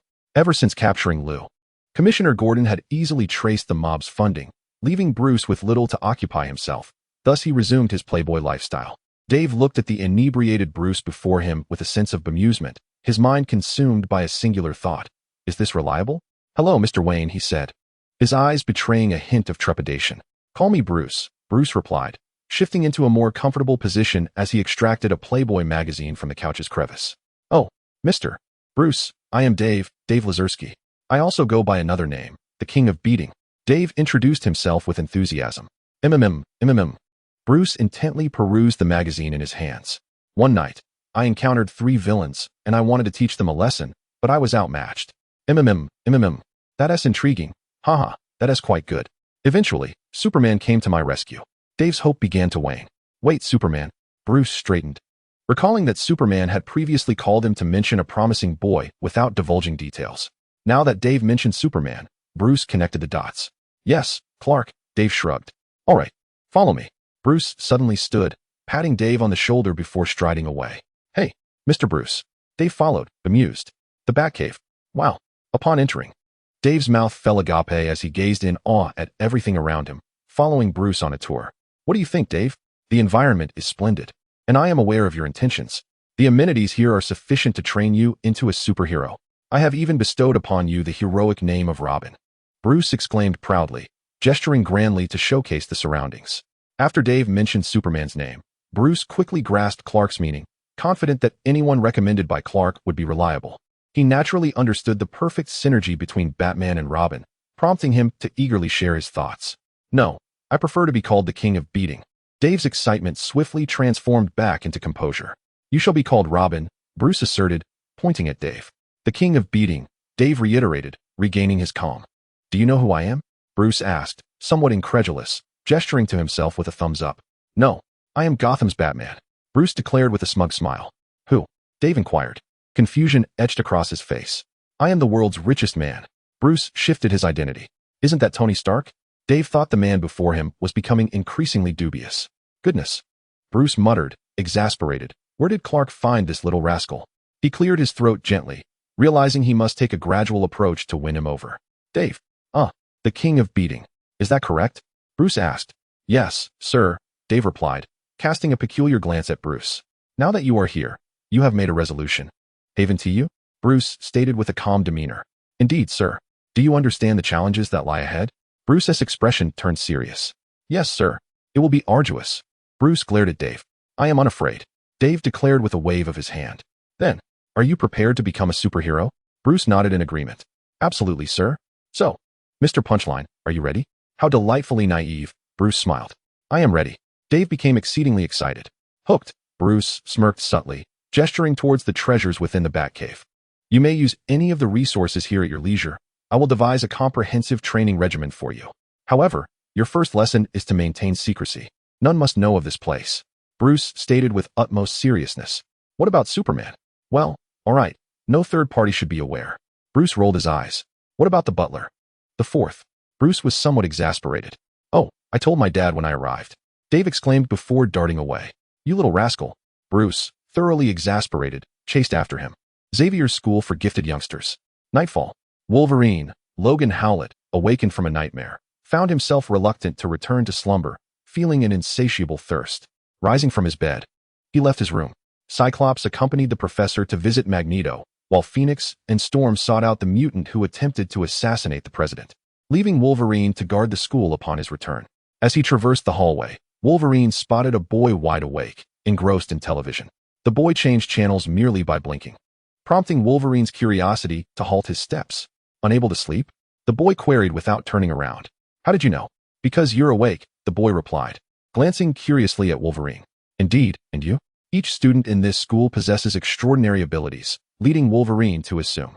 I never sleep, the boy responded with a hint of resignation. Nodding, Wolverine departed, yet felt thirsty once more as he made his way to the kitchen. Iceman, Bobby Drake, was in the kitchen enjoying a smoothie. Does everyone here not need sleep? Wolverine approached the refrigerator. Clearly, Bobby shrugged. Is there any beer? Wolverine rummaged through the fridge. This is a school, Bobby replied with amusement. So the answer is no? Precisely. Is that it, aside from chocolate and milk? Wolverine sighed as he closed the fridge. There is soda in the cupboard, Bobby pointed out. Wolverine retrieved a bottle, and upon opening it, he glanced at Bobby, who took it, and, with a breath, chilled the soda instantly. Thank you. No need for that. Plastic prison. Charles Xavier, have you come to rescue me? Magneto sat with his back to the entering professor. I'm sorry, Eric, but not today. As the saying goes, one does not enter the temple without cause. Magneto tapped his fingers on the table, his tone languid. How much do you know about the assassination attempt on the president? The professor inquired directly after observing the guard who had escorted him leave. Aside from the news in the newspapers, you need not inquire further about me. Magneto turned away, his face appearing ghostly pale, marred by bruises on one side and a coin-sized mark on the back of his neck. What is the matter?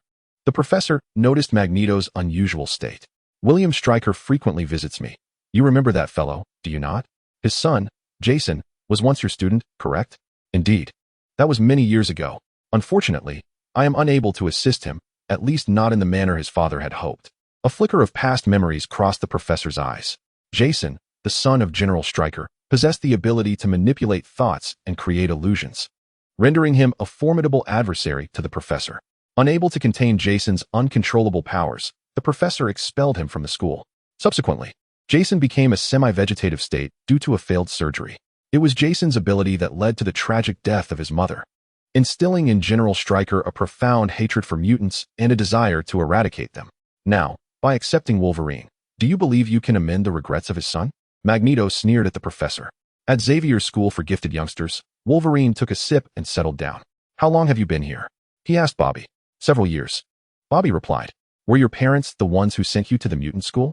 Actually, they thought it was a preparatory college, Bobby said with a hint of exasperation. I see. Many preparatory schools have independent dormitories and campuses, like a jet. Bobby was aware of the school's secrets. You and Rogue. Yes. I wish it were so, but it is always contrary to my desires. It is a painful experience to yearn for closeness, yet remain unable to attain it. Bobby spoke with a tone of resignation. Rogue's ability allowed her to rapidly alter others' memories through skin contact, even draining their powers or lives. But the effect ceased once contact was broken, hence Bobby and Rogue had yet to share such intimacy. I noticed the way you look at Dr. Gray. Bobby glanced at Wolverine. What? Wolverine raised an eyebrow regarding Bobby. Nothing. Bobby, sensing Wolverine's reluctance to discuss the matter, fell silent and resumed his smoothie. Plastic prison. Did you not share your past with him? Magneto referred to Wolverine. Chapter 27. the king of cards. I refrained from mentioning it. Logan's psyche remains fragile. Do you not fear losing a beloved comrade, old friend? Eric, what have you done? The professor sensed Magneto's anomaly and began probing his mind. I am sorry, Charles. I could not resist. What did you tell Stryker? The professor could not help but inquire. I revealed everything. With those words, the room filled with anesthetic gas. The drums of war had sounded. With Magneto's declaration, the professor realized that this was a trap. No, the professor shouted in desperation, but it was too late. You should have killed me when you had the chance. Magneto thundered. Xavier's School for Gifted Youngsters. Wolverine abruptly rose to his feet, gazing intently out the window, startling Bobby. What is it? Bobby inquired. Shoo. Wolverine gestured for Bobby to remain silent. Outside, Strike's special forces swiftly surrounded the school, launching a narcotic assault on the students within.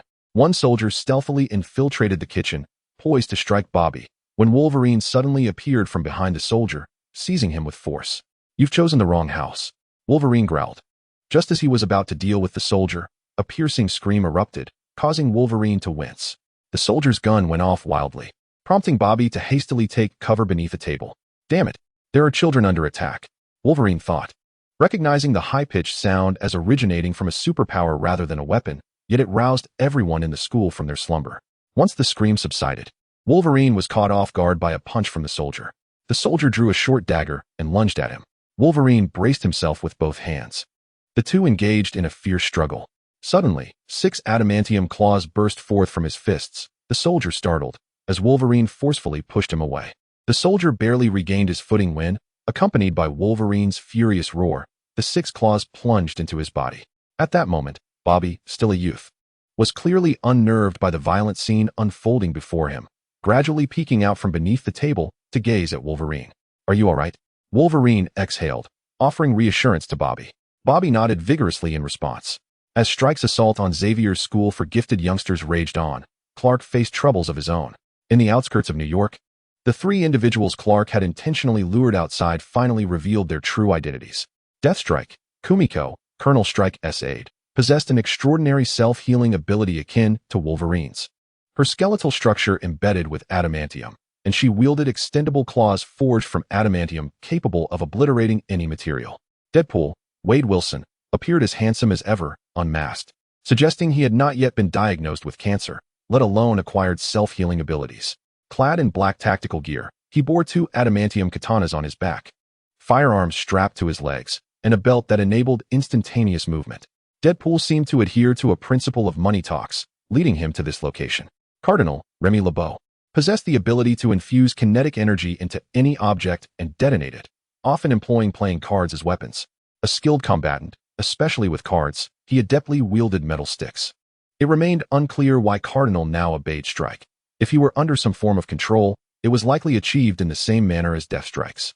Clark halted the pink scooter. An explanation is warranted here, as his own vehicle had been commandeered by Louise for a news story, leaving him to ride back home on her diminutive motorcycle. Along the way, he discovered he was being pursued by 3 individuals, whom he deliberately lured to a desolate suburb. Dismounting, he parked the scooter and faced his pursuers. It seems you are aware that I intentionally brought you here, so what now? Clark declared, hands on his hips, gazing intently at the trio. Suddenly, Deadpool teleported before Clark and thrust a blade into his side. However, to Deadpool's astonishment, even the most resilient adamantium could not pierce Clark's skin. What? Deadpool exclaimed, retreating to create distance. Hey, you bastard, this is my girlfriend's new purchase. While Clark remained unscathed, his shirt was now marred by a substantial gash. Retracting his knife, Deadpool introduced himself. Hey there, allow me to introduce myself. That's Death, and I'm Deadpool. I want to disclose my name is Wade. So, are you made of stone? Why are you so tough? No, wait, if you were stone, I could slice through you. He continued. How about this? Tell me your weakness, and I'll take you out. That would net me a fortune, huh? Just think of the joy. I might even offer you a little something in return. I'm quite generous. I could burn you some paper money. It's a technique I learned from China. Deadpool unleashed a torrent of banter. What are you doing? Clark asked, somewhat exasperated as he watched Deadpool. What does it look like? I'm here to take your life. Wait. Are we actually here to collect a life? Deadpool glanced at his 2 companions, who clearly wished to ignore him. Clark, now visibly displeased, summoned his Superman attire with a mere thought. Wow. Good heavens, your physique is impressive. I should slice you up bit by bit. In an instant. While Deadpool was still processing, Clark stood before him, extending a finger. With a swift motion, he bent it and flicked it, sending Deadpool flying as if struck by a vehicle. Hey! Death extended her adamantium claws, witnessing Deadpool's retreat. She lunged at Clark, but he dismissed her entirely with a wave of his hand, sending her crashing away. Teleporting beside her, he unleashed a single punch that obliterated half of Death's abdomen. Though she possessed formidable regenerative abilities, it would be prudent for her to rest for a while. Clark gazed at his steaming fist, pondering if he had been too forceful. Now, it seems you are the last one standing. Please do not tell me you wish to negotiate, he stated, addressing the remaining figure, Black King, with a hint of disdain. The previous individual was a tad reckless. I apologize on his behalf, Black King said, bowing gracefully. Our purpose is rather straightforward. We seek to ascertain whether you, Superman, are indeed a mutant. Recently, the attempted assassination of the president by a certain mutant has stirred considerable uproar, and Clark has heard whispers of it. However, after deliberating with Tony and Bruce, he has decided to adopt a wait-and-see approach. Yet, it is evident that the government has no intention of letting him, who is currently in the eye of the storm, off the hook, or rather, it is more accurate to say that S.H.I.E.L.D. has no intention of sparing him, Clark mused.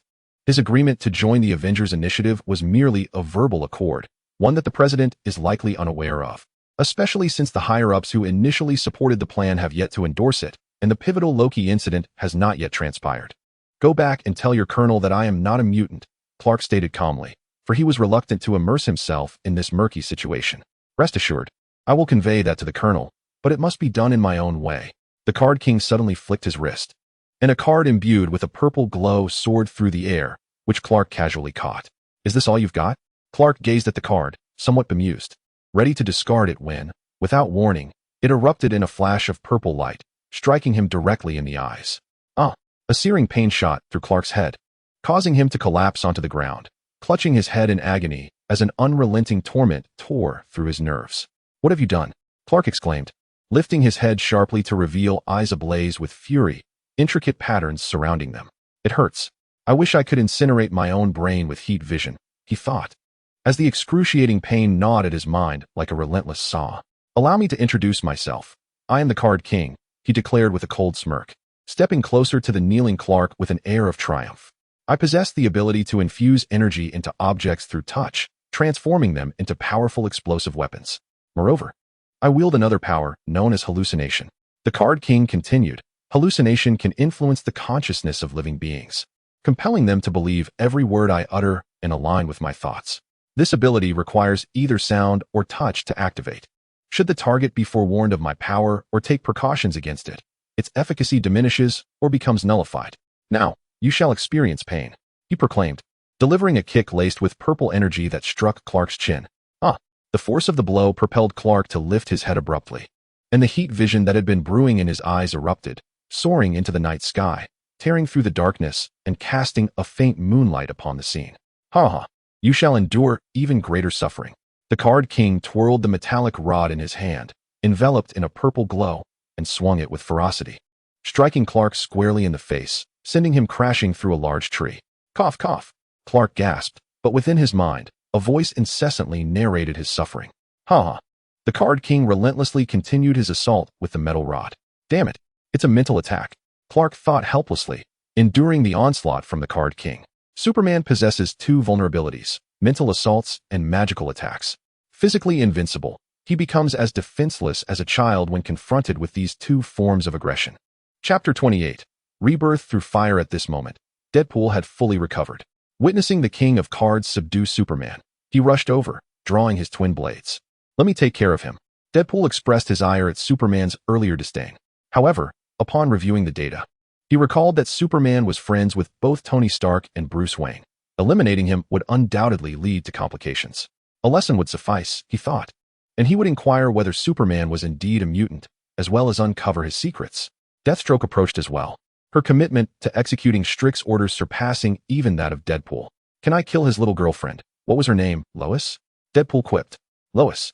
Clark suddenly felt a wave of unease. No, spare her, he shouted, struggling against his restraints. She is also a target. If necessary, she must die? Deathstroke recited Strick's directive with robotic precision. Must die. Those three words ignited a fierce blaze in Clark's mind. Kill, kill, kill. Anger surged within him. Ah! With a furious roar, Clark sprang to his feet, stomping forward with such force that the ground beneath him fractured. Moonlight cascaded behind him, obscuring his features. Yet 3 beams of crimson light erupted from his darkened expression. Intense heat vision flowed from his eyes and mouth like flames, etching deep, dark lines across his face that glowed ominously red, rendering him a fearsome sight. His muscles appeared to swell, amplifying in size before slowly retracting, as if suppressing his wrath. "Hey, buddy, what have you done?" Deadpool sensed something amiss and addressed Deathstroke. "This doesn't feel right." The King of Cards sensed that Clark was slipping from his control. With a wave of his hand, he unleashed a more vibrant purple light, which struck Clark, only to dissipate as if it were a drop in the ocean. The king could no longer sense him. A growl, deep and beast-like, emanated from Clark's lips as he summoned immense willpower to resist the king's control. He took another step forward, and an overwhelming force surged forth, distorting the ground and sky around him in rippling waves. "Not good, retreat," the King of Cards shouted. Witnessing Clark's transformation, and he hastily withdrew.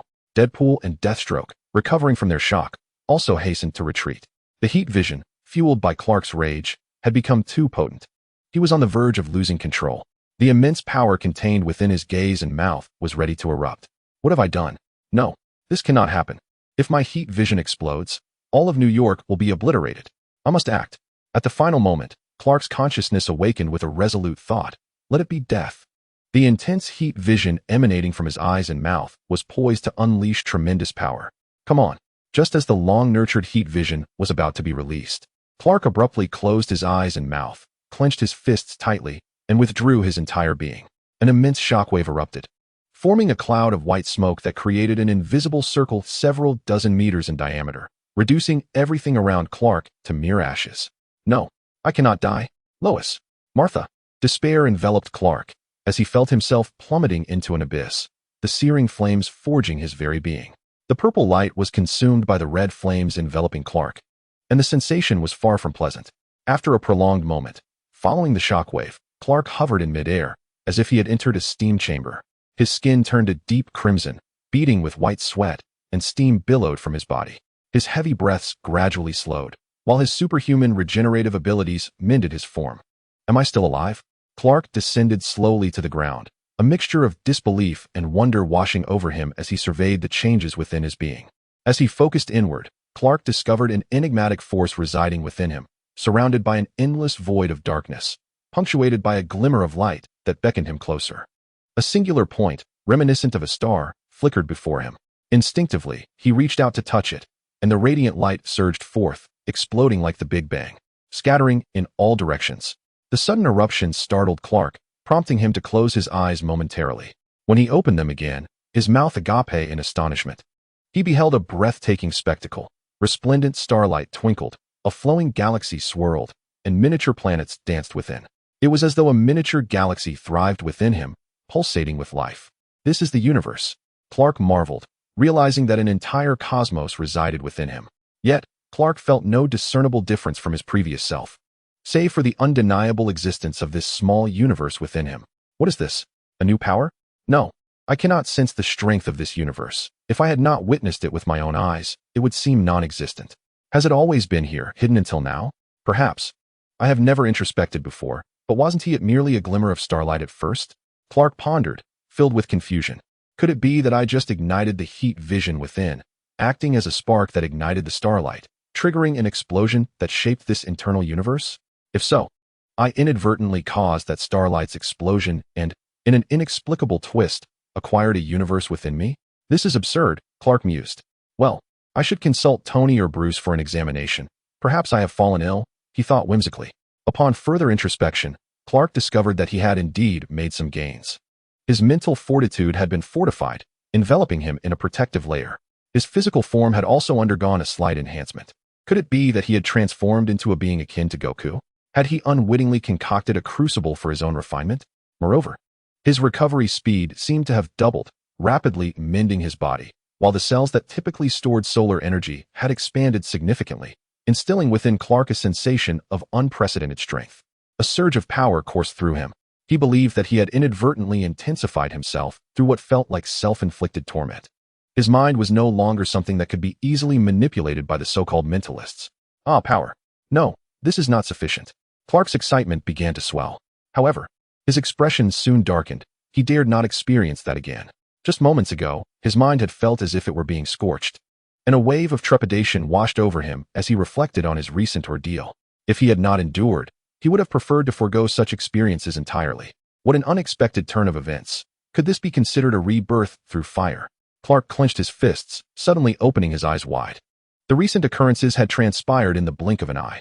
Gazing at the three figures in the distance, he instantly appeared before the Card Emperor. The Card Emperor realized that his illusionary powers were ineffective, and as the trio attempted to flee, they discovered that Superman had recovered and stood before them. With a snap of his fingers, the Card Emperor conjured a card and flung it into the air, which transformed into 3 cards ignited with purple flames. You want to deceive me? Clark deftly dodged the attack. He was wary of the Card Emperor's cards, uncertain of the peculiar powers they might possess. Clang! Deadpool unsheathed his dual blades, shouting fiercely, "Bring it on! Let us do this!" The blades lunged forward. Clark pinched the tips of the blades between his fingers and shook his head at Deadpool. Lady Deathstrike extended her claws, aiming for Clark's lower back, but he swiftly seized her neck. "Superman, are you intent on exterminating us?" Deadpool exclaimed, exerting all his strength yet unable to withdraw his blades. "Do you go by Deadpool? What brings you here? Was it for money?" Clark replied nonchalantly. "I imagine you appreciate music. How about a bit of rock?" Deadpool retorted, dismissing Clark's words as he flipped backward, creating distance between them. Something felt off.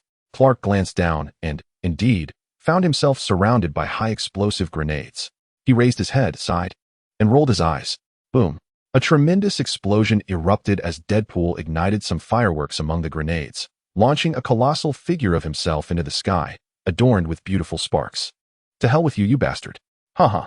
Deadpool laughed heartily, extending his middle finger towards the exploding fireworks, clearly pleased with his elaborate design. For a prolonged period, the smoke dissipated, revealing that Clark had vanished, leaving behind a substantial crater emitting dark fumes.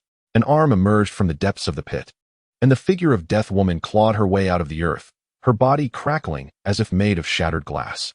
The exposed metallic bones were rapidly enveloped by regenerating flesh and skin, with only a mystical black leather outfit modestly concealing her most intimate areas. "You are nothing but bones," Deadpool exclaimed triumphantly. As Death Woman emerged from the bomb crater and approached the vehicle, she opened the trunk and retrieved a pristine black leather ensemble. Under the unabashed gaze of Deadpool, she tore off the remnants of her tattered attire, revealing her stunning figure, and donned the new outfit. "Wow, quite the spectacle. Strick knows how to indulge," Deadpool remarked playfully, eyeing Death Woman. A slender adamantium claw pointed at Deadpool as Death Woman cast him a sharp glare. "What about the orders from Colonel Strick to eliminate him?" She retorted calmly. "Why are you two wasting time chatting? This isn't over yet," declared Card King, who was gazing upwards at Clark, addressing both Death Woman and Deadpool with exasperation. "What?" Death Woman and Deadpool exclaimed in unison as they noticed Clark, and scathed, causing cold sweat to break out on their brows. "Oh, my friend, you have triumphed. I suppose this payout is no longer mine to claim." Deadpool maintained a smile as he spoke. Chapter 29. Rebirth from the Flames. 2. Clark regarded the adamantium dual blades in his hands, weighing them before casually tossing them before Deadpool as he began to descend slowly. "If you have any tricks left, now is the time to unveil them," Clark stated, clapping his hands together. Card King removed his hat and tossed it aside, tossing his hair back in a cool manner. Superman.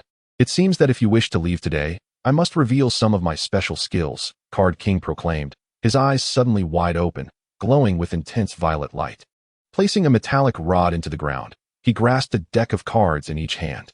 The emanating violet light enveloped Card King's hands like a luminous sphere, as he spun 54 cards in one hand. Then with a flourish, 108 cards floated in the air. "Come on," Card King shouted, charging towards Clark.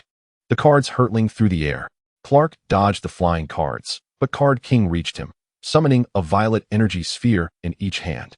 With a powerful strike, he hit Clark, who instantly felt the weight of the impact. "Such immense strength. I did not anticipate his powers could amplify his force to this extent," Clark pondered. In a moment of distraction, the 108 cards came alive, enveloping Clark entirely, while the violet light from Card King's hands latched onto him, causing a surge of energy to envelop Clark as well. "I refuse to believe you can evade this. Explode," Card King bellowed as the cards detonated, unleashing a torrent of violet flames, with Card King's violet aura shielding him. Boom. After a considerable time, as the smoke cleared, The King of Cards was poised to withdraw his hands when, unexpectedly, the unscathed Clark seized him by both wrists. "What?" exclaimed the King of Cards, his face a mask of disbelief as he gazed at the figure before him. "Wishing to depart?" Clark jested, acknowledging the undeniable enhancement of his defensive abilities. "You have aided me, and now I shall return the favor." In the midst of the King's astonished gaze, Clark grasped his shoulders and turned him around, revealing a coin-sized mark at the back of his neck. Utilizing thermal vision, he healed the King's wound, causing him to faint from the pain. Once the treatment was complete, Clark carelessly cast him aside and approached Deadpool and Death. "What do you intend to do? If you fancy that woman, take her. Or, if you do not mind, extend your neck so I may slay you." Deadpool stood gallantly behind Death, unwavering in his loyalty. Death extended her 10 adamantium claws, eyeing Clark with caution. "You shall remain as well."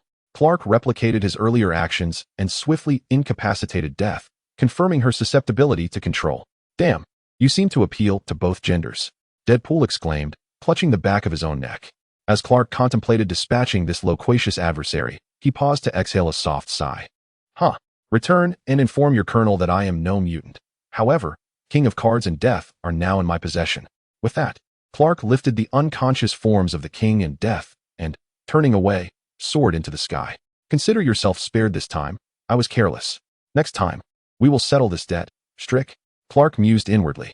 "Feel free to depart, and do return after a good meal." Deadpool was taken aback by Clark's decisive actions, reluctantly bidding him farewell. "Return? There's no hope for that money now. Strick poses too much trouble. I shall not go back. I'll seek refuge with my girlfriend for a while." Deadpool pondered as he contemplated his escape. Noticing that both Death's vehicle and the King's aircraft were secured by fingerprint authentication, he unexpectedly stumbled upon a pink scooter parked backwards. "Let us hope Superman's scooter lacks a tracking device. It will have to suffice," Deadpool muttered as he rubbed his hands together and approached the vehicle. Chapter 30. Training Antarctica. Spaceship. After placing Death and the King of Cards in the rejuvenation pods, Clark strolled through the interior of the spaceship. Ever since he discovered this vessel, it had become his clandestine sanctuary. Seated in the captain's chamber, holographic displays showcased news from around the world concerning mutants. Through Kryptonian technology, he learned of Professor Xavier's capture by Strick, the nighttime raid on Xavier's school for gifted youngsters, and the mass abduction of numerous mutant students, a testament to Strick's fruitful endeavors in a single night. Gradually, Clark began to reflect on the circumstances surrounding this recent attempt on his capture.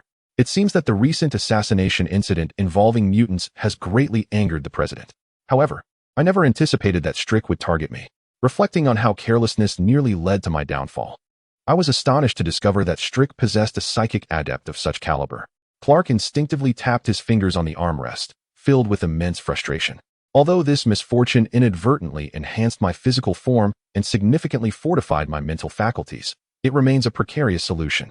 Should I encounter a more formidable psychic or an individual wielding sorcery, I fear I may find myself in dire straits once more. Within me lies a microcosm, leaving me uncertain whether this is a blessing or a curse. My thoughts drifted to the Mind Stone concealed within Loki's scepter. This stone grants its wielder the ability to penetrate the thoughts of others, allowing dreams and ideas to permeate their consciousness, thus amplifying mental strength and psychic abilities. Moreover, under the influence of other stones, it can reach the minds of all existing beings. Yes, the Mind Stone, I must acquire it. Clark mused. Beyond the enhancement derived from solar radiation, I possess no other means to bolster my abilities. The only recourse left is to seek treasures that exist within the Marvel Universe, especially as I may soon face adversaries like Thanos. I cannot afford to falter again due to a mere psychic. Therefore, I must prepare in advance. Through several battles, I have realized that my current prowess is only slightly superior to what is depicted in the Golden Age of comics. In comparison to the Silver Age, where heroes could plunge into the sun's core unscathed, I have much further to go in my quest for strength.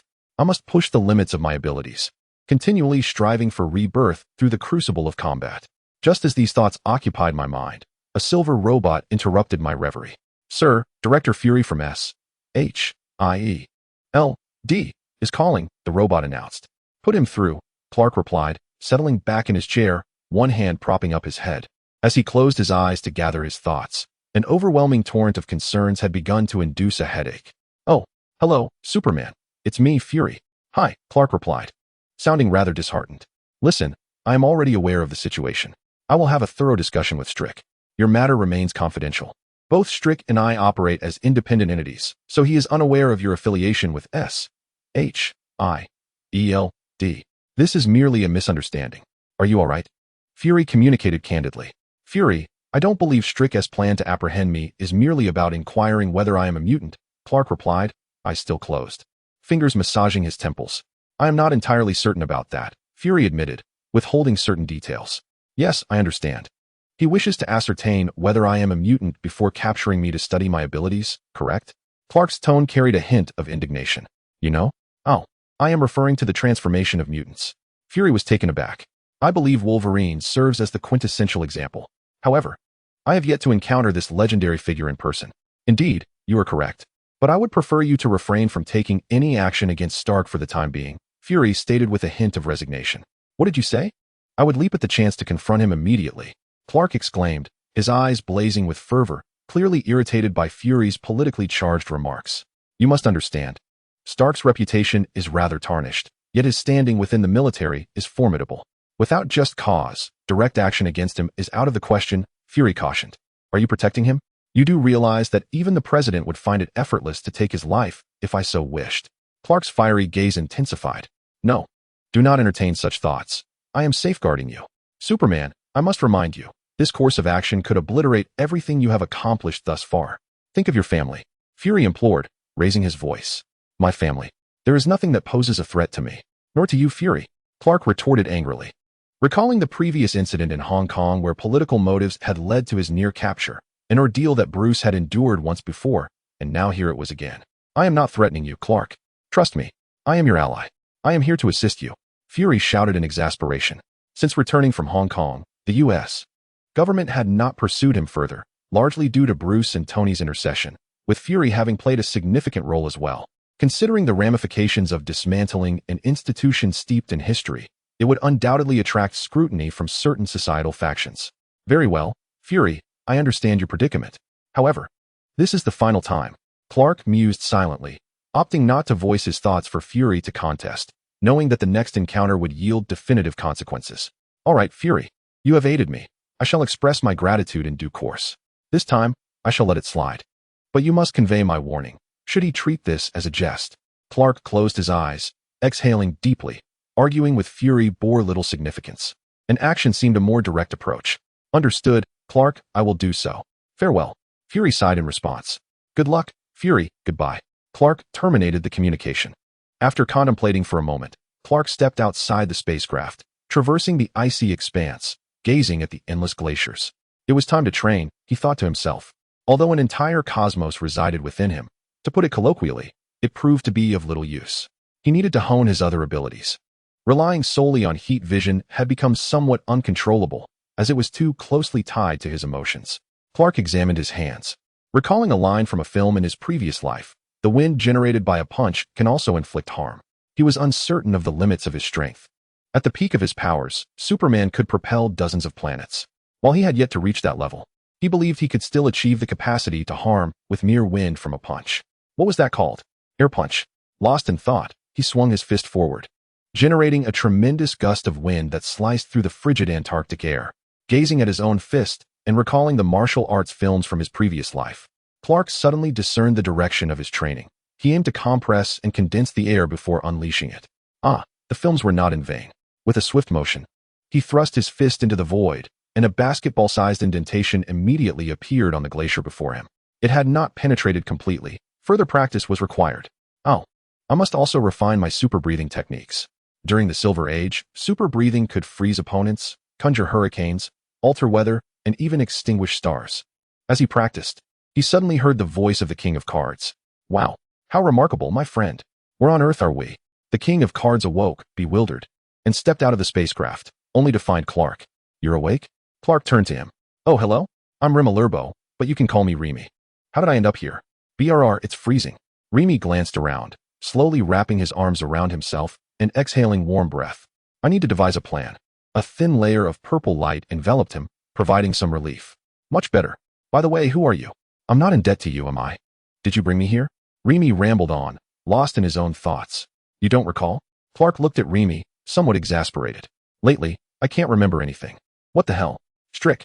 Remi's expression shifted dramatically as if he had recalled some dreadful event. It seems you've remembered something. Greetings, I am Clark Kent.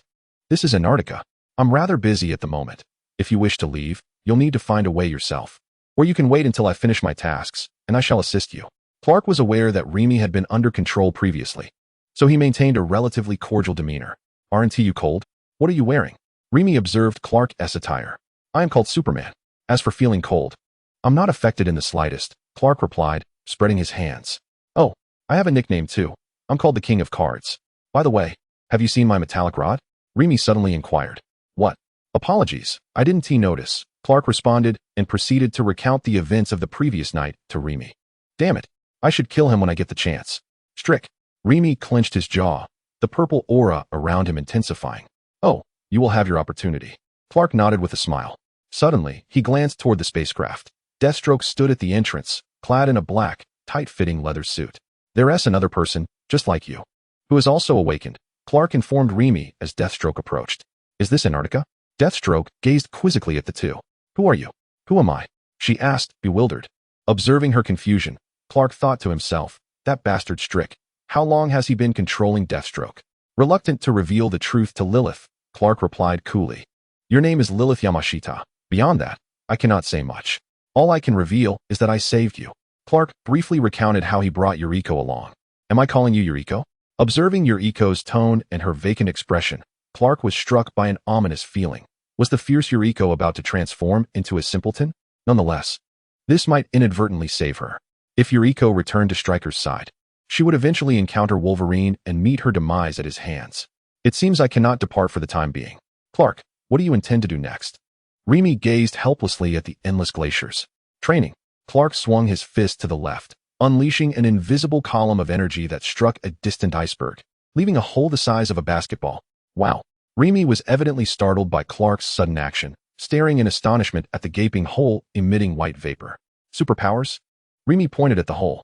It hardly qualifies. It was merely a display of strength, Clark replied, his tone betraying his dissatisfaction with the result. Remi glanced at Yuriko, only to find her even more exasperating. The cold Yuriko completely ignored the commotion, crouching on the ground, curling up to keep warm. By the way, Remi, I have a favor to ask of you. Clark suddenly smiled at the Card Emperor. What favor? Assist me in training my mental strength. A confident smirk graced Clark's lips. What? Remi was momentarily taken aback. Thus, after leaving a message for Louise, Clark, Remi, and Yuriko remained in Antarctica, engaging in grueling training. Chapter 31.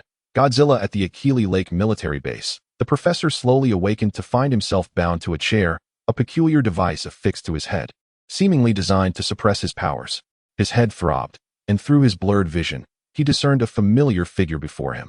Colonel William Stryker stood directly in front of the professor. Xavier, no need to rise, Stryker mocked, eyeing the professor's legs.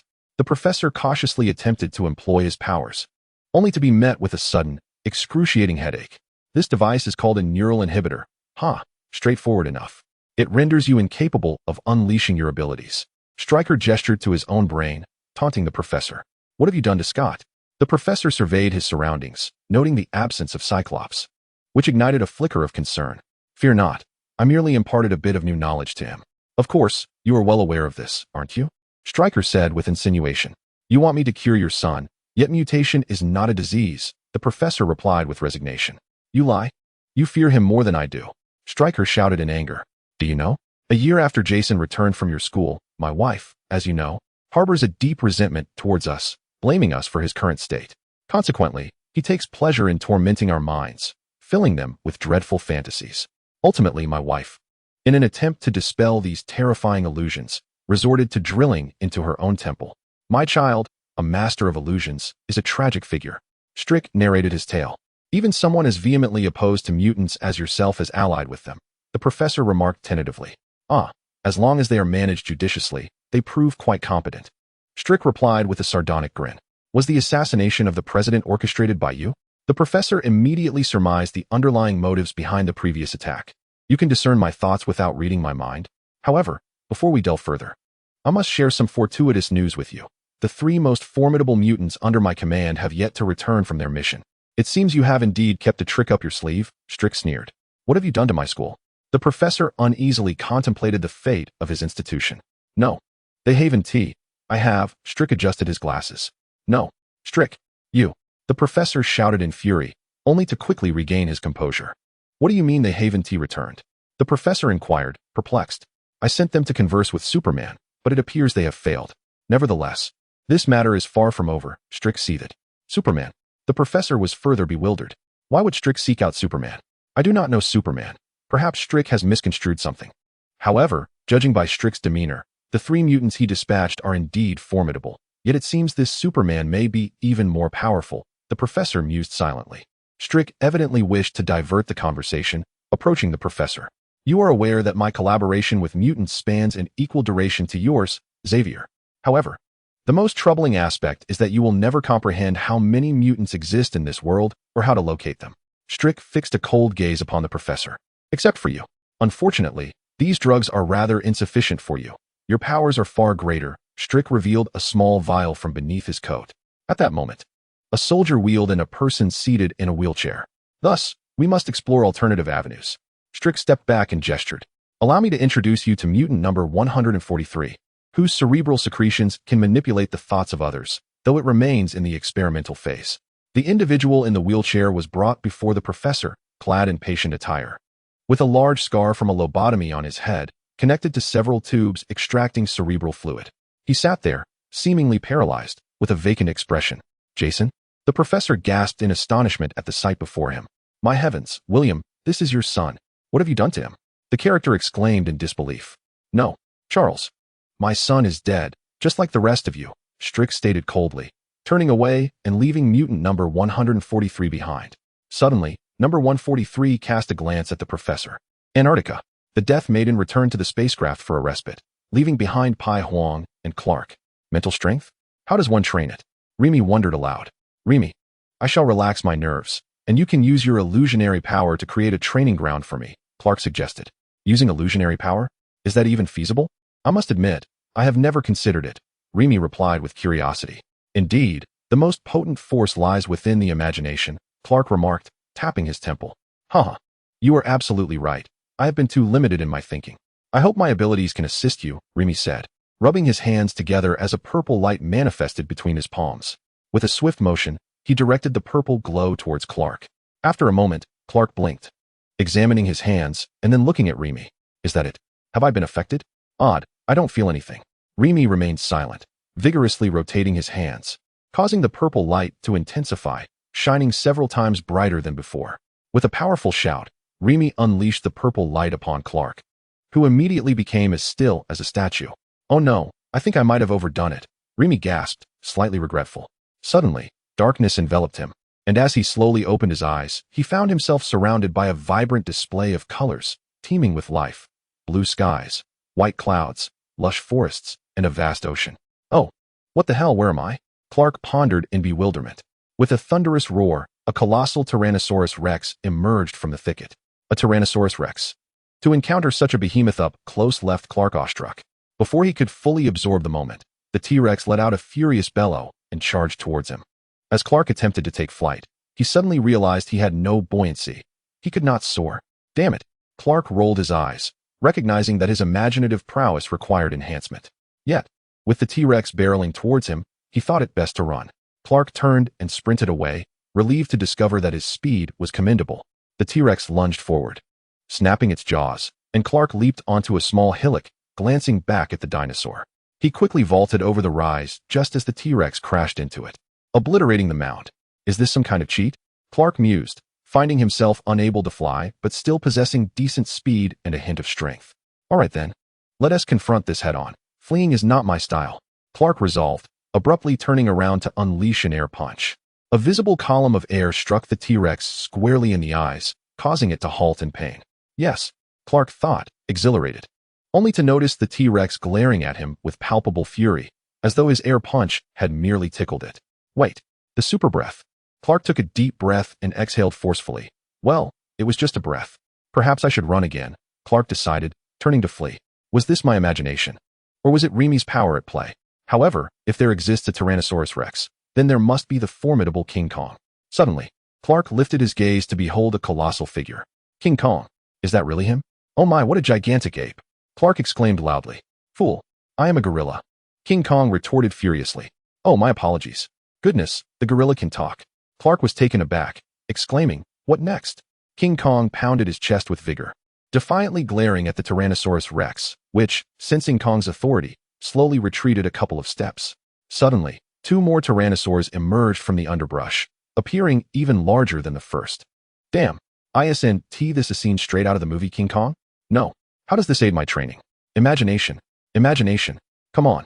Clark concentrated, envisioning a scene where a massive blue shockwave obliterated the three tyrannosaurs and King Kong into oblivion. A creature towering 30 stories high descended from the heavens, exuding majesty. Godzilla? Clark gazed at the towering behemoth before him, reminiscent of the monster from the film Godzilla 2014, instinctively licking his parched lips. Haha, now this is an interesting adversary. Clenching his fists, he propelled himself into the air. Wait, I can fly again. Excellent. Clark thought joyfully. He glanced at the towering Godzilla, his eyes gleaming with determination, and accelerated towards it. An hour passed.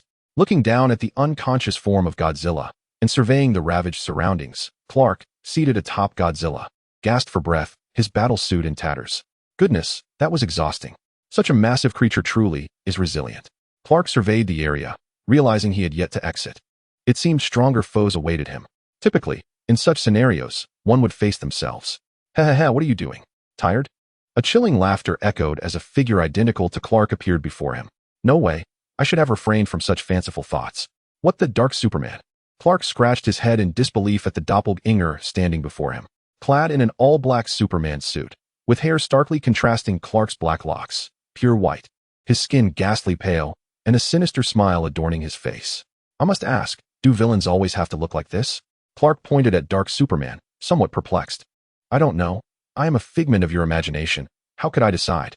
Dark Superman shrugged helplessly, removing the white wig to reveal dark hair, wiping away the white powder from his face, restoring his normal complexion, save for the black superhero suit. Now that is more like it. Let us go. With a thought, Clark's suit transformed into an immaculate new attire. Whoosh. A searing heat vision streaked across Clark's cheek, leaving a shallow scar. Blood trickled down slowly. Intrigued, Clark wiped the bloodstain with his finger, and the injury rapidly healed, vanishing before his eyes. His expression grew serious. He realized the gravity of the situation. He must take this seriously, or he would perish here. Suddenly, two intense beams of thermal vision clashed violently. Chapter 32, Hit Girl New York. Welcome to a special segment of New York Insights. Is it truly challenging to be a vigilante? This individual has become the focal point of this week's news cycle, as a video depicting him thwarting street violence has become the most viewed clip online. The report detailed how three thugs bullied a single individual, showcasing the heroics of the one dubbed Kick-Ass. Since Bruce chose him as a Prot G, Dave has been attending the Batcave after school on Mondays, Wednesdays, and Fridays to tackle the various tasks assigned by Bruce. However, Dave found himself disheartened, as Bruce's teachings revolved solely around theoretical knowledge. Aside from some physical training to enhance his abilities, there seemed to be little else to hone his skills, causing Dave to feel that his dream of becoming a superhero akin to Superman was slipping further away. With some free time on his hands, he returned home only to discover that his previously registered Twitter account as Kick-Ass had surged to the top of trending topics. Newspapers, radio stations, and various programs were all abuzz with news about him, much to Dave's delight. While his personal Twitter account had merely 38 followers, Kick-Ass had amassed over 16,000. A figure that astounded him and brought him immense joy. Gazing at the growing number of followers, Dave couldn't help but reflect on his unexpected rise to fame. The McCready residence. Damon McCready, also known as Big Daddy, was a former police officer who firmly believed that only violence could punish criminals. Consequently, he relentlessly trained his daughter, Hit Girl, honing her into a lethal weapon, prepared to dismantle a major drug lord's operation.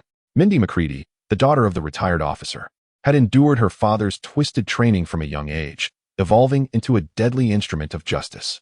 One day, Damon and his 10-year-old daughter were watching a cartoon, enjoying a rare moment of warmth, when suddenly a special report on Kick-Ass interrupted their viewing. Everyone loves Kick-Ass. Have you seen his videos? He's really quite impressive. Mindy excitedly remarked to her father as she watched the television report. Impressive? More like a punching bag. He should be called the Punched King, Damon retorted dismissively. That's not fair. I think Kick-Ass is great, Mindy countered, firmly supporting the vigilante. One night, Dave received a message in his Twitter inbox from a girl named Katie, seeking assistance. She complained that a group of individuals in her neighborhood played loud music at all hours, and a man named Russo frequently harassed her. Frustrated, she hoped Kick-Ass could come to her aid. That night, clad in his Kick-Ass costume, Dave made his way to the address provided by the girl. As he walked down the corridor on the 5th floor of the residence, the deafening music assaulted his ears, and he spotted a hefty black man guarding the entrance. To be candid, Dave was still feeling quite tense. This marked his second venture into the realm of vigilante justice. He cast a glance at the hefty African-American, steadied his nerves, and approached him. "What are you dressed as? A green condom? Halloween is still months away," the larger man mocked, his tone reminiscent of rap. "I'm here to see Russo," Dave replied, his voice tinged with a slight tremor. "And who might you be?" The question caused a subtle shift in the man's demeanor. "I am a friend of Katie's." The hefty man, seemingly familiar with Katie, though displeased with Dave, reluctantly opened the door to let him in. People these days seem to favor tight clothing, especially in green. He jeered as he shut the door behind Dave. Upon entering, Dave ventured further inside, where he encountered a boisterous atmosphere filled with loud music. 4 or 5 individuals lounged on the sofa, smoking cigarettes, or perhaps something stronger. A voluptuous woman, adorned in a figure-hugging red low-cut top, a matching red mini-skirt, and striking red high heels, reclined sensuously on the sofa. "Which of you is Russo?" Dave inquired, surveying the room. "I am Russo. Can't you tell from my ample bosom?" The alluring woman turned to face him, provocatively accentuating her curves and teasingly engaging Dave. "Oh, damn, quite impressive." The woman's seductive demeanor left Dave, a 15-year-old virgin, utterly flustered. Regaining his composure, he repeated his question. "Are you here for candy?" A man with dreadlocks glanced back at Dave. "I need to convey a message to Russo regarding Katie," Dave stammered, feeling somewhat intimidated by the room's ambience. Surely, he hadn't stumbled into a gang's hideout. He straightened his posture. "Katie?" The man with dreadlocks turned fully towards him. "Are you Russo? Listen, you need to stop harassing Katie. This ends here. As long as you leave her alone, we can coexist peacefully." Dave began to ramble. "What? Kid, who do you think you are? What do you want?" Russo glared at Dave, clearly unimpressed. "I am the king of beatdowns. Look me up online. I'm here to tell you to leave Katie alone." Dave seemed to muster a bit of confidence, pointing at Russo. "Turn off the music." Russo glanced at his associates, signaling them with his eyes. Several men rose to encircle Dave, who instinctively took a few steps back. "What if I don't?" Russo challenged, casting a provocative glance at Dave. "Then I shall return next time," Dave replied calmly, steeling himself as he locked eyes with Russo. "To break your legs, no need to wait for a next time." Russo stepped forward, ready to strike Dave. In a swift motion, Dave raised his hand, and the stun gun discharged into Russo's face. Russo collapsed to the ground, writhing in agony. "Bastard." Several men seized Dave, pinning him down. "Hold him." The efficacy of the electric shock device dissipated almost instantaneously, and Russo soon rose to his feet. He retrieved a knife from a nearby chair, standing up with fury etched across his face as he glared at Dave. "Oh, damn it. I should never have been so foolish as to purchase such a trinket. I ought to have procured something formidable from the Batcave," Dave lamented inwardly. Several imposing men held Dave firmly in place, and despite his desperate struggles, he found himself utterly powerless against their strength. Panic gripped him. These men were far too powerful. "You are done for." As Russo prepared to advance, a long blade pierced through his chest, leaving him astonished as he stared at the weapon protruding from his torso, his eyes wide with disbelief at the suddenness of his demise. "Oh hell, goodness gracious. A murder has occurred." Dave and his captors were rendered speechless with shock. As the blade was withdrawn, Russo toppled forward, revealing a masked figure clad in a tight purple outfit, adorned with child-sized protective gear and a deep purple cloak, a young girl with violet hair, known as Hit Girl. Is this a child? She appears no older than 10. Wait. She is indeed quite diminutive. Dave's mind began to spiral into chaotic thoughts. "Bring it on, you bastards," Hit Girl taunted, flicking the blood off her blade as she defiantly regarded those in the room. In desperation, one of the men swung a bottle towards Hit Girl's head. With a swift motion, she shattered the bottle and plunged her blade into the man's body. As he fell forward, she adeptly evaded another assailant's attack, turning and delivering a vicious strike to the man's back. Dave screamed in terror, frantically retreating to the wall, muttering curses under his breath. The remaining men searched for makeshift weapons, lunging at Hit Girl, who effortlessly kicked one down and mercilessly drove her blade into the bodies of several others. "My heavens." Dave watched in disbelief as the seemingly innocent girl displayed such ruthless skill. Hit Girl severed one man's leg and swiftly followed up with a strike to his back, flashing a victorious smile towards Dave. He noticed that with each life she claimed, She directed a grin towards him. Stop smiling. I feel nauseous, he thought in sheer terror. A young white man emerged from the restroom, nonchalantly tossing his spent cigarette to the ground. Upon looking up, he was met with a scene drenched in blood and strewn with bodies, only to find the violet-haired girl stabbing a figure slumped on the couch. Cold sweat broke out on his brow as he feigned composure, drawing a butterfly knife. Hey, I have one of those too. Hit girl, having planted her long knife in a corpse, retrieved a similar butterfly knife, twirling it elegantly before lunging towards him. With a powerful kick, she sent him reeling back into the restroom. As the last of Russo's men fell lifelessly to the ground, an eerie silence enveloped the room. Surveying the surroundings, it became clear that Russo's entire crew had perished, leaving only the woman in red remaining. The woman in red had been crying for half the day, her makeup in disarray. As she faced the approaching Kill Bill, she took a deep breath and, trembling, grasped a bottle of liquor. Come on, she shouted, feigning composure as she regarded the little demon before her. Let us play. Kill Bill nodded in agreement, accepting the challenge, and rushed to retrieve her long knife from the corpse. The woman in red hurried towards the exit, but just as she reached for the door, Kill Bill's blade pierced her body. Seeing Dave, who was already terrified and staring blankly at the room filled with corpses, Kill Bill approached him with amusement.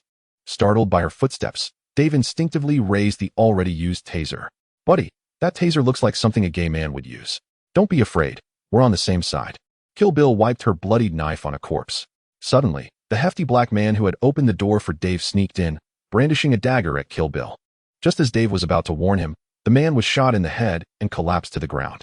A sniper rifle, Dave thought in astonishment. Who else could it be? Kill Bill, what must you always remember? Came the voice of her father, Big Daddy, through a hidden intercom. Prevent surprise attacks from behind. I understand. I won't make that mistake again, Kill Bill replied, shaken by the black man's sudden appearance, reverting to her childlike nature. Your aim is quite accurate. She expressed her gratitude. Thank you, Big Daddy smiled. Chapter 33, Batman leaning against the wall, Dave slowly stood up. Although he was now aware of Superman and Batman's existence, the blood-soaked reality of his experience left him feeling somewhat disoriented. Kill Bill rummaged through the room, prying open the safe and retrieving stacks of cash.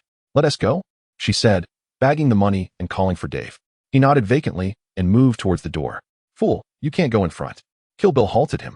Regaining his senses, Dave glanced at her, but she had already climbed out the window. He hurried to follow, and the two raced up the outdoor stairs to the rooftop. On the rooftop, Dave anxiously caught up to Kill Bill, panting heavily as he leaned on his knees. Wait, he called out, astonished by the little girl's stamina. What's the matter? Kill Bill turned back. Who are you? Dave's mind was filled with questions. Me? I'm Kill Bill. The little girl beamed proudly, pointing ahead. That one is Big Daddy. Not far away, a figure wielding a sniper rifle observed Dave, dressed somewhat like a cartoon version of Batman. Dave waved his hand in a daze, greeting him. Big Daddy made a gesture to Dave, signaling him to be silent, implying that revealing their whereabouts could cost him his life. Come on. The formidable female assassin, known as Hit Girl, patted Dave's shoulder and was about to sprint towards Big Daddy when suddenly, 3 bat-shaped shurikens landed before her, effectively obstructing her path. What? Hit Girl stared at the shurikens that had seemingly materialized from nowhere, her senses heightened as she scanned her surroundings. Dave, recognizing the threat, opened his mouth to warn her, but Hit Girl silenced him with a raised finger. Very well, Dave could only roll his eyes in exasperation, observing the imminent peril facing his daughter. Big Daddy instinctively prepared to rush forward when, out of nowhere, a shadowy figure emerged behind him. A wave of pressure washed over Big Daddy, causing beads of cold sweat to form on his brow. Reacting on instinct, he swung the butt of his sniper rifle, only for a powerful arm to effortlessly block the strike. What? Big Daddy was taken aback. He knew his own strength, and to have it thwarted by mere flesh was astonishing. The dim light obscured the figure's identity, as it remained shrouded in shadow. Suddenly, a hand shot forth from the darkness, seizing Big Daddy by the collar and lifting him effortlessly off the ground, hurling him several meters away, where he collided violently with an air conditioning unit. Pain coursing through him, Big Daddy rose to his feet, astonished by the sheer strength of his assailant. Huh, quite impressive indeed. He feigned nonchalance, rotating his shoulders, and gestured for Hit Girl to flee. Dad. Hit Girl tossed her money pouch onto the ground, intent on rushing over, completely oblivious to Big Daddy's warning. No, sweetheart, don't come over here, he shouted, not bothering to turn around. Regretfully, he raised his sniper rifle and fired a shot at the shadowy figure. At such a close range, there was no way the figure could evade it. This person had to perish, or both he and his daughter would meet their doom. With a resounding clang, the bullet ricocheted off the figure, as if it were a mere pebble. Impossible, Big Daddy exclaimed in shock, staring at the smoking barrel of his rifle, realizing he had indeed fired. Hit Girl, too, was taken aback, her gaze fixated on the shadow. What manner of creature is this? This will be the gravest mistake of your life. A raspy voice, reminiscent of a beast, echoed from the darkness. A chilling aura seeped forth, causing Big Daddy to break into a cold sweat. The shadow stepped into the light, revealing none other than Batman clad in his formidable suit. Who are you? Big Daddy stammered in astonishment. Your nightmare. The guttural voice sent shivers down his spine as Batman retrieved a pair of bat claws from his utility belt. In response, Big Daddy launched a flashbang. Bang! In an instant, Dave was engulfed in blinding white light. Engage mode, Batman commanded, his eyes automatically covered by a translucent film that emitted a blue glow, nullifying the disorienting effects of the flashbang as he surveyed his surroundings. With his bat claws firmly gripped, he hooked one around Big Daddy's calf and yanked him to the ground. Big Daddy, quick on his feet, drew a dagger concealed on his wrist, its blade shimmering with a blue hue, no ordinary knife. He swiftly severed the cord of Batman's claw. Oh! Batman stood momentarily stunned, perplexed as he gazed at the severed rope in his grasp. His equipment was far from inferior. Stepping forward, he seized the wrist of the old man, twisting it deftly, causing the old man to wince in pain and release his grip. Batman then retrieved the dagger, weighing it in his hand before stowing it within his utility belt. Seizing the opportunity while Batman examined the blade, the old man broke free, leaping backward and flinging his hand. Whoosh! In an instant, he unleashed 3 short daggers. Batman allowed the daggers to strike him, retaliating with 3 bat-shaped shurikens. The old man quickly dodged, the shurikens embedding themselves in the ground. However, the old man soon discovered a muddy substance beneath his feet, from which a jolt of static electricity surged forth, rendering his legs numb and causing him to collapse. Batman let out a cold chuckle as he approached the old man. Suddenly, a long knife soared through the air. Batman instinctively caught it, gripping the blade with both hands until it snapped effortlessly. Who? Batman inquired, a reflexive response. It's Huntress. In an instant, she materialized before him. She kicked Batman, but the blow was akin to striking steel. He remained unmoved, as his vibranium suit offered formidable protection, and he could easily withstand the kick of a young girl. As he aimed to seize Huntress, she nimbly leaped back, twisting in midair to launch 3 knives aimed directly at Batman's face. Heh, you've improved since the last time, Batman remarked, swiftly deflecting the knives with his armored forearms. Specially made, he pondered, discarding the knives embedded in his armor. Nevertheless, he would not spare anyone, regardless of age, who dared to challenge him. He launched a powerful punch, but Huntress evaded, shattering a stone pillar with the force of his blow. What a powerful punch! Can he truly break concrete? She thought, realizing she must avoid his attacks. Huntress unleashed a flurry of punches towards Batman, each one deftly intercepted by him. With a decisive grasp, he seized her arm, lifting her effortlessly until her face was level with his. Child, it is time to go home, he declared, before tossing her into the embrace of the old man, both tumbling to the ground. As the father and daughter stared at Batman in bewilderment, uncertain of their next move, a voice broke through the tension. Hey, Bruce. Mr. Wayne, Dave exclaimed, bounding over with excitement, his hand waving enthusiastically. Incredible. I've seen that suit in the Batcave. Realizing Batman's identity, Dave was astonished by Bruce's prowess, feeling a glimmer of hope as he waved animatedly. Bruce, somewhat exasperated, rubbed his forehead. Are you all right, you little rascal? A raspy voice replied, laced with resignation. Mr. Bruce, could you turn off the voice modulator? It feels strange, Dave said, gesturing towards his throat as he looked at Bruce. Shut up. The impudent boy nearly met his demise tonight. Bruce cast a silent glance at Dave, then bent down to observe the father and daughter sprawled on the ground. Who are they? Yes, they saved me. Dave pointed at the 2 lying on the ground. What? It appears to be a misunderstanding. How awkward. Bruce approached them with a resigned demeanor. So who might you be? Bruce found himself somewhat at a loss regarding the elder's attire. Was that a 2-dimensional Batman? Can someone explain why this costume resembles a cartoon version of Batman? Oh, hey, this is the Huntress, and this is the elder, Batman. Dave stepped forward to assist the elder to his feet, introducing everyone to one another. My apologies, I assumed you were Batman. Bruce expressed his regret towards the elder and Huntress, completely disregarding Dave. We meet not in enmity, but rather in camaraderie. The elder wasn't he particularly fond of the Batman before him. The elder felt a sense of loss upon finishing his statement. May I take him with me? Huntress pointed at the fallen Batman. Fine, she has already begun collecting. Well, can I mention that those particular items are made of vibranium? Bruce gazed longingly at Huntress as she gathered his bat-shaped shurikens, which he had hoped Dave would retrieve. Hey, Batman, how did you know I was here? Dave inquired with curiosity. I have hidden at least 20 tracking devices on you, Bruce scoffed, gesturing dismissively at Dave. What? Are you serious? I need my privacy, Dave exclaimed, startled, as he patted his own body. Wow, you're impressive. You just blocked a sniper's bullet. How did you manage that? Huntress looked at Bruce with excitement, poking at his armor. It's nothing. My suit is crafted from one of the hardest metals in existence, Bruce remarked, tapping his attire. Really? Dave responded with a hint of disbelief. Enough. You need to train properly, you impudent boy, Bruce said with irritation. Come on, if theoretical knowledge counts as training. Then I'm doing just fine, Dave retorted, somewhat disgruntled. Hello, Batman. The elder approached Bruce and extended a handshake. I sincerely apologize for earlier. Is there something amiss? Bruce felt a tinge of awkwardness facing the elder. Are you a superhero? We admire you, yet we remain skeptical, the elder stated, looking intently at Bruce. Let us not dwell on that. None of us truly believe, Huntress interjected, giving Bruce a light pat. I owe you a debt of gratitude for saving the impudent boy, Bruce said nonchalantly. To be honest, may I join your ranks? Dave pointed toward Huntress, sensing a more favorable atmosphere over there. Bruce rolled his eyes, gripping Dave's neck and pressing a button on his waist remote, addressing the father and daughter. Elder, Huntress, farewell. Come with me, impudent boy. With a flourish, a brand new Batjet appeared in the sky, its design even more extravagant than the previous one in Hong Kong. Wow.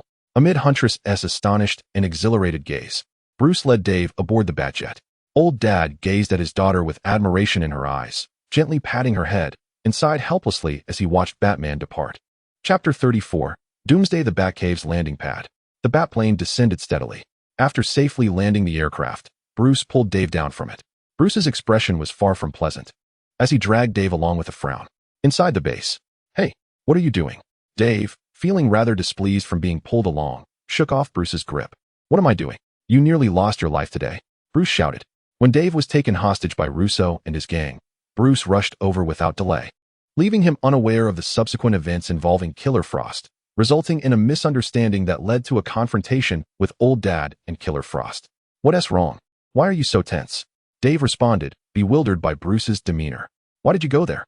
Bruce's anger was palpable. There was someone named Katie who said she was in trouble, so I went to check it out, Dave explained the day's events. Upon hearing Dave's explanation, Bruce's expression darkened further. Although Dave and Bruce were not related, Bruce had come to regard Dave as his successor in recent days. Dave possessed considerable talent, and while he was reluctant to become Robin, Bruce genuinely cared for him. That place is a gang stronghold. Do you realize that? You just walked in there without any investigation? You could have died. Bruce's voice escalated, culminating in a yell. Hey, why are you suddenly angry?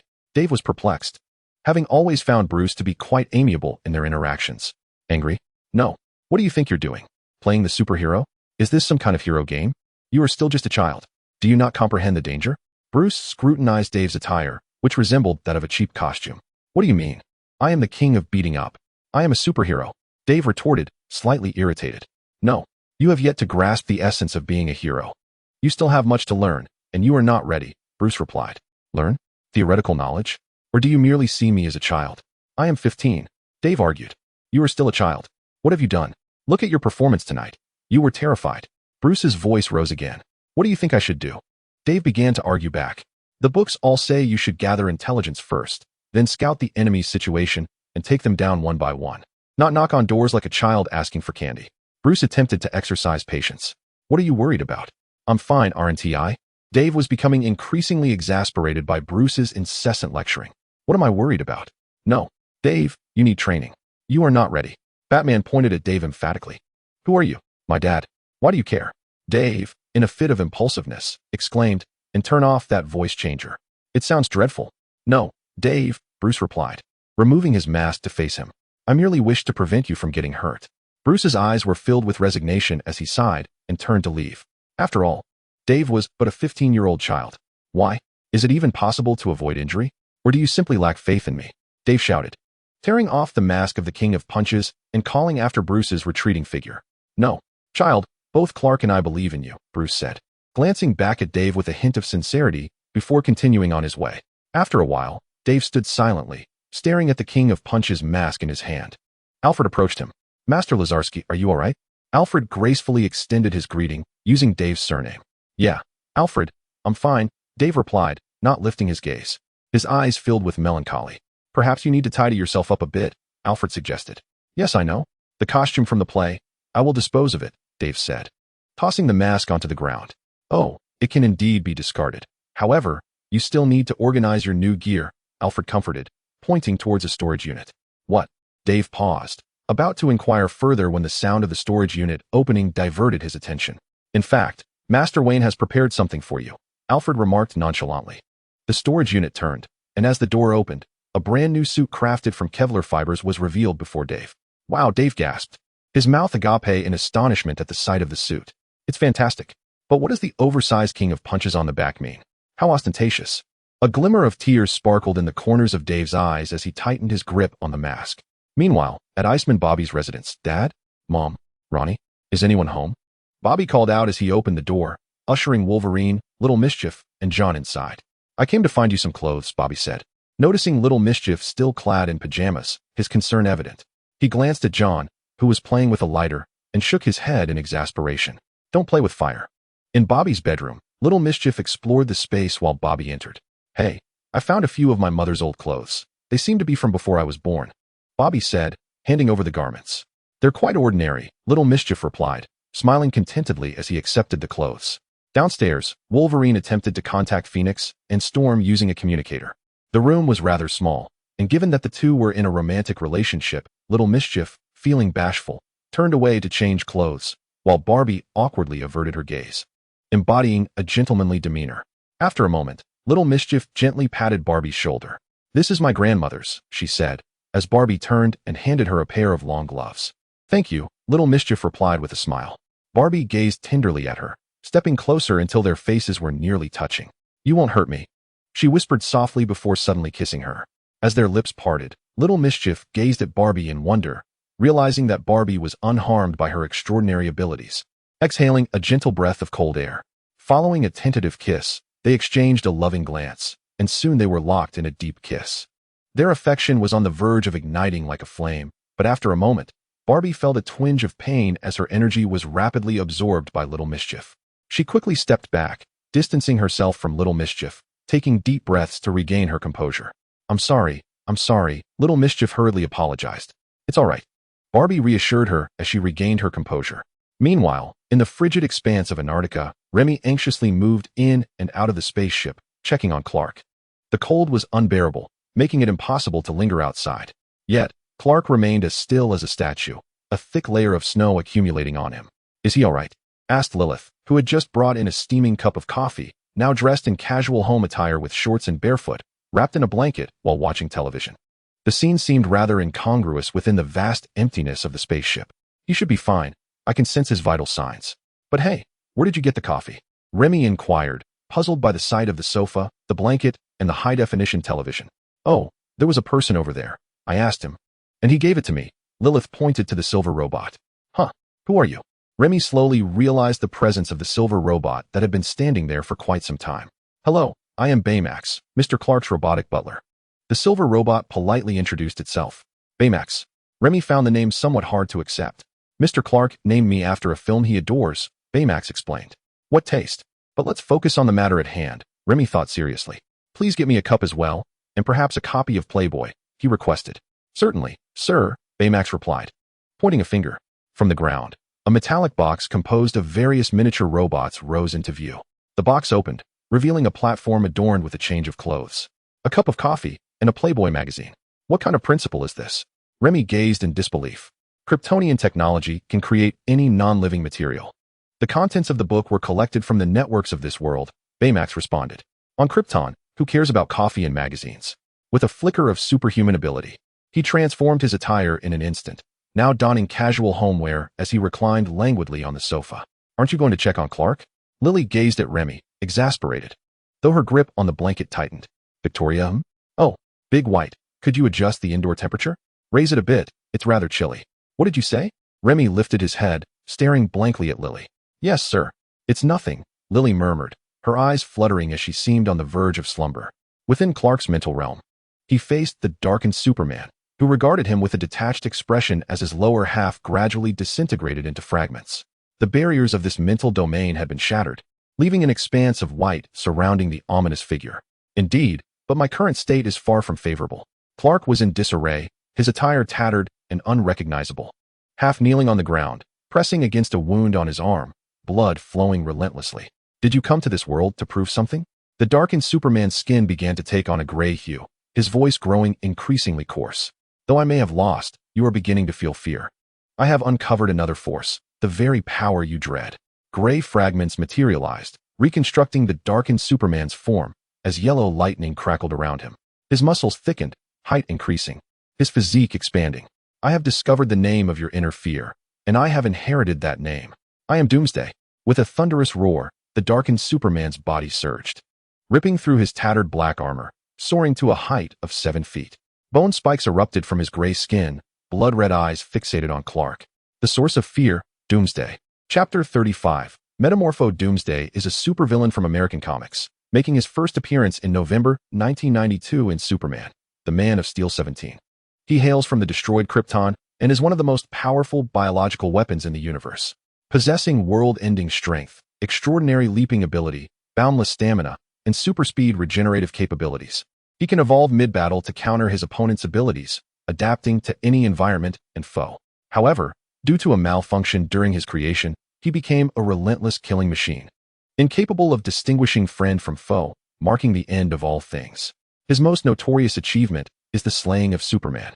Brilliant yellow lightning erupted from Doomsday, appearing from a distance like a golden mountain. After transforming from the darkened Superman into Doomsday, he uttered not a single word, behaving more like a mindless beast, consumed by rage and violence. His hands pounded the ground erratically, his roars reverberating through the air. Roar, roar, roar. With each bellow, Doomsday's form gradually grew, bone spikes bursting forth in rows. Clark understood that this Doomsday was merely a figment of his imagination, yet the overwhelming might it exuded felt strikingly real.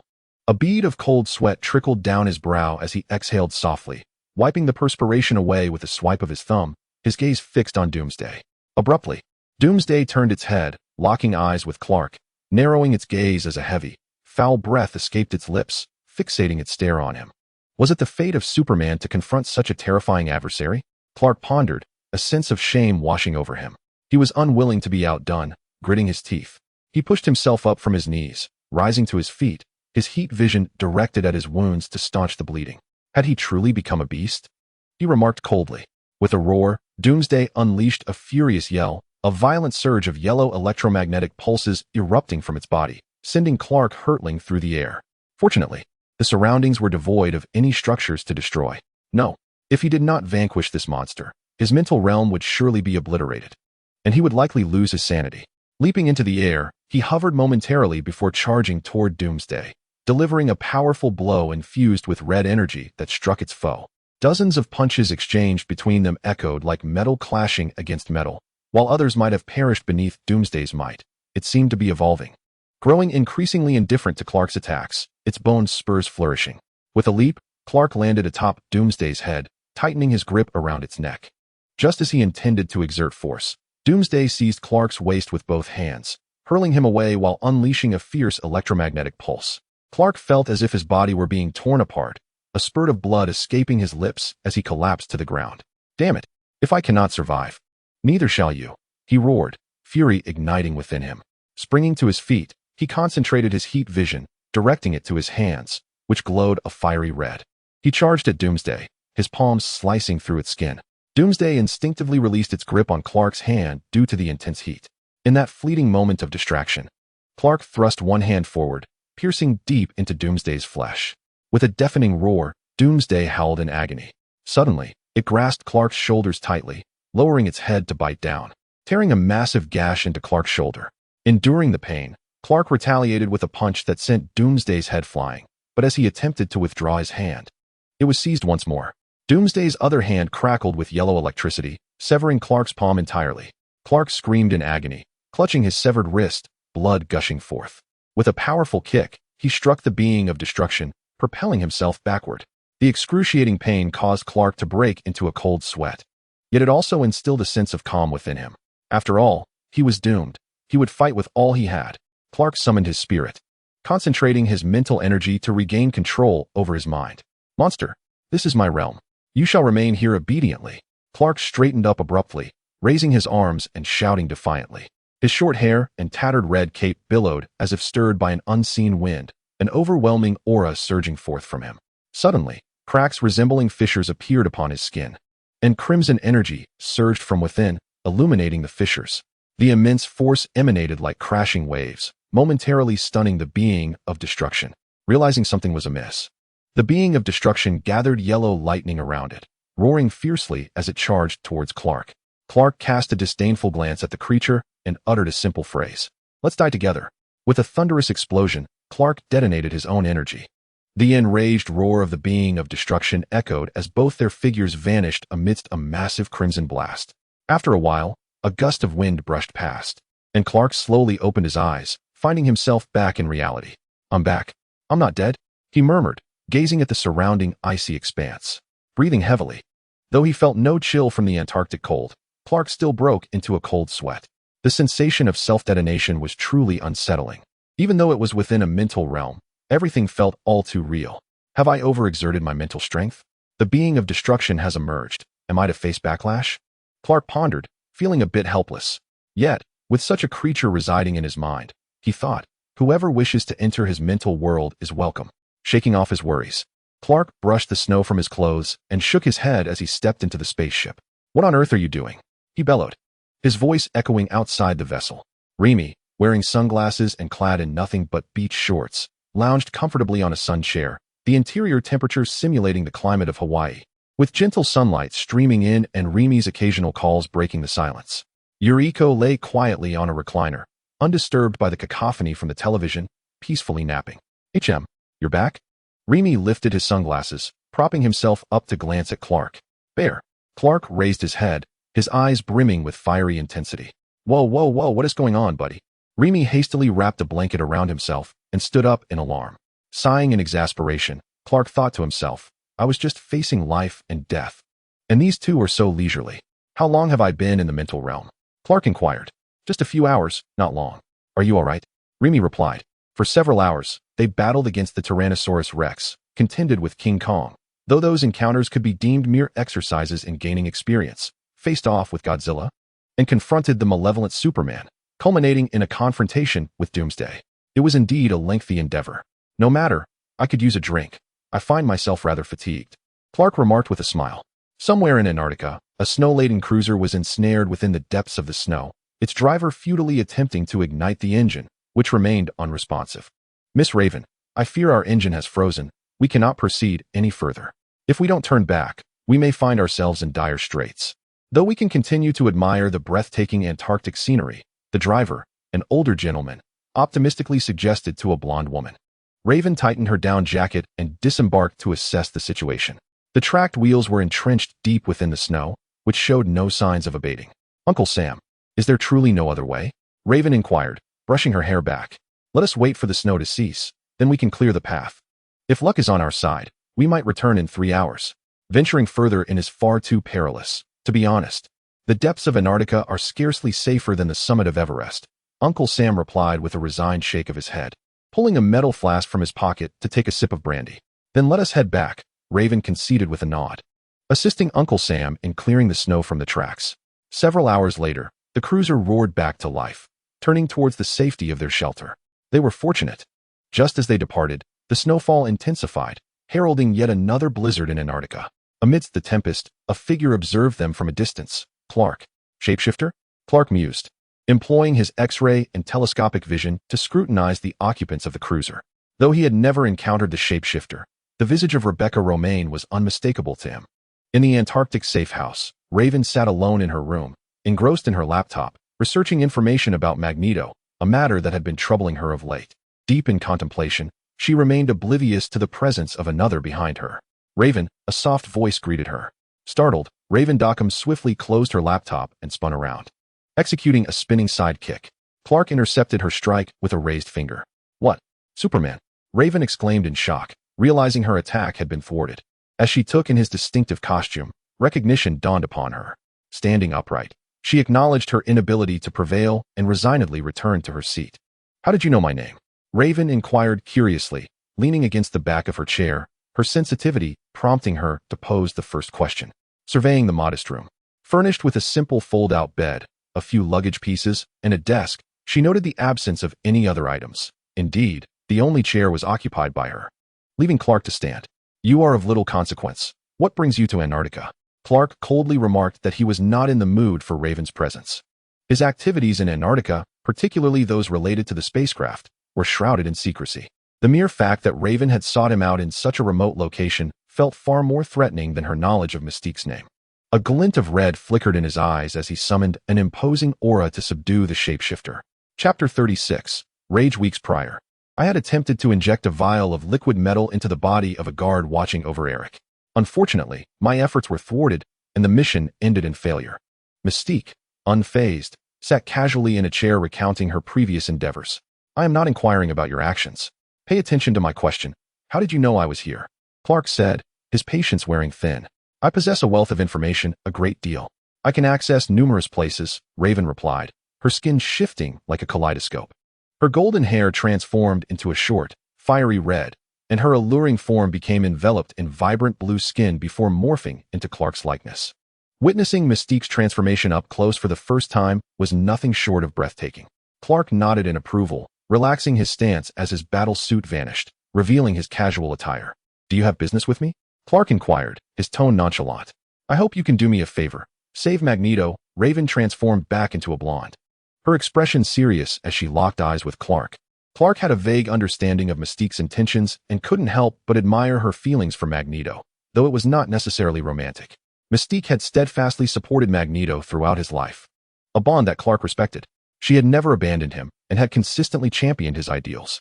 The issue of mutants, particularly in America, was fraught with racial tensions, and it was these very circumstances that had led to Clark's recent encounter with Stryker, which still left him unsettled. "Me? Why do you think I can assist you?" Clark asked, an amused smile gracing his lips as he took a few steps within the room, arms outstretched. "Simply because of your name, Superman. I know you are a superhero, distinct from ordinary mutants. But are you content with the suspicion and even hostility that comes with your uniqueness?" Raven continued to elucidate her reasoning. "You truly know a great deal," Clark mused, intrigued by Raven's apparent awareness. It was clear she had been in Antarctica for several days, yet she was already informed about his recent attack. "It is quite simple. I am never lacking in information, and these matters are always meticulously planned. Governments prefer to operate with foresight." Raven smiled, a hint of disdain flickering in her expression regarding governmental operations. "And so what? The matter is settled. I am currently powerless against the government. I am not a villain." Clark regarded Mystique with a playful curiosity, finding her disdain quite relatable. "Superman, you understand what Magneto stands for, what he seeks to accomplish. He has the power to reshape this world. Right now, I need your assistance, not for any other reason than a name. Stryker." Raven extended her olive branch once more. "Stryker." Clark was aware of the unfolding narrative. Indeed, he desired Strick's demise.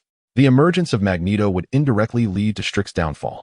Although he had the capability to eliminate him directly, Clark found himself grappling with the complexities of his Superman persona. "What are you saying? I do not quite comprehend," he attempted to justify, asserting that he would not spare Strick, yet he pondered whether it was his place to orchestrate such an end. Was this the duty of Superman? "You feign ignorance, Clark. Yet you know the truth. The war has commenced, and Strick is merely the precursor. You must recognize that he cannot impede Eric's advance, and you harbor disdain for Strick. Do you not?" Mystique, oblivious to Clark's internal conflict regarding his superhero identity, continued to expound upon Magneto's ideology. A fragment of her words resonated with Clark. Indeed, he loathed Strick. This old man was no virtuous figure, and he acknowledged his own preferences. He liked what he liked and disliked what he disliked. He should embrace a more decisive approach to vengeance, for he possessed the means to do so. "Do not attempt to manipulate me. I am not a mutant. I have no interest in your war. However, you are correct about one thing. I despise Strick, and I desire his life. I shall assist you. We have a deal. But not under the guise of Superman." With a mere thought, a sleek black suit manifested upon his form. Since emerging from the realm of the mind, Clark had an epiphany regarding his ability to rejuvenate his attire through sheer will. As for the color, after several trials, he confirmed that he now donned the black suit of the corrupted Superman. Regrettably, only these two styles were available, The other vibrant hues remained elusive, a fact he owed to the corrupted Superman's influence. Notably, his ordinary leisure clothes and necklace vanished upon the suit's appearance, only to return with its disappearance, validating that personal items could be temporarily stored within the necklace when the suit was donned. This new discovery brought Clark a moment of joy. What is this? It differs from the records. It is not the same as before, Raven inquired curiously. Miss Raven, are you familiar with the Chinese adage curiosity killed the cat? Clark remarked, shaking his finger lightly. Very well, Superman. You agreed to assist me solely because of Strick? I shall not spare those who threaten me and my family. Clark's eyes flickered with a hint of hatred as he spoke. Fury was correct. He ought to consider his family. Nonetheless, he could not allow someone like Strick to roam free, for he would inevitably endanger his loved ones. In truth, you are well informed. I previously inquired how you knew my name. I do not recall introducing myself. Raven subtly shifted the conversation, probing Clark. The simplicity with which this Superman acquiesced to her plea for Magneto's salvation, without even inquiring about her plan, left Mystique, who had long remained vigilant, feeling perplexed and somewhat doubtful. Though she was the one seeking assistance, it seemed that Strick's prior assault on Clark had influenced his agreement. Yet, as the saying goes, no free lunch exists in the heavens. I can see the name on the identification badge in your shirt pocket, Raven Darkholme. Although you prefer to disguise yourself, you seem rather averse to using a false name, Clark remarked lightly. What truly perplexed Clark was not only Mystique's ability to transform, but also the accompanying wardrobe effect. Each transformation resulted in the loss of an article of clothing. Wouldn't this solve the issue of winter for those in disaster-stricken areas? However, Clark had not grown bored enough to pose such inquiries to Mystique. What? You can see through things? Well, my information is still scant. But how did you know that Raven Darkholme is my real name? Raven mused, reclining in her chair and crossing her legs. With a snap, Clark mentally chastised himself for his loose tongue. How foolish to have spoken so carelessly. I guessed. Now, how do you plan to rescue Magneto? He asked, his curiosity piqued. I think we ought to leave Antarctica first. Don't worry, I've already booked our return tickets. We'll be able to board the ship as early as tomorrow, Raven replied, evidently unsatisfied with Clark's response, opting instead to address his question. I believe we don't have that much time. Stryker is much faster than you think. If you've heard the news, the professor has already been kidnapped, Clark stated matter-of-factly. Yes, I know, but we are in Antarctica, aren't we? There's no alternative. I can only pray for Charles' safety. Raven's tone reflected a deep sense of helplessness. She had arrived in Antarctica just a few days prior, never anticipating Stryker's swiftness. I have a plan. We must leave immediately. How will you resolve your identity here? Clark gestured towards the room. You have a plan? Well, if we leave right away, I could stage an explosion with the microwave, resulting in an accidental death. My presence here is solely based on self-interest. My disappearance would not matter to anyone here. And the news wouldn't even cover it. Raven initially expressed surprise at Clark's confidence before elaborating on the situation. All right, I'll wait for you 5 kilometers south of this location in half an hour, Clark declared, not waiting for Mystique to acknowledge him before he exited the door, vanishing into the snowstorm. Upon witnessing Clark's decisive departure, Mystique found herself momentarily taken aback and soon began to fabricate the scene of her accidental demise. 5 kilometers from the safe house. Oh dear, the snow is relentless. If Superman doesn't arrive soon, I might freeze to death. Mystique tightened her coat. Having arrived on a snowmobile with no other means of warmth aside from her outer layer, as the blizzard intensified. Are you waiting for me? A voice called from above. Looking up, Mystique beheld Clark descending gracefully to the ground. At long last, you've arrived. What is your plan? I'm already a corpse over there and cannot return. Raven exclaimed, raising her hands and exhaling in exasperation as she gestured towards the safe house. Clark stepped closer and embraced Mystique. Goodness, if it weren't for her blue skin, she would indeed be a captivating beauty. Hey, what are you doing? Do you want me? There exists no exchange of conditions between us. Raven was evidently startled by Clark's actions. In terms of strength, she truly could not contend with him. My solution is to ascend into the air. As I spoke, a faint red energy emanated from my body, dispelling Raven's chill and enveloping her in a protective layer. What? Flying back? Are you jesting? What have you done, handsome? I no longer feel the cold. Initially astonished by Clark's notion, Raven gradually began to appreciate his extraordinary abilities. Hold on tight. I hope you are not afraid of heights. Clark remarked with a slight smile. Boom. Like a projectile, they shot into the sky, producing a sonic boom that echoed through the air. Outside the plastic prison, Clark expressed surprise at his current flying speed. In merely a few minutes, he had traversed from Antarctica back to America. Wow, have we arrived? This feels magnificent. Goodness. It's truly wondrous. This is no ordinary flight. Oh, how warm. Raven slowly awakened, her eyes widening in astonishment as she beheld the nearby structures. The very place where Magneto was confined. She hadn't anticipated arriving there so swiftly, and feeling a twinge of discomfort, she shed her excess coat. The surroundings were rather desolate. But this isolation was due to the absence of any metal, which justified the prison's construction in this location. Superman, are we too close? Those soldiers will discover us shortly. Raven remarked nervously, glancing at the looming building. Being so near the prison thwarted her plans. Wait, what color is my battlesuit? Clark inquired, pointing to his black attire. It's black, what of it? Raven responded with a hint of confusion. Although it is black, it symbolizes rage. With that, Clark abruptly turned, directing a searing heat vision towards the prison's entrance, which melted the door instantly. Boom. The intense heat triggered a massive explosion. My apologies, Fury. I am who I am. I cannot let go of the transgressions committed by Stryker. I must demonstrate my capabilities to those unaware of me. I need to prove my worthiness to protect my loved ones. Oh my God, Mystique exclaimed, astonished by Clark's formidable destructive power.